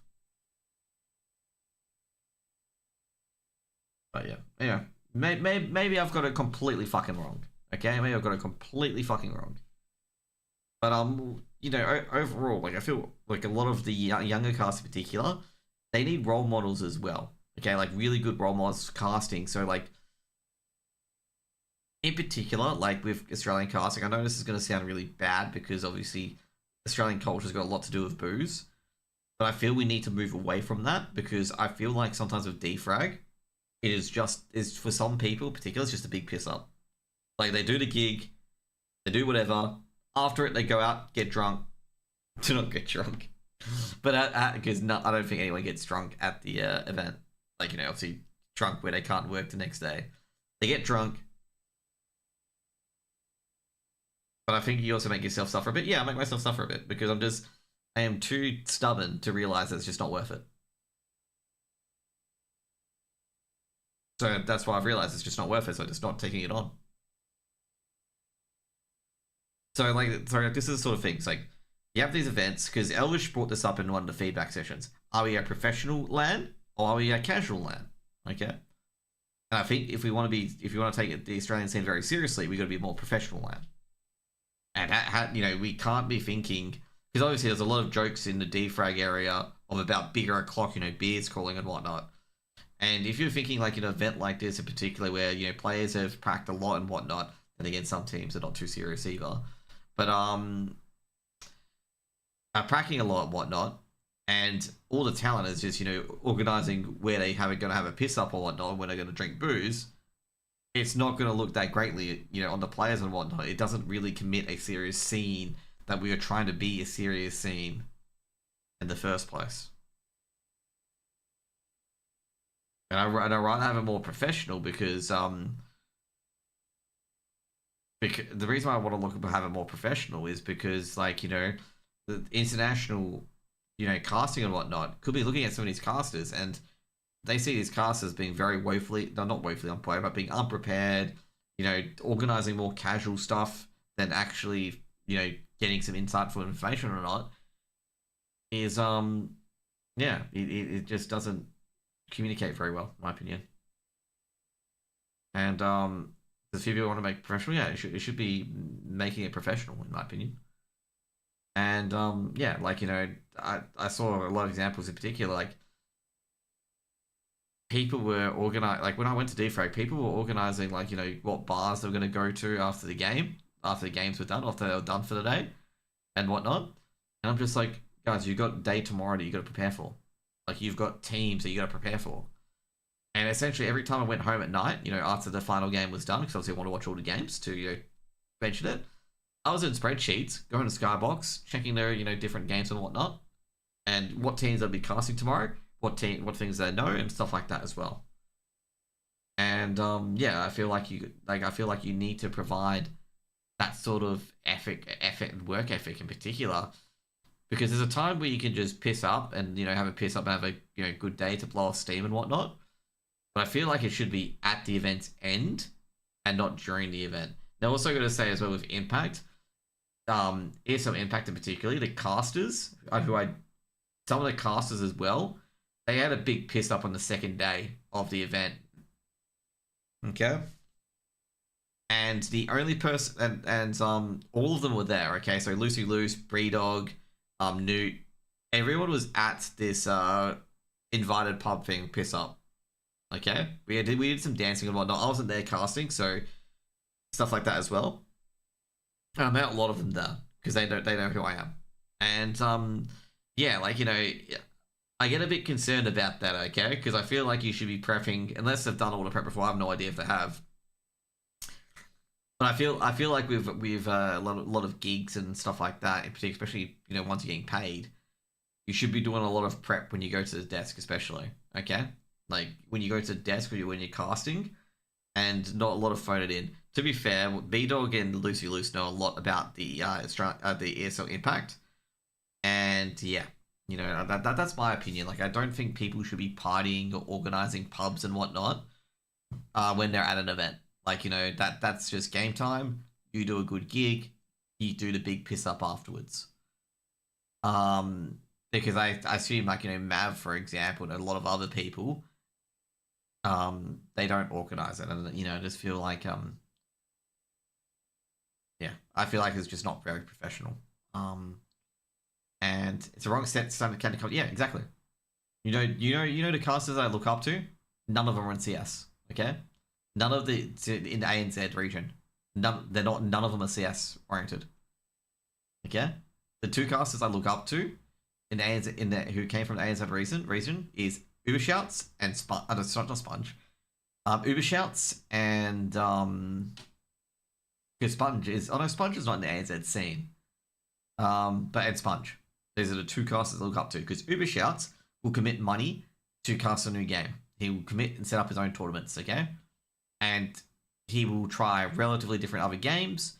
He is very prepared to what he does, especially at all these different games he's casted, whether it's Overwatch, whether it's Brawlhalla, or Brawl Stars, sorry, or whether it's Deadlock.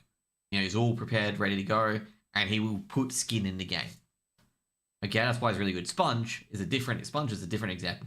Why Sponge is so good is that he's clearly prepared and clearly talks to the players anytime he's doing desk work and anytime he's doing casting work. There's very little time that Sponge rabbits on about podcast mode and whatnot at all, in particular. And he puts himself to a really, really high standard. And that's what I have a problem with, is that there's no, in the ANZ regional level, there's no real people to do that.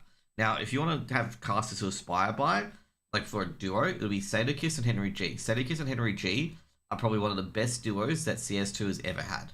Followed by Scrawny and Launders, and then you got obviously you got Hugo and Harry, and you got Sponge and Machine. You got a lot of really good casters to look up to. Sadokist and Henry G were probably the best set.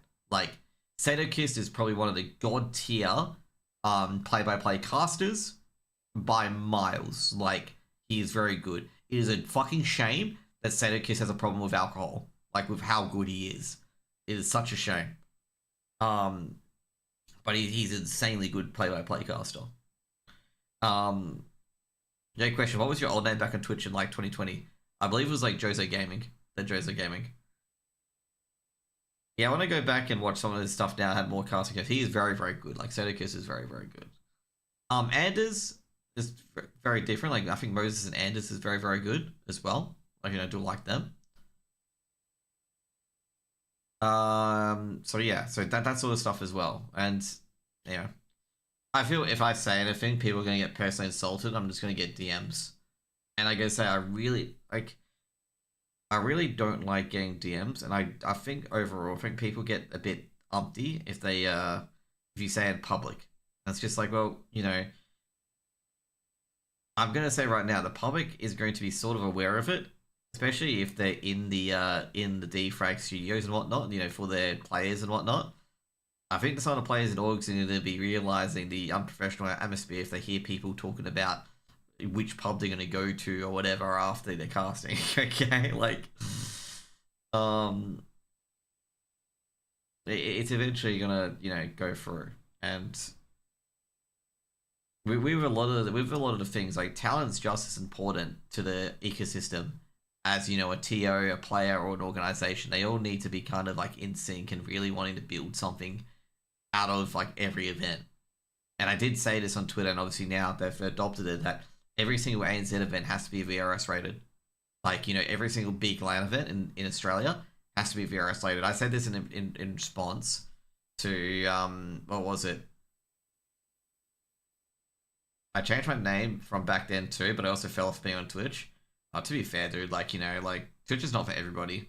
Like, if you can't create content and, like, you get more from your full-time job, just go to your full-time job. Don't, like, because they don't, like, unless you enjoy it, don't waste time.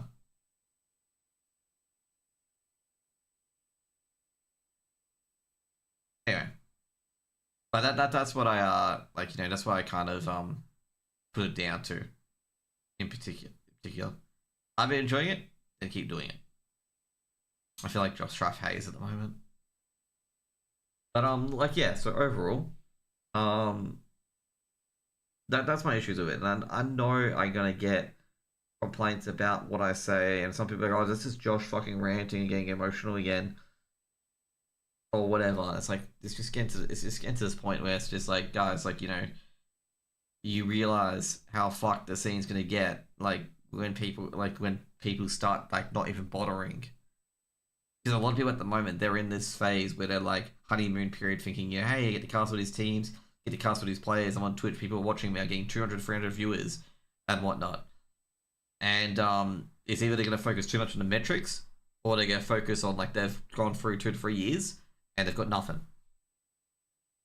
Now, someone may go like, you know, oh, you know, Josh, what's your experience with this? I've done this for 4 or 5 years and I've experienced all the up and downs of, like, stuff changing and whatnot. And someone may ask, you know, like, oh, you know, what sort of experience do you have? Well, I've casted to 10,000 to 15,000 people from getting Mouse v Endpoint as a qualifier game. And like, you know, I've been in the highs of casting really high tier games, and also at the same time not casting great games either. Like, you know, I've been you know, up and down, and I'm very, very happy and privileged to have casted those games. But I'm also quite annoyed that even though I did cast those games, those things weren't very valued compared to, you know, everything else in the scene, and it wasn't really picked up, you know, by anyone in particular. And I had to kind of like really reach out through DreamHack in Europe to get me to talk to ESL in Europe to get me hired for anything. And I feel like that's kind of like really shit. I just said do my first WoW raid. Oh, don't worry about it. This is talking about CS2 casting. This ain't talking about WoW. I'm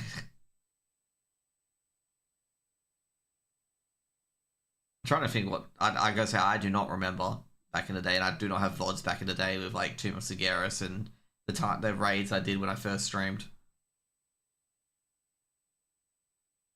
That'd be a long time ago. But yeah, you know, that's what I've you know, kind of like, you know, said, guys, like, you know, this is, I don't want someone to cast 3 to 4 years, because obviously this happens a lot, 3 to 4 years, and then realize that the previous 3 to 4 years they may regret or wasted their time. And it can happen. Like, people can mess up I wouldn't say mess up their lives, but yeah, that sort of stuff. I want to kind of prevent that sort of scenario. Just tell them straight up that, hey, if you're getting nowhere in 2 years, don't. Just stop, go elsewhere. And do not let it take priority. Sounds like you're trying to tell people you wish someone told you. Yeah, exactly. Exactly. Like, could have been a nice, like, sit you down and be like, yeah, this is what it is. Now, for other people who get everything in the world, they're like, oh no, don't do this, it's great, you know, casting is a glamorous career. And like, this conversation happened on Twitter. And Fiend basically told the person, I mean, you started doing casting streams. Yeah, I'm aware of like Exclusive and Mitch. Like, I do remember that back in the day, but I don't remember like rating of you. That's what I'm referring to. I know what the Young Gods are, but I don't remember rating of you. That's what I'm trying to say. But yeah. So like overall, oh shit, I've completely lost my fucking train of thought. He'll come back. But yeah, you know, I wish someone told me like, you know, you are going to like get a lot of things, but at the same time, sometimes you're just going to go nowhere and you don't know like what to do or whatnot. Like I had to reach out to, if I wanted to get a gig, I had to reach out to Europe. I had to reach out to the DreamHack and stuff like that and go to Europe and get gigs that way. It wasn't through ASL ANZ. Like I never got a gig out of ASL ANZ until ANZ main came along. Are you having a bit of an existential crisis? No, not really. Maybe I'm trying to change a system that just won't change. Or trying to build something that, you know, I don't know. I know, when I did that, I was like trying to think of what I was referring to. But like, I'm very, very happy with where I'm at the moment. Very, very happy. But yeah, oh no, that's right. Okay, that's what I was discussing it. Because Fiend, if you don't know Fiend, I think you may be aware of Fiend. Someone mentioned that, you know, the casting lifestyle was very glamorous, it was very fun and whatnot. And Fiend basically said, no, that's a crock of bullshit. We know at least 80% or 90% of these casters will never see a fucking dollar for what they have done. Like, they'll never see a fucking dollar. And I agree with it. I said, even though I've generated $5,000 of cash from my casting of 5 years, I agree with him. Okay? Some of these people are never going to see a fucking dollar for what they do, either because they're not good enough or they're not in the right friend groups. Okay? That's exactly what Fiend said to this person. And I'm not sure if I can pull up the tweets. And I agree with Fiend. And I'm like, yeah, you know, I've only generated $5,000. If I looked at it 5 years ago, I would have said, no, fuck you, like, I've never fucking done this. Like, that sort of stuff. You know, from a financial perspective. And, you know, that's the sort of shit that you have to, you know, put down with, essentially, is that it's not glamorous. And I hate people who fucking make it seem it's glamorous, because it ain't. It's a lot of hard work for potentially no fucking gain, because that's the entertainment industry. Now, of course, we gotta say, this person had no response, okay? No response to what Fiend mentioned. Because this person's well aware that their position is very, very privileged and they're completely fucking oblivious to it. Or deliberately oblivious to it, actually.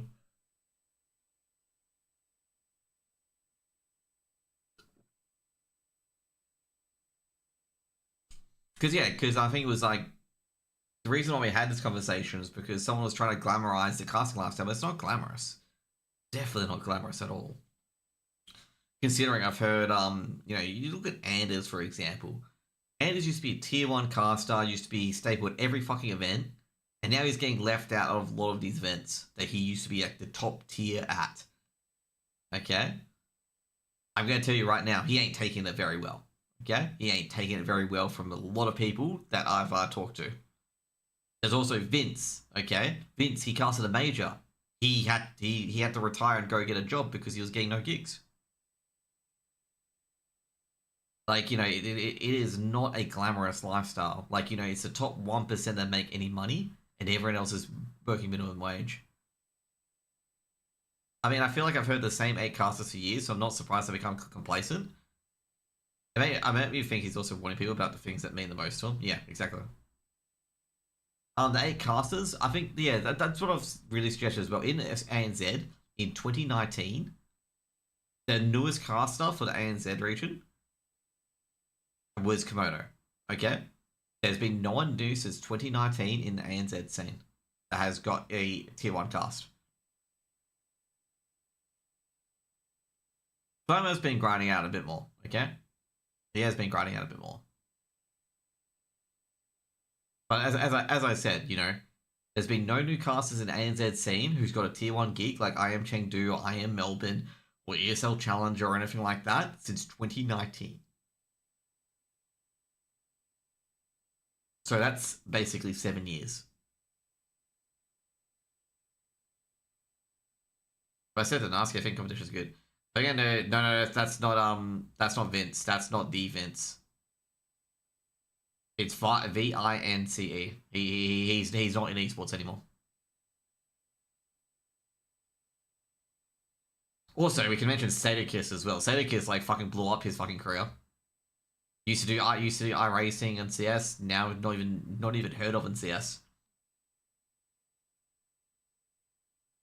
Like it's I gotta say overall, it's not a glamorous lifestyle. It is like a lot of hard work, a lot of dedication, and it's just a lot. I gotta say right now, it's a lot of political bullshit. And I'm not a person who likes political bullshit. Okay, I just do not like it. I do not like stuff like that. Because the main reason why is that I'm terrible at navigating it because I just CBA. I just want to get shit done. So yeah. I said Tanaski competition is good. Competition is good. It is very, very good. And also not to mention helping each other via competition as well, like doing duo casts and whatnot. Because duo casting is the most important part of CS. If you do a lot more duo casts and you have a more established duo, the more chance you're going to get hired.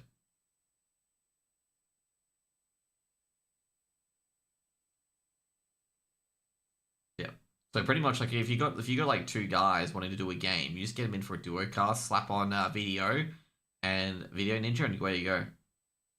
Really easy. Now obviously with the duo cast, you're gonna find out who you're gonna work with and who you don't fucking work with. And I gotta say overall, if you're gonna do a duo cast, let it flow. Okay? My God, a lot of people who don't let it flow irritates me. Let it flow, okay? It is better to have a unscripted sort of back and forth than it is to have this sort of rigid style that ESL has. Have you ever noticed that PGL and Blast have PGL has really good fucking desk segments, okay? Compared to ESL and compared to Blast? You noticed that? Well, other than Vu, of course. Vu's very good on the desk. It's because they operate like an American style, or like the you know Thierry Henry and all those people. They operate that as a desk. Okay, that's what you should do. Like, dude, I fret that I talk too much in casting because I do talk too much in casting. You know, the joke is that I love hearing the sound of my own voice, but I just hate silence. I dislike silence. Okay, if you remain silent with me for 10 seconds, I get worried. So it's nothing to do with I talk a lot, as I just dislike silence. It's something that I have to learn to be with.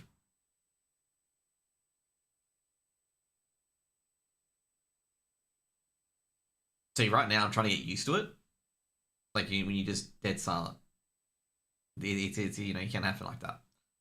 But anyway, yeah, it's anyway, I've said to this to other people as well, because I've told a lot of the shit that happened to me in esports to a lot of people. And I'm like, you know, I'm not sure if it's an ego talking, or if I'm doing the wrong thing, or I'm just, you know, it's just how it came out, or whatever. Yeah. Because I talked to, like, a lot of people aware of the situations I've been through. In particular, I talked to, like, you know, am I, like... So I like overall I'm just sitting there like, you know, I feel like that I've managed this poorly given the situation I'm in. And they basically said like, no, you should have just fucking let loose. Trying with silent casters, silent budget, change the feeling of the stream. Oh no, with silence casters is not people who are just, you know, silent for like 20 seconds. It is just, you know, using it as a pacing mechanism, like, you know, be silent for about 5 seconds, let the play out, sort of thing. Like, I think I need to explain the definition of silence. Like, what I mean by silence. But I'm saying it once you don't let it flow. Oh yeah, 100%. Like, pretty much, like, just let it flow, okay? The best cast, or the best commentary, if you watch NFL commentary, NBA commentary, EPL commentary, AFL commentary, that's where I get a lot of my, you know, things for casting. You know, Dennis Cometti, big one. Bruce McAvaney, big fucking person as well. Fuck, there's a lot of NFL casters that I like as well. Not Joe Buck. Tom Brady's really good. As an analyst.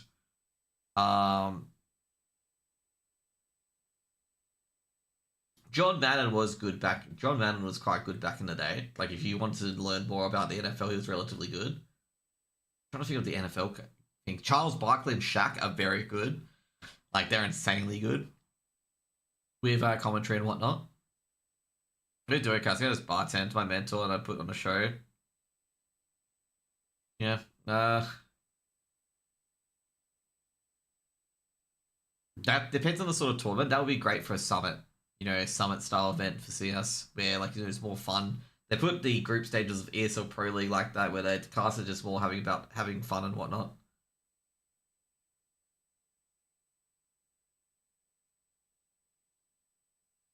Comes down to your duo as well. Yeah, definitely.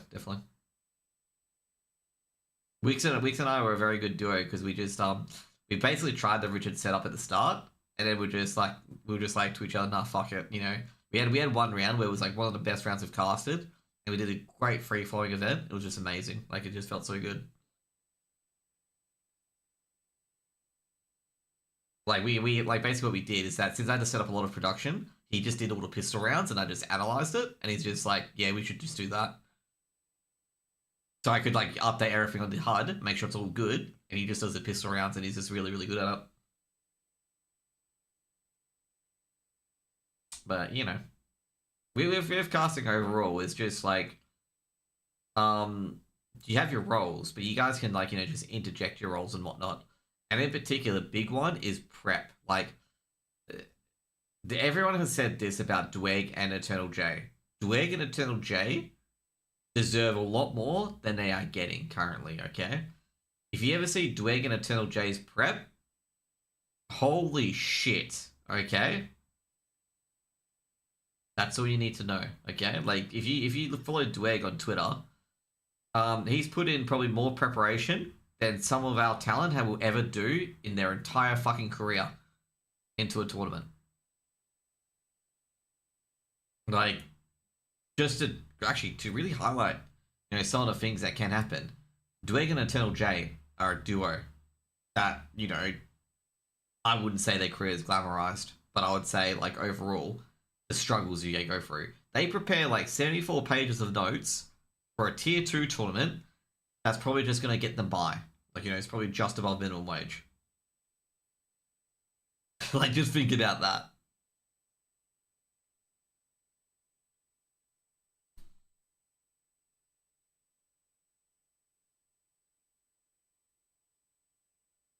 Let me see if I can find it. Let me find that post from Dweg. Now, I gotta say right now, with Dweg and Eternal J, like, it's hard. I gotta say for me, I don't prefer their casting style, but I respect the amount of work they put into their fucking thing. Dweg is aware of this. Okay, I told Dweg, like, you know, you and Eternal J, like, I just can't get into your casting style. Okay, I just can't get into it. Like, you know, I can't get into it. The voice just something puts me off, and I can't. You know, I'm trying to like handle it, but I just can't. And but I basically said to him, like, mate, you put in a lot of effort, and I appreciate a lot of prep you guys do because I feel well informed, but I just don't like it.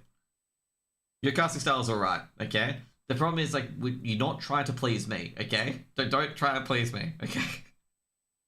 But it's just like, I don't know, like, the sound of Dweg and Eternal J's voice, like, I don't know, it feels like they're harping everything up, but they're not. It's just, I don't know, I can't explain it. I just don't like their casting style.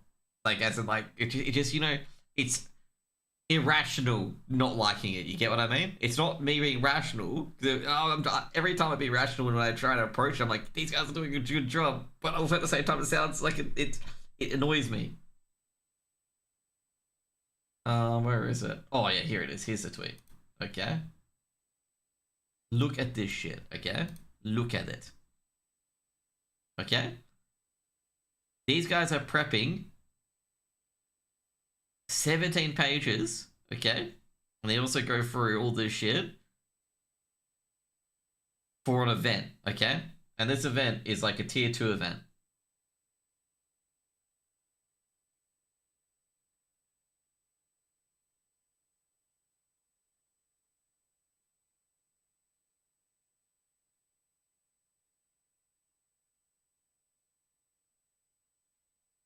So yeah, let's put it that way. And not to mention as well, like, Dwayne puts in a lot of shoulder content as well. Like, look at Dwayne's shoulder content, okay? He's got a video about Axar. We often like to talk. So obviously Axar is one of the, We often like, you know, okay, I'll put it this way, okay? He's talking about Axar here. Ignore this, okay? I listen to music non-stop. Okay? I can't see what you're saying. Oh, this is what I'm talking about. Okay? He's talking about Axar. So I was shifting it over. Okay? He's got videos and shoulder content like this. This is what I want people to do. Okay? As a caster. Okay? Not only do you cast a game for money, but you're also putting your own skin in the game by releasing videos and stuff like this. Like doing shoulder content for any part of the scene. That's what I want to see. But the problem is with the ANZ scene at the moment is that people don't do any. Okay? Like the casters don't do any. They rotate around and that's pretty much it. The main person that does anything at the moment is Elvish. With Geographically Challenged. And that's not a pure OCE sort of thing either. Like that's not a pure OCE podcast. And I'll tell you why. It's because you get no viewership with it. That's why. Like it's something you have to put hours and hours into and you just have no clue whether it's going to go well or not. There's been so many multiple podcasts, like Here's the Tip, for example, and my podcast, Josh and Strike, which didn't get many viewership and didn't really get off the ground. And in fact, you know, there was a lot of information in some of my podcasts and whatnot from various different players and various different orgs that nobody used to prep for their casts. Like in particular, like one example was you know, how long are they going to be in Australia for? How long are they going to be in Latvia for Ben? And Ben had said on my podcast, it's going to be 6 months here, 6 months there, 6 months back here. And the talent was like, oh, we don't know. And it's just like, well, you would have known if you listened to my podcast or if you talked to Ben. And stuff like that. And that's like, you know, when you realize that, you know, it's kind of difficult. I interviewed like a lot of players, like obviously post-game and pre-game interviews as well. They're on my YouTube channel. They're probably dated now, I'd say, because I think my last interview with a player would have been, when did I quit?